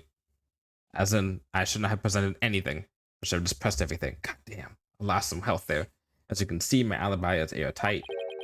Or do you still think I could have killed Acolyte Zealot? Are you satisfied now?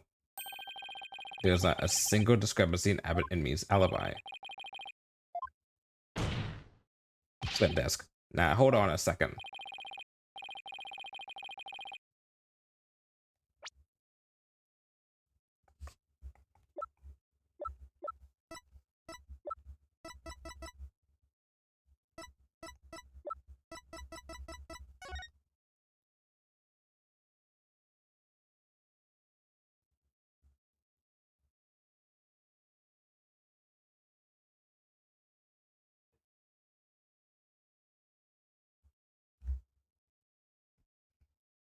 So you had the Gingo meal.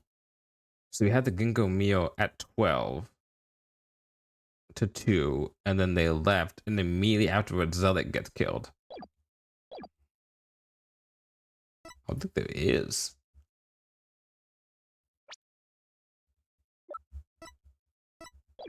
I mean, there's a time discrepancy thing, so let's try that.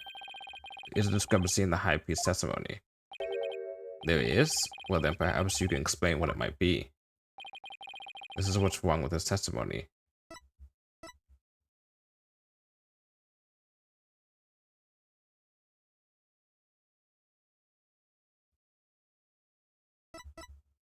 Either he knew the time of the crime or the FPA feast was short.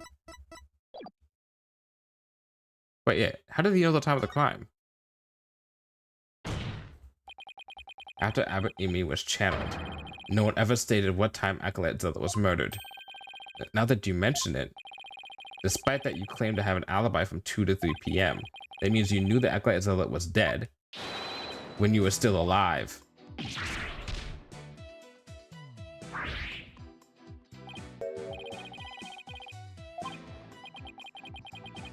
Well, we actually get seeing spirits now. So tell me, how did you know what time the crime had been committed? About that, Open your heart. Let the Holy Mother in. Why? We've been blessed with the High Priest's sacred words of prayer. All who serve for holiness must strive to banish worldly desires from their soul. Open your heart. Let the Holy Mother in. Purge your mind of. I feel as if my very soul has been cleansed. You can't fool me. Prayer may banish worldly desires, but it can't make a contradiction disappear.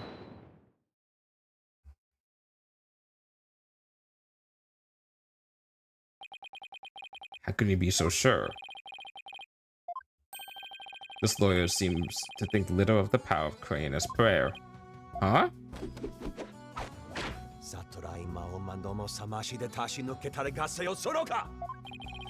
About Amy was at home during the crime, but knew of what happened at the hideout. I believe this can be explained thusly. He must have had a way to monitor the hideout from his home. What? You never cease to amaze me, prosecutor. As he has surmised, there was a listening device installed at the hideout. He's right. It enabled me to instantly learn of anything unusual even when I was not there. Remember, the rebels had been using this as a top secret hideout. It would be perfectly natural for them to install such an apparatus.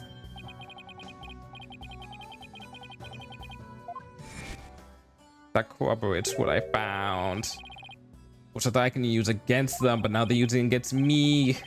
No.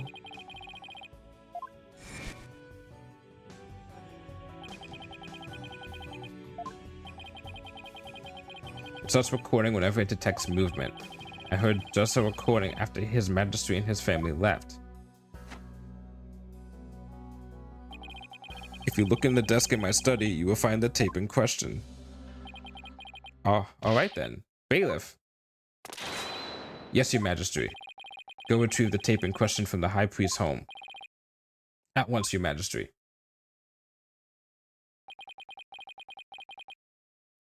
The power of Kraina's prayer.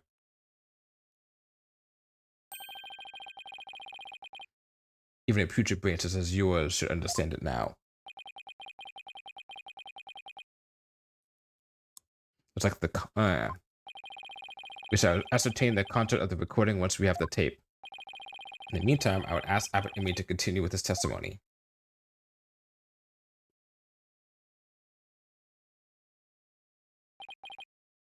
Very well.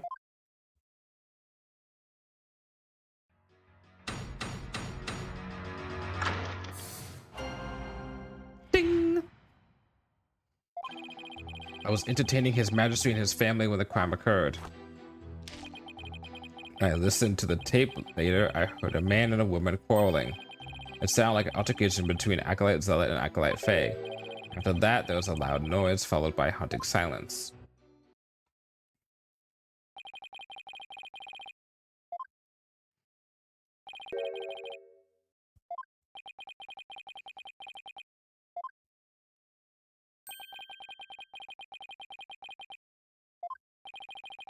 Though the high priest was a rebel, he was still a courageous, holy man.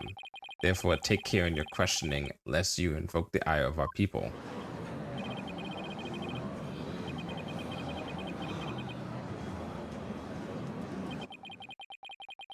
Great. Nice try, but I'll stop at nothing to find the truth.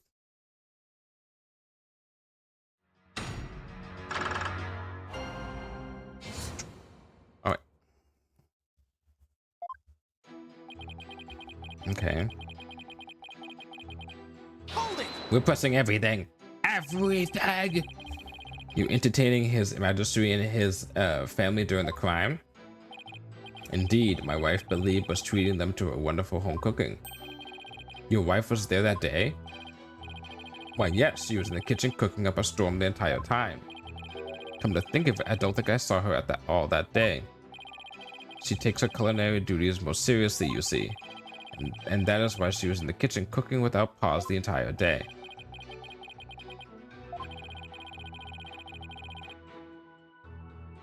We'll have him add that. Please add that statement to your testimony. As you wish.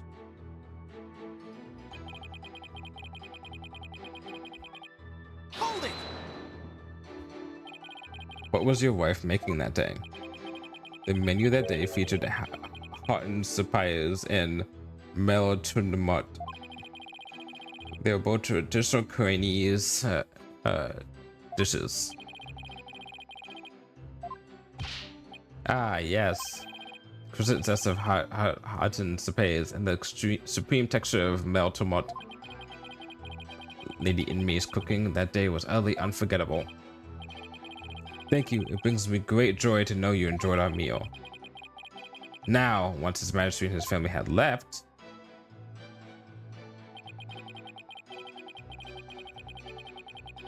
Hold it!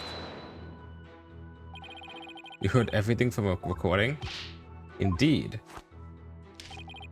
Each night I would secretly check what the listening device had recorded. I would have been in serious trouble with my lovely wife had she discovered my secret. Can you really tell what happened by the audio alone? Long years of aesthetic training have sharpened my hearing. It is but a simple matter for me to ascertain my situation by the sounds I heard. But practicing Koreanism improves your hearing? That's what I need. Hearing is but one of the senses it can improve. If one can focus and attain inner peace, all 5 senses can be sharpened. Why, the warbat over in the bazaar just cried. Did you not hear it?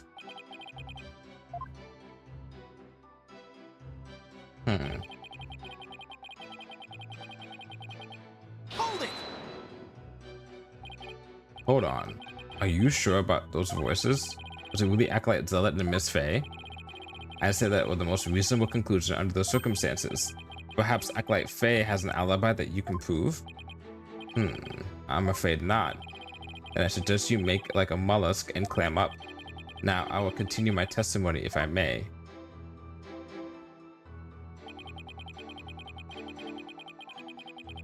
Hold it! A loud noise? I'd say that's worth looking into. It was a terrible crashing sound. Poor Acolyte Zealot. It must have felt so heavy.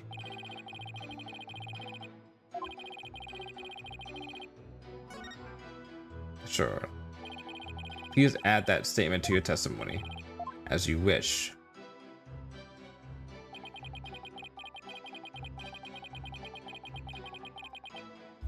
Hold it! You believe that terrible crash is connected to Acolyte Zealot's death? Yes, the sound no doubt was poor Zealot's death knell. Such a tragedy, for he was a fine disciple.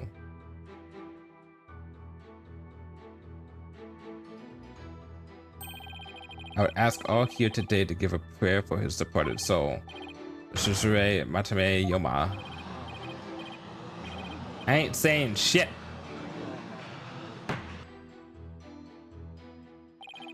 Had high hopes for that young man's future.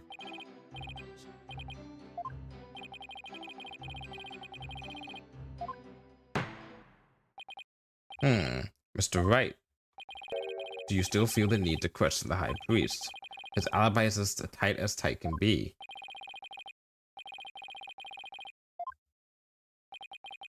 I'm curious, Abbott and me. Did you stop by the rebel hideout after His Majesty left? Yes, I thought it would be wise to assess the situation. But as I said before, there was nothing to see. The hideout appeared as it always had. And the victim's body? It was nowhere to be found. Acolyte Faye must have already disposed of it and anything else incriminating. So when you saw the rebel hideout, it looked like it does. Did it look like it does in this photo? Yes, I would say that is how it appeared that day. Okay. Mr. Wright, is it not time to concede defeat? No, wait, I just need a little more time. If you insist.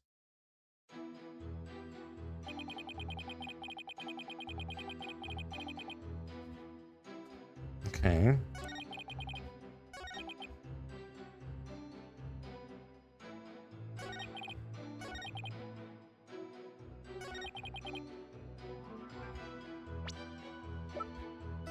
Objection! Okay. Oof. Abbott Emmy, you said, and I quote, poor zealot, he must have felt so heavy.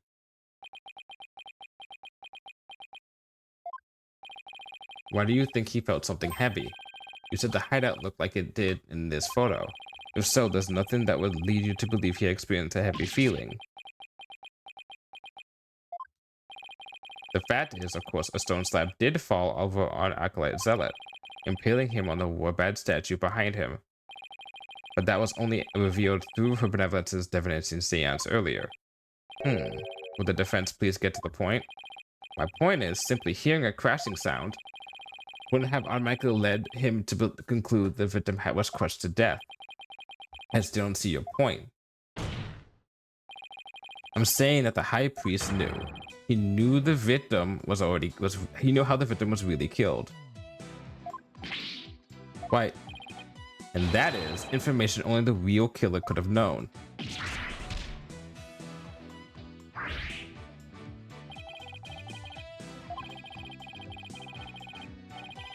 Objection!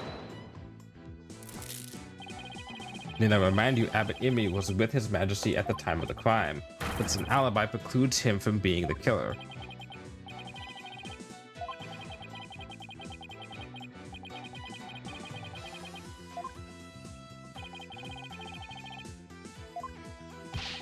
Well, Mr. Wright, we're waiting for an explanation. I was just getting to that.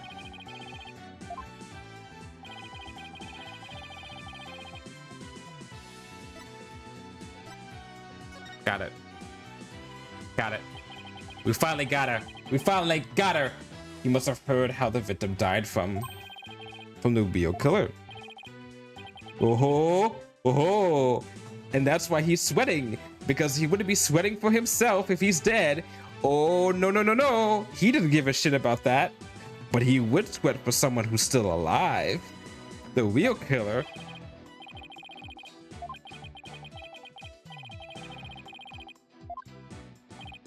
So tell us, who is the real killer? Oh my god. Here we go.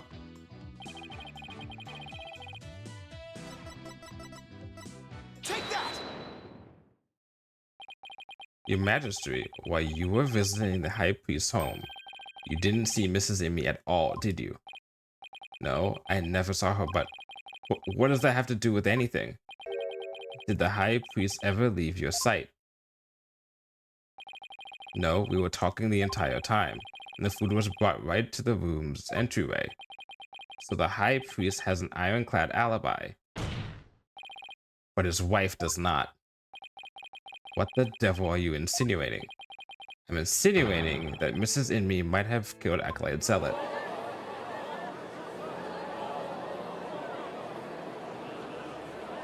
Objection! A little upset there, ain't that, Maddie? You have a lot of nerve making such a baseless allegation. She had no motive to kill Acolyte Zealot. He was like family to her. No, we can't entirely discount the idea. Especially if you consider that Mrs. Immy could have been the one posing as Lady Kira. Objection!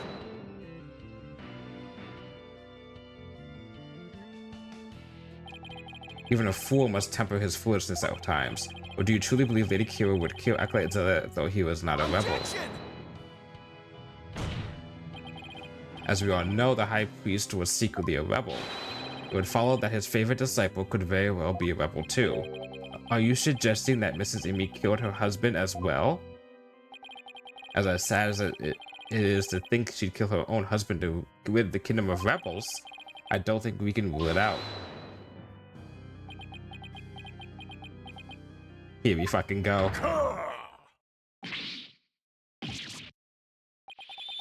You claim my wife is that rebel hunting Lady Kira, and that she slew both Zealot and myself, my lovely wife? That is utterly impossible. I never seen the High Priest so angry. It is as Abbot Imi stated. And the accused has already been found guilty of his murder. It is far too late to overturn it. That's right, Mr. Wright. Now apologize to the good priest before he gets angry again. Quickly now. No, I'm not going to apologize. The two-day Lady Kira is a major piece of this trial's puzzle. Admit it, Abbot Imi, your wife, Lady Imi, killed you. Yet even now you continue to lie in an effort to protect her. How absurd. It appears the lawyer has forgotten. My lovely wife could not possibly battle the rebels in the guise of Lady Kira. For we are blessed by her holiness and she is with child. Praise be to the Holy Mother. The abominable Lady Kira figure who slew me and Acolyte Zealot was the accused. Don't forget, my client doesn't have the strength to fight the rebels either. How could a weak young woman like her possibly...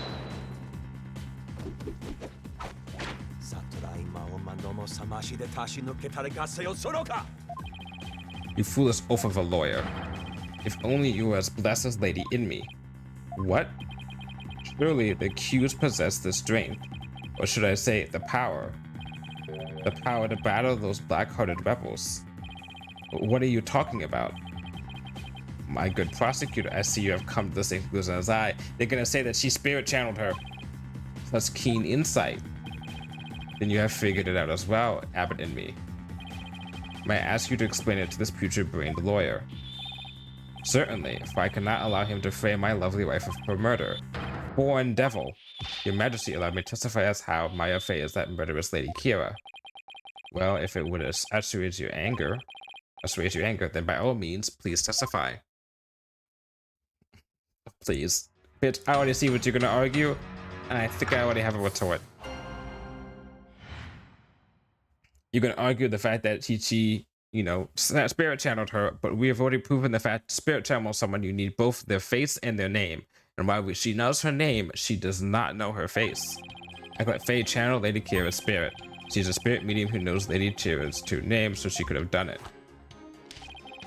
So it was a real Lady Kira who returned to root out the rebels among us. What I need to make sure is I have evidence.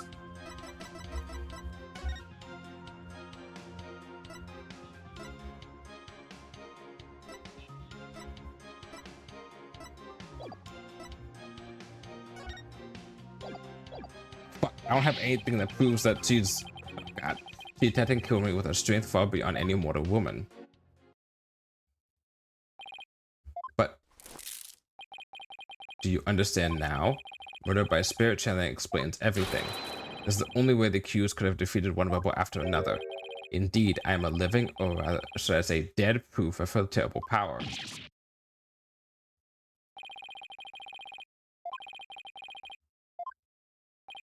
Now, is it not time to let it go and move on, defense?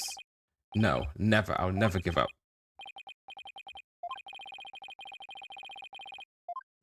I wonder how.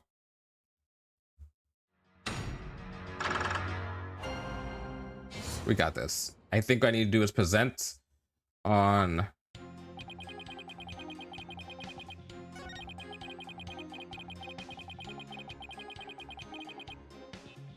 Hold it! We'll press this for a second just to make sure. While it's true she may be capable of channeling Lady Kira, I doubt there's any proof she actually did. We're all talking about the infamous rebel hunter here. The modern day Lady Kira has captured many a rebel all by herself. Among them have been more than a few great warriors. Who but the real Lady Kira could have accomplished such a feat? It would be difficult for a mere mortal. That leaves the real Lady Kira of legend as the only likely answer. Indeed, this is not proof enough that the real Lady Kira of legend has been channeled.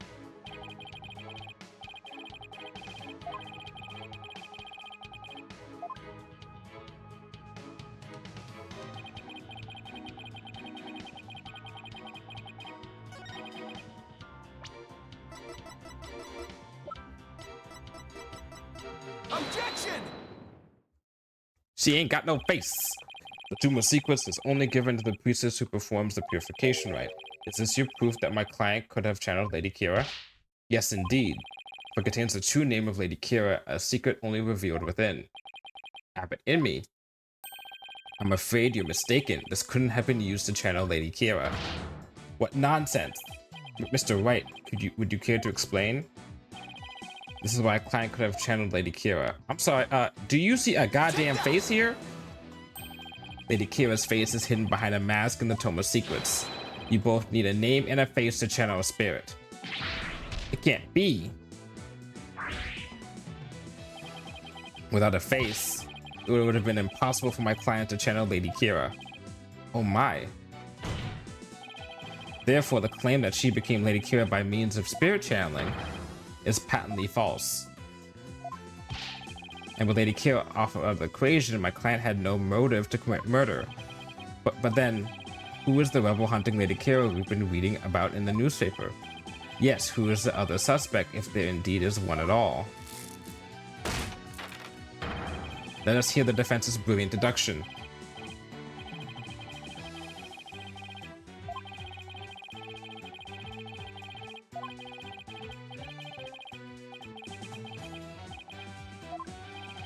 Mr. Wright, you have that look again. The one where you know you have to say something, but you can't figure out what it is.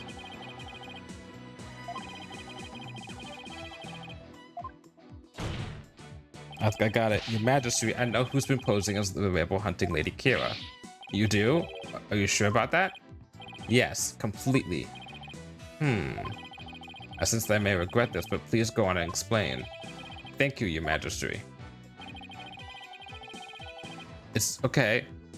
If we know it can't be her, and we know it can't be her, and it's not him, there's only one other person that it could possibly be.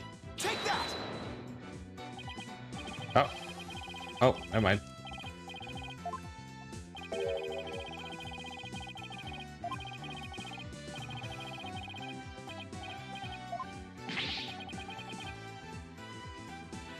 What? Didn't we just say that couldn't be?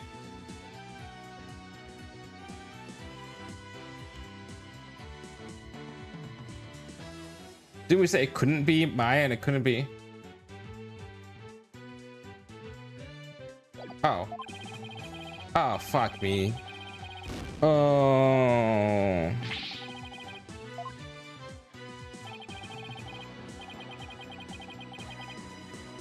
I had that idea beforehand that he would be put there as a spy, not for the rebels, but against the rebels, which would give a reason for his motive of murder, if you consider the fact that he is a.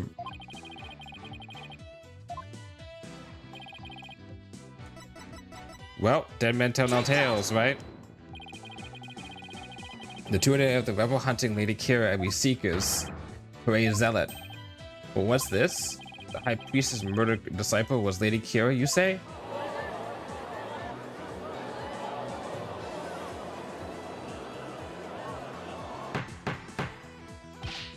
Peace. I say peace. The defense will continue. Yes, Your Majesty. Showed up 2 years ago, and then same thing with Maya, and that's what the example it is. We're down the list of suspects until there are only one left. But a process of elimination is not the same as solid evidence. Assume you have evidence to back up your claim. But yes, of course.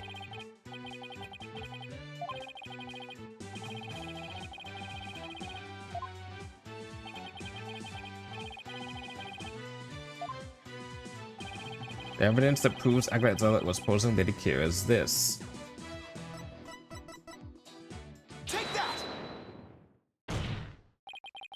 This is what proves Acolyte Zealot was Lady Kira. Lady Kira's warning letter. How absurd. What could it possibly prove? Prosecutor said, Mari, you stated that this warning letter proved that my client was Lady Kira, and the reason you gave was that the High Priest's house was locked tight. But there was another member of the family who lived there.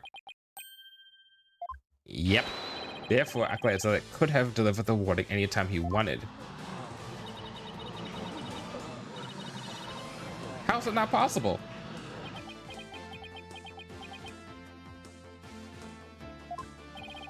Are you saying Lady Kira was not the culprit, but rather the victim? That's exactly what I'm saying. But that would overturn the entire premise of this case. This trial proceeded on the assumption Lady Kira was behind the serial killings. But if Lady Kira is one of the victims, who was the killer and what was their motive?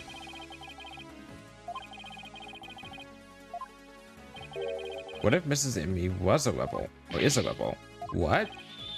Fiend, you still bent on casting suspicion upon my lovely wife? Blasphemer, you have no evidence of this. Repent for a mistrust in your soul. Objection!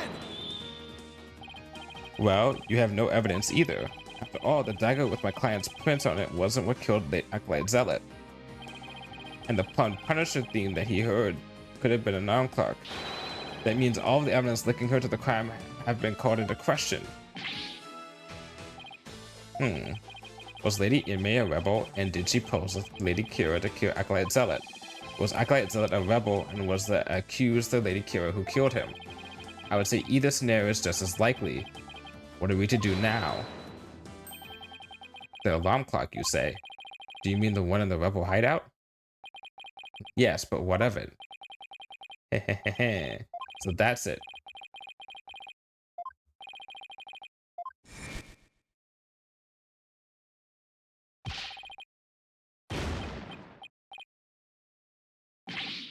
But in me, just what is so comical.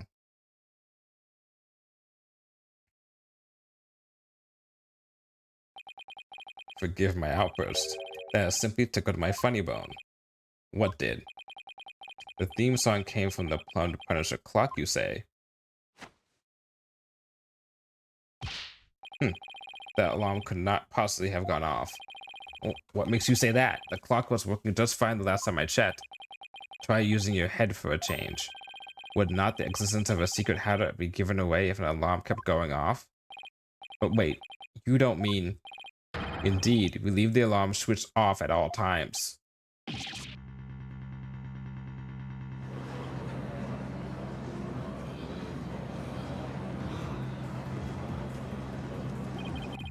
In that case, I'm sad to say the defense's claim does not hold water. Would you care to respond, Mr. Wright? Oh,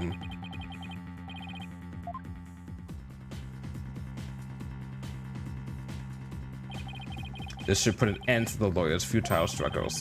The theme song the victim heard was from the accused's drab, just as we suspected. Therefore, the accused is the rebel hunting Lady Kira and the victim's killer.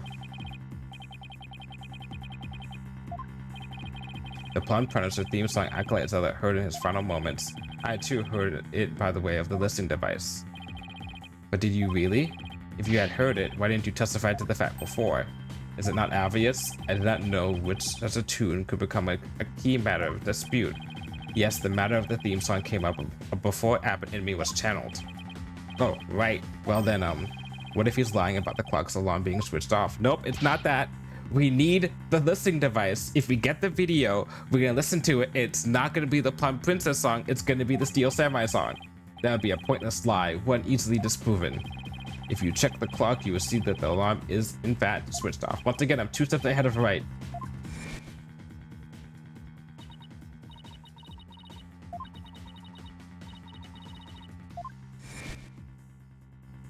Yep, you saw a way for do it. I remember hearing it clearly. The distinctive taiko drums in the intro are etched in my mind. They went...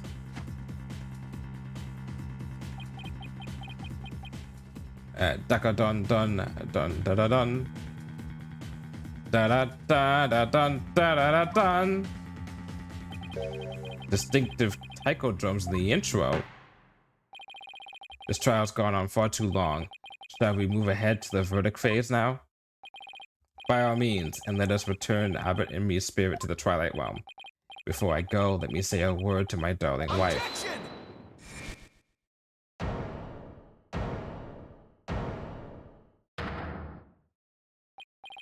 Now hold on just 1 minute. Your Majesty, yes, the High Priest's statement is inconsistent with a certain piece of evidence. It is? Still ride the defiance of your fate? The very sight reminds me of a tortured soul writhing in flames. You won't be saying that once I show you the evidence.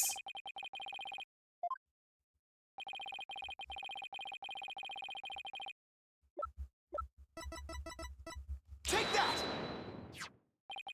This is what's inconsistent with his statement. My client's Plum Punisher strap. What does that have anything to do with anything? It plays the Plum Punisher theme song. And here it is. The theme to Plum Punisher. Warrior of Neo Twilight Realm. You know what I said at the beginning of this case? Well, one of the early parts of this case, as I said, that her switching the thing and giving it to somebody else was going to be used to determine the true culprit because the sound was going to be used and people were going to think it was going to be the Plum Punisher when it was actually the Steel Samurai. I said that last week. See what I mean? The music the victim heard in his final moments might not have been the Plum Punisher theme song. I'm afraid I'm following you. What was it if not the Plum Punisher theme? In his final moments, Acolyte Zealot heard. There are no taiko drums in the intro of the Plum Punisher theme. So what Acolyte Zealot actually heard in his final moments was the theme of the Steel Samurai, Warrior of Neo Tokyo. Peace, peace, peace, I say. Mr. Wright, what is the Steel Samurai of which you speak? The Steel Samurai, Warrior of Neo Tokyo, is an action-based hero show from America. Plum Punisher theme is a total, is a very similar to it. If you didn't know about the Steel Samurai, you could easily mistake the two. But the fact that Acolyte Zealot heard music from an American action hero show is irrefutable evidence that the accused was in the secret hideout. Nuh-uh. Actually, no. You have it backwards. Backwards? That's right. Miss Faye met an avid Plum Punisher fan here in Korean. And as a token of their friendship, she traded a certain Steel Samurai item she had for the Plum Punisher strap. And this avid Plum Punisher fan was the one who killed Acolyte Zealot? Yes. And that avid fan is none other than the High Priest's wife. Believe in me. Do you have an evidence to back up this claim, Mr. Wright? For as forgiving as the Holy Mother is, you're goddamn fucking right I do. I doubt she would tolerate yet another dose of your baseless slander. As such, you prepare yourself to face her holiness' wrath. Oh, I'm prepared. To turn this whole entire case upside down, that is. Review the evidence. Review the evidence. Very well then. Please present your evidence, if you would, defense. Review? Bitch, come on now. You don't need to do jack shit. Take that! It's right here in this family photo. Proof that Mrs. Amy and Miss Faye traded items featuring their favorite characters.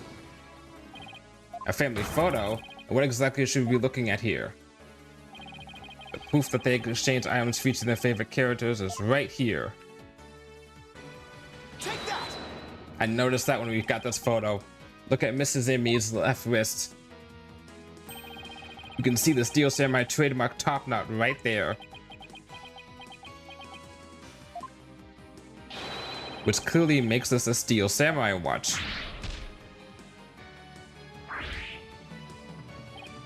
Why, I never knew your wife had such hobbies, Abbott and me.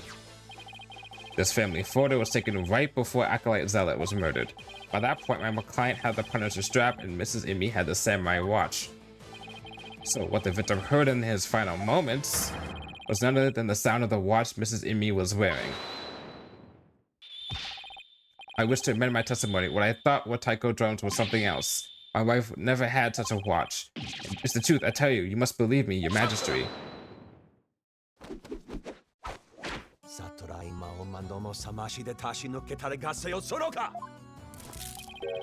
Be not deceived by the defense's loyalty chicanery.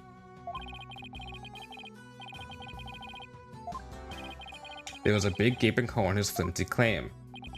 A big gaping hole? I don't think so. Oh no, I'm afraid it is there, alright. Just like the big gaping holes in your putrid brain. Okay, go on. My brain is neither putrid nor full of holes. I'm not a zombie after all. So says the dead lawyer walking. He who is narrow of vision focuses on what is before him, never seeing the big picture. The bigger picture. Or so they say in your country, you cannot see the forest for the trees. What as if you said, Lady Emmy, the rebel, slew Acolyte Zealot, the rebel hunting Lady Kira, then the rebel hunter would have been dead before the high priest was slain. Ah, that means the high priest could not have been slain by the rebel hunting Lady Kira.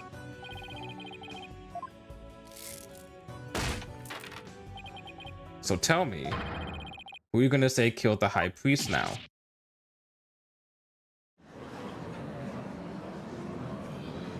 I mean, if we solve the second case at least, right? Do you finally understand the sheer size of the holes that riddle your putrid brain?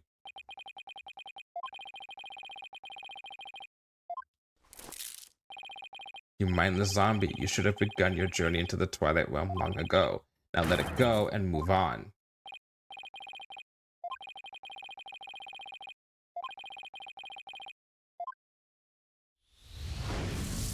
Fuck yeah! If Acolyte Zealot had been Lady Kira, he couldn't have killed the High Priest. The question is, who did? We can get to the bottom of this by reviewing the events in this case in order. What evidence could tell me something about the crime scene before the murder? It was already bloody.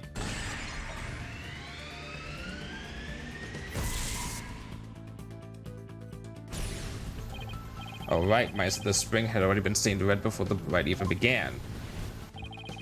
It was already red before the High Priest's murder because of Zealot's blood. That's right, that makes sense. I already concluded that before. Alright. That's right, so they'd been killed in the rebel highlight the day before the rite, and his blood had flowed into the spring. Wait a second, the High Priest knew that Zealot had been killed in the hideout. So why didn't he report it to the authorities? If Mai had been the killer, he could have easily had her arrested on the spot. So why didn't the High Priest inform the authorities then? Keep the hideout hidden because he's a part of the rebel. Yeah.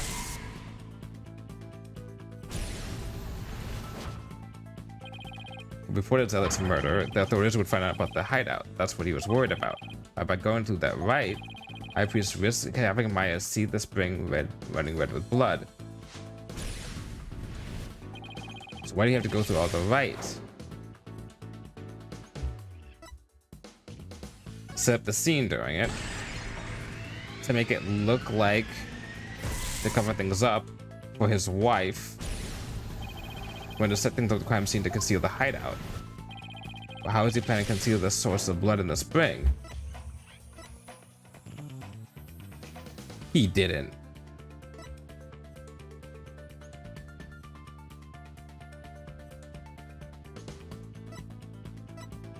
No fucking way. No fucking way.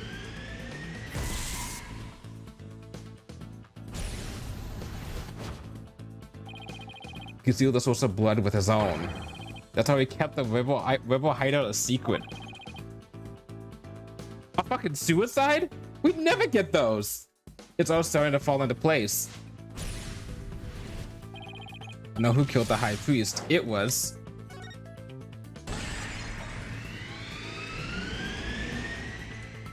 Ooh, boy! What the fuck? We never get suicides. Oh shit, damn. Wait, hold on. No, no, no, no, no, no, no. Yeah, no, no, no, none of them. Maybe kind of the third one a little bit in the third game. Kind of. We never get suicides. Holy shit, damn.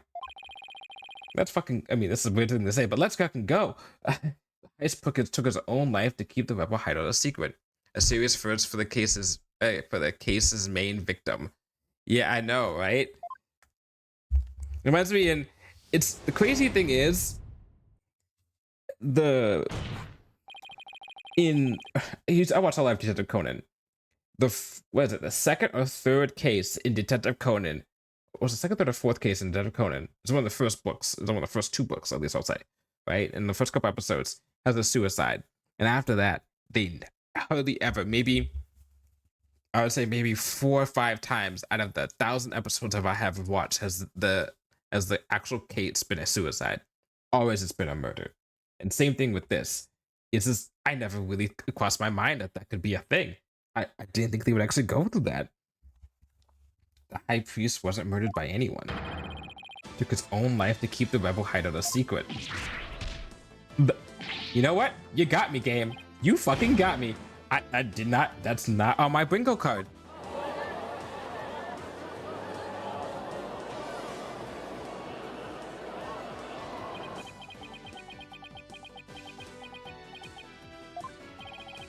The high priest committed suicide? I've never heard anything more absurd. The lawyer has placed a stain on the good priest's death with his putrid brain. Its putrid gaping holes are as large as the hole in his logic. What hole? You still fail to understand. You truly cannot see the forest for the trees. Even the high priest took his own life. But have you considered who brought the dagger to the Plaza of Devotion? After the high priest was killed, the dagger was thrust into Acolyte Zealot's dead body. Only the accused Maya Fey could have done that. As prosecutor Sanmari says, your claim is rather porous in its logic. Your evidence is too weak. You cannot prove that the high priest took his own life to conceal the rebel hideout.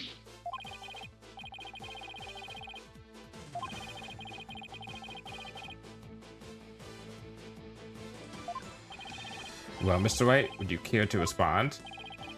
I thought the body was already in the plaza the day before the riot. But what if the dagger was also already in him at that time? Dagger was never at the inner sanctum.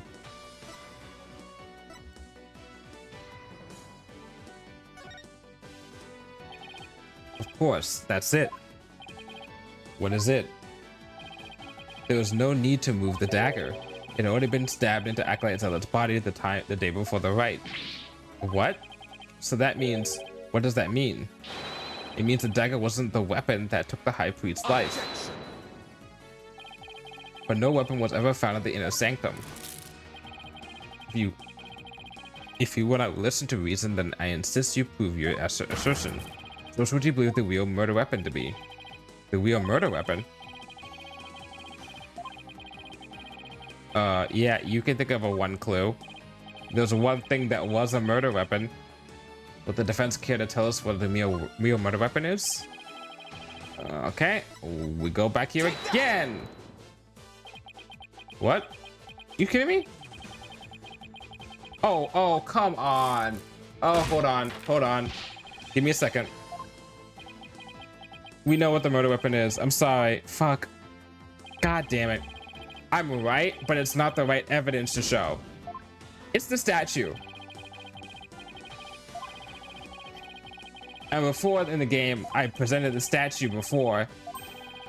If I presented the statue before, are you prepared to show it to you? Yeah.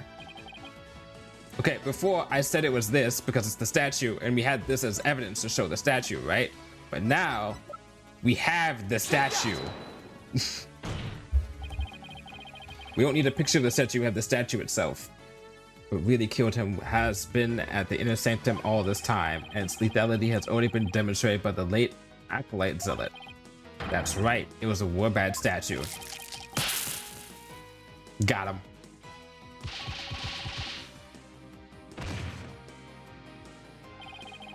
You believe that statue claimed both victims' lives? Would you care to chime in, Abbott and me? He lies. Pay him no heed. What? It's...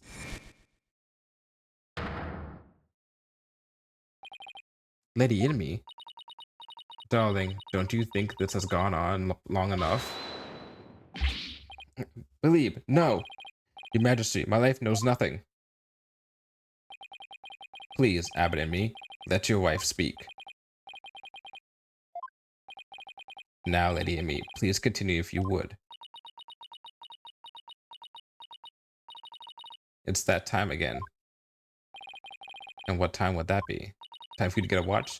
2:30 in the afternoon, the time my husband conducts his daily prayers. And the time Pere was slain.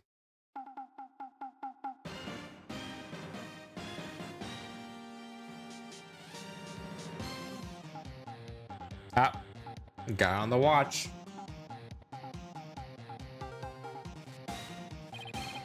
That sound, it's the Steel Samurai alarm. I too like to pray at the same time as my dear husband, so I set an alarm to remind me each day, but I had no idea it would come to this. No, stop. She knows not what she speaks. Your Majesty, I am the one who slew Acolyte Zealot.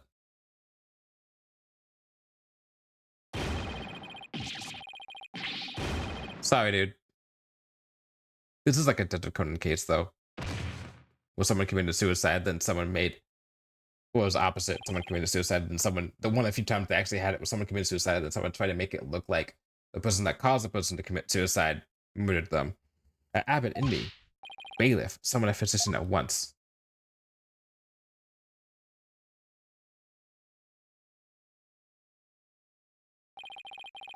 The physician is now attending to the high priest, so there is no need for fear. Now let us continue. Yeah, what about the accused? What about defendant, my client? Mrs. Immi, will you tell us everything you know? The truth is, I am a rebel just like my husband. This tragedy unfolded before the Wright during the Feast of Blessings. I'd gone to the rebel hideout to prepare it for Dots's escape. And that's when Acolyte Zealot suddenly appeared? Yes. Pere was shocked when he saw me there. Acolyte Zealot did not know you were a rebel? I do not believe he did. I believe he was there simply to investigate the hideout. Oh, okay, so it was separate. So he wasn't put there to monitor you guys. He just happened to be there.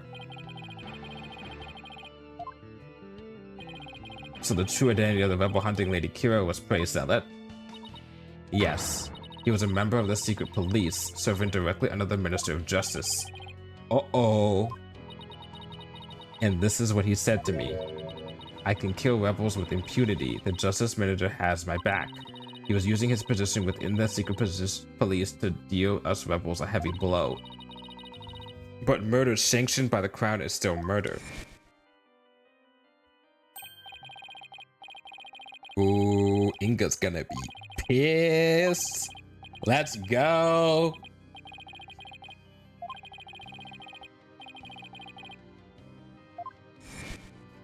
Ooh, Inga's gonna be pissed at us. No, this can't be. My father would never... Yeah, he fucking would. This explains why Acolyte Zealot abandoned his real name. Yes. Even went as far as covering up the tattoo that all Cryonis clergy members receive. Lady Kira was a member of the secret police? That explains why no order was given to investigate her attacks. Oh! But, this cannot be.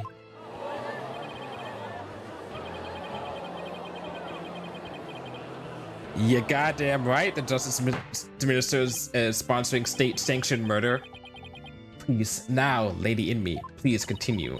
Pere suddenly lunged at me. That's when I pushed the stone slab toward him with all my might. I never meant for what happened next to occur. Allow me to take it from here. Abbott in me, are you sure you're alright now? I'm sorry you had to see that, but you need not worry about me. I'm already dead. Please, we need to know what was so important that you would take your own life. After I learned that my wife had accidentally slain Zealot, he was like, I cannot let that happen. I chilled his body with snow to make it seem as if he died more recently than he did. Then I later moved it to the Plaza of Devotion and inserted my dagger into his wound. The plaza was empty at that time, for it was before prayer time had started. Finally, I placed his body in the prayer pose, knowing no one would notice anything was wrong until the rite had concluded. It's perfectly possible that no one would disturb him if he seemed to be praying. So why the... Oh, I guess if they saw the blood, we do treasure our prayer time after all. To admit you tried to pin this crime on Maya Fey? Yes, this was all my doing. I never told my wife of my plan, but surely she would have tried to stop me.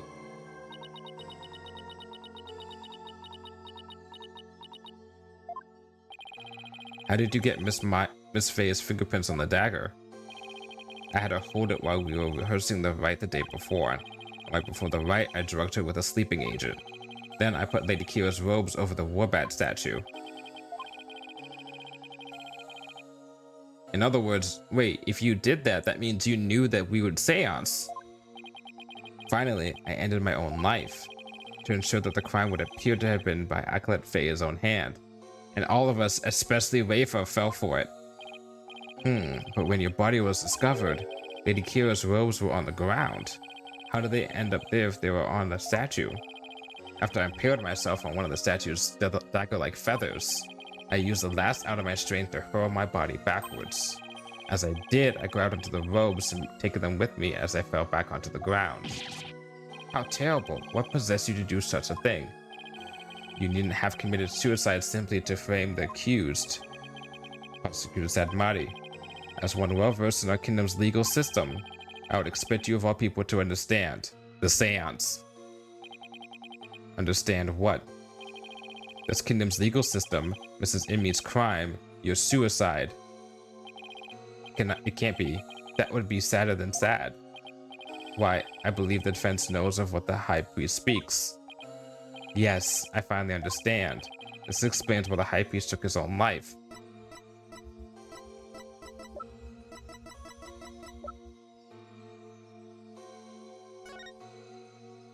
Those who support criminals will be deemed just as guilty. The Defense Culpability Act. Circumstantial evidence supports Mrs. Inmee's killing of Acolyte Zealot in self-defense. However, it would be next to impossible to prove it without a lawyer. That's why the High Priest wanted to pin the crime on Maya Fey. I fail to see what that has to do with his suicide.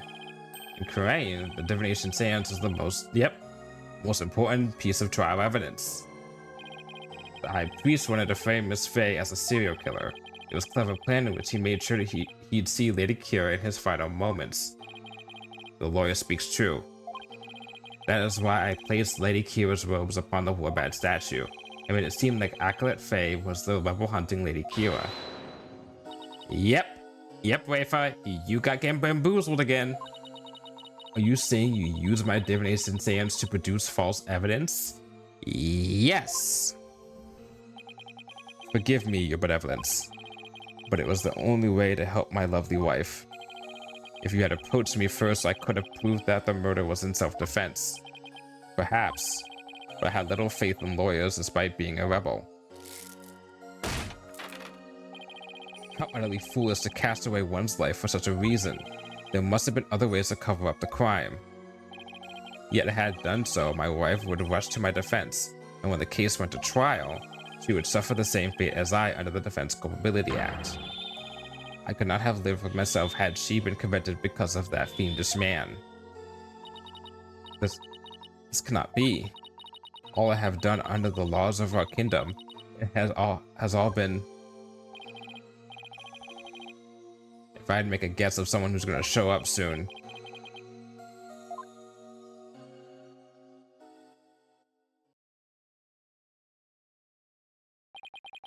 Mr. Phoenix Wright, it is time to show the might of your legal prowess.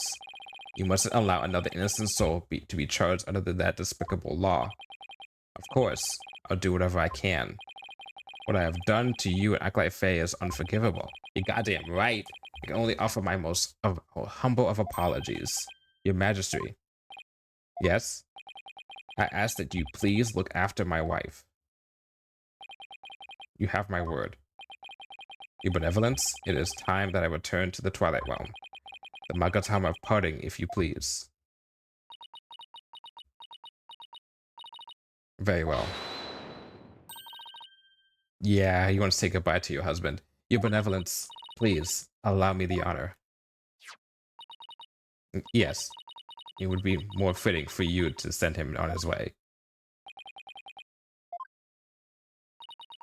Darling, I'm so glad I was able to see you one last time. Thank you for everything.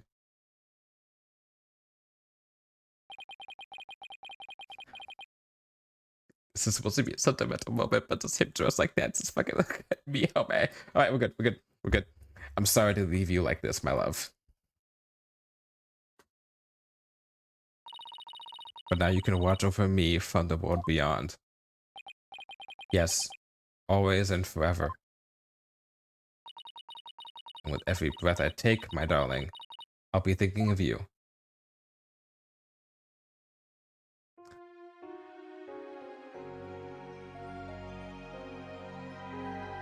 This was a good case.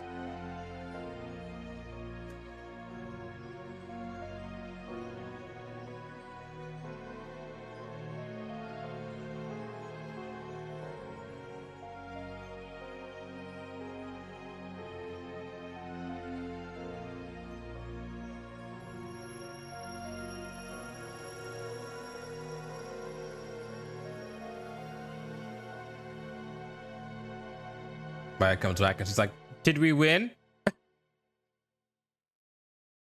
Oh. Oh, sucks to be her.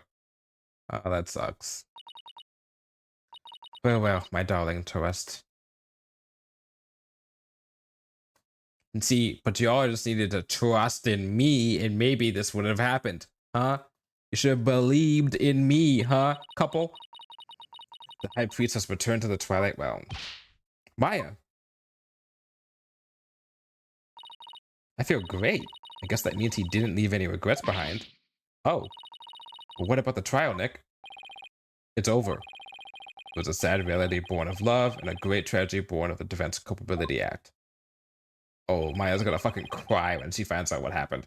Well, I see no need to continue this trial.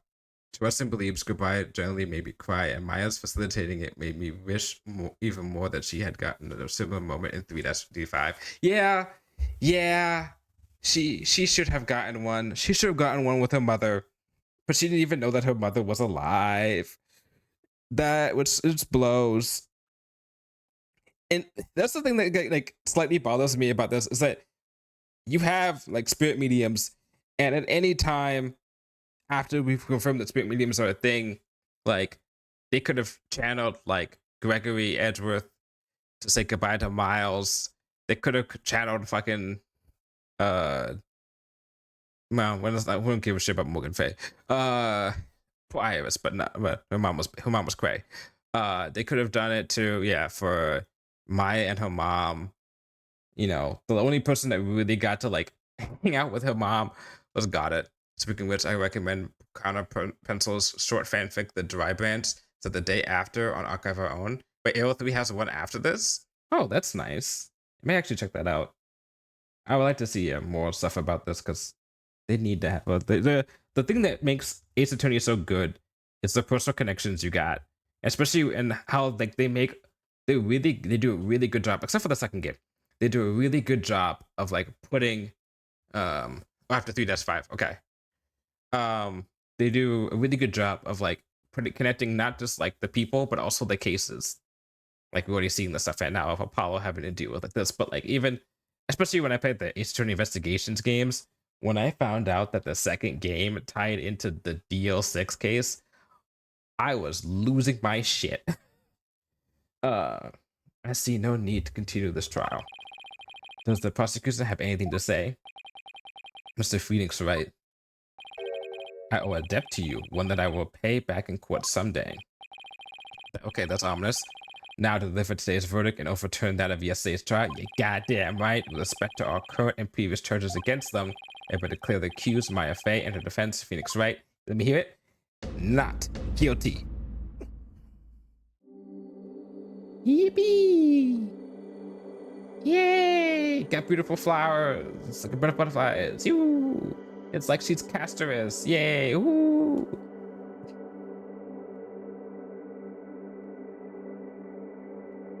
Let's fucking go. Now let's see if a certain minister shows his fucking head up right now, because he is going to be pissed if he is. And if not, we're good for now.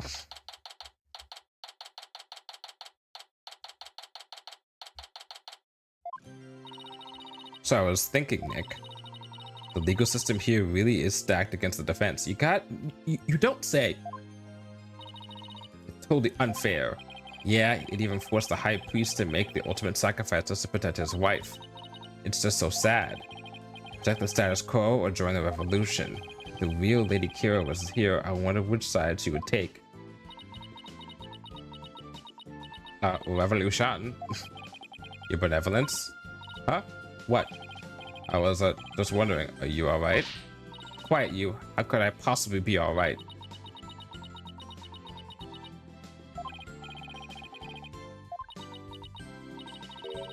Who do you think you are, suddenly appearing before me, trampling my insides underfoot and plunging the Hall of Justice into utter chaos? You even desecrated my mother and father's teachings, you soulless infidel. Jesus Christ, damn. I don't know if you can say that. What am I to do? As what most people do, aka prosecutors do when they're having problems, or defense attorneys do, you find your own path. You find something that proves what truth really matters. You know, pursue the truth. I'd always believed that communing with a victim's mitama would lead me to an absolute truth. But each time you overturned my insights, it was revealed that they served to support false charges rather than the truth. I am left now with that heavy truth in my heart. Perhaps I am not worthy of hearing the voices of the mitama. Here we go. She's going through her woe is me fucking phase. That's where you're wrong, your benevolence. What? Maya? How dare you? Your role is to bring forth the voices of the mitama into our world. If you don't do it, who will? You know nothing, Maya Fey. It was spirit channeling, not a divination seance that brought the truth to light. How dare an outsider like you employ the Queen's secret art? But what can I do? My spiritual power does not even approach yours. Is it not a cruel joke the royal priestess bestowed, bested by a lowly outsider?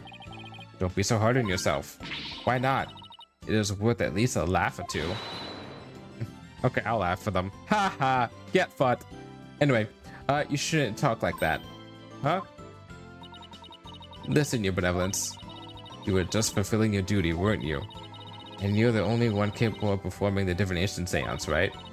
The station of royal priestess is not something to abandon lightly. The station of royal priestess? The people of your kingdom believe in you, but if you really mean all that you just said, then what are they supposed to believe in? You know not of what you speak. Actually, I kinda do. After all, I'm only here training so I can become a master of my village back home. A village master, you say? I did not know. It seems I owe you an apology. But even today, I called you a neophyte practitioner. It's alright, your benevolence. Thank you for finally acknowledging me.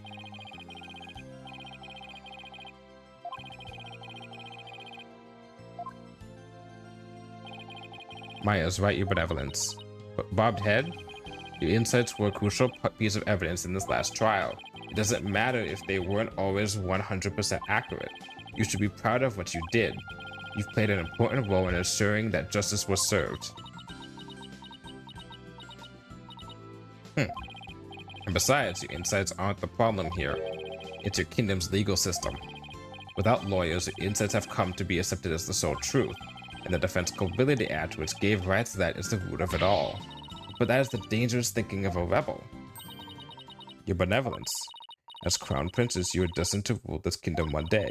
That means there will be many things that you alone must determine. Things like how to keep your people happy and what is true and what is false. And most importantly, what role you must play therein. I wonder if I'm even up to the task. Knowing you, your benevolence, you're more than capable. She's really matured. Oh my god. What the fuck? What was that? It came from the hallway. Oh, good god. Smoke, we better check it out. Hurry. Mr. Zimi. Mr. Wright, Acklet Faye, I'm so sorry for what transpired. You were almost sentenced to death because of me.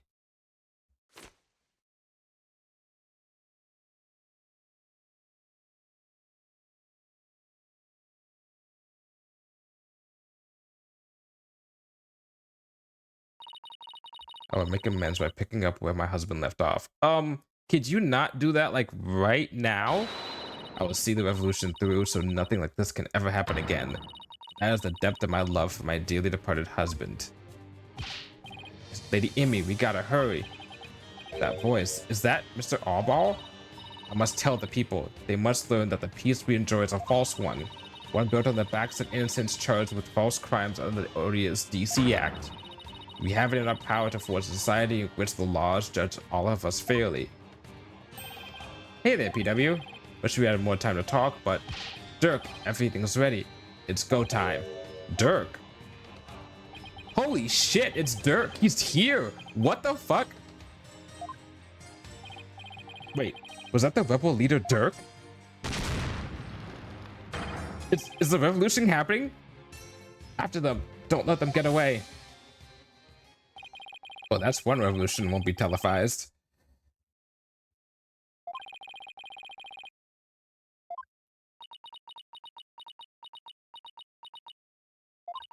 Hey, Nick. Hate to bother you while you're lost in thought, but I just got this great idea. What is it? The Steel Samurai versus the Rebel Dirk. I bet it'd make for another awesome TV show. This is not the time. And if we threw the pun Punisher in there, everyone would go nuts over it. Nice idea, but this is not the time.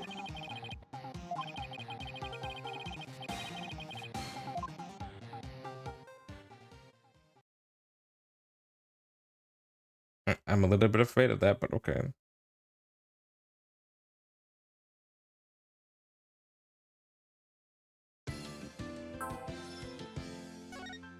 Neat. All right, we're good. We're Gucci. We're done.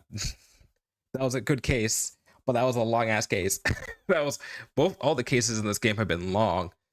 They've been the longest cases I've ever had. They're good cases, really good cases, but they're long. All right, we're gonna find someone to rate. Do this. Make sure I do this. Make sure my game is. Close that. I wonder if I'm gonna beat this. We'll see.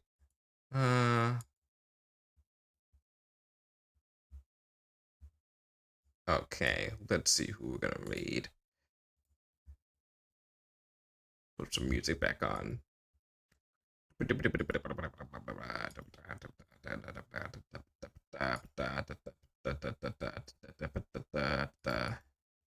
still live?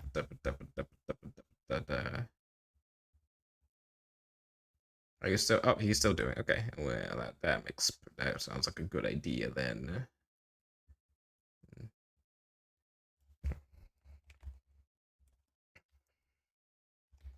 We're gonna go say hi to Alpha.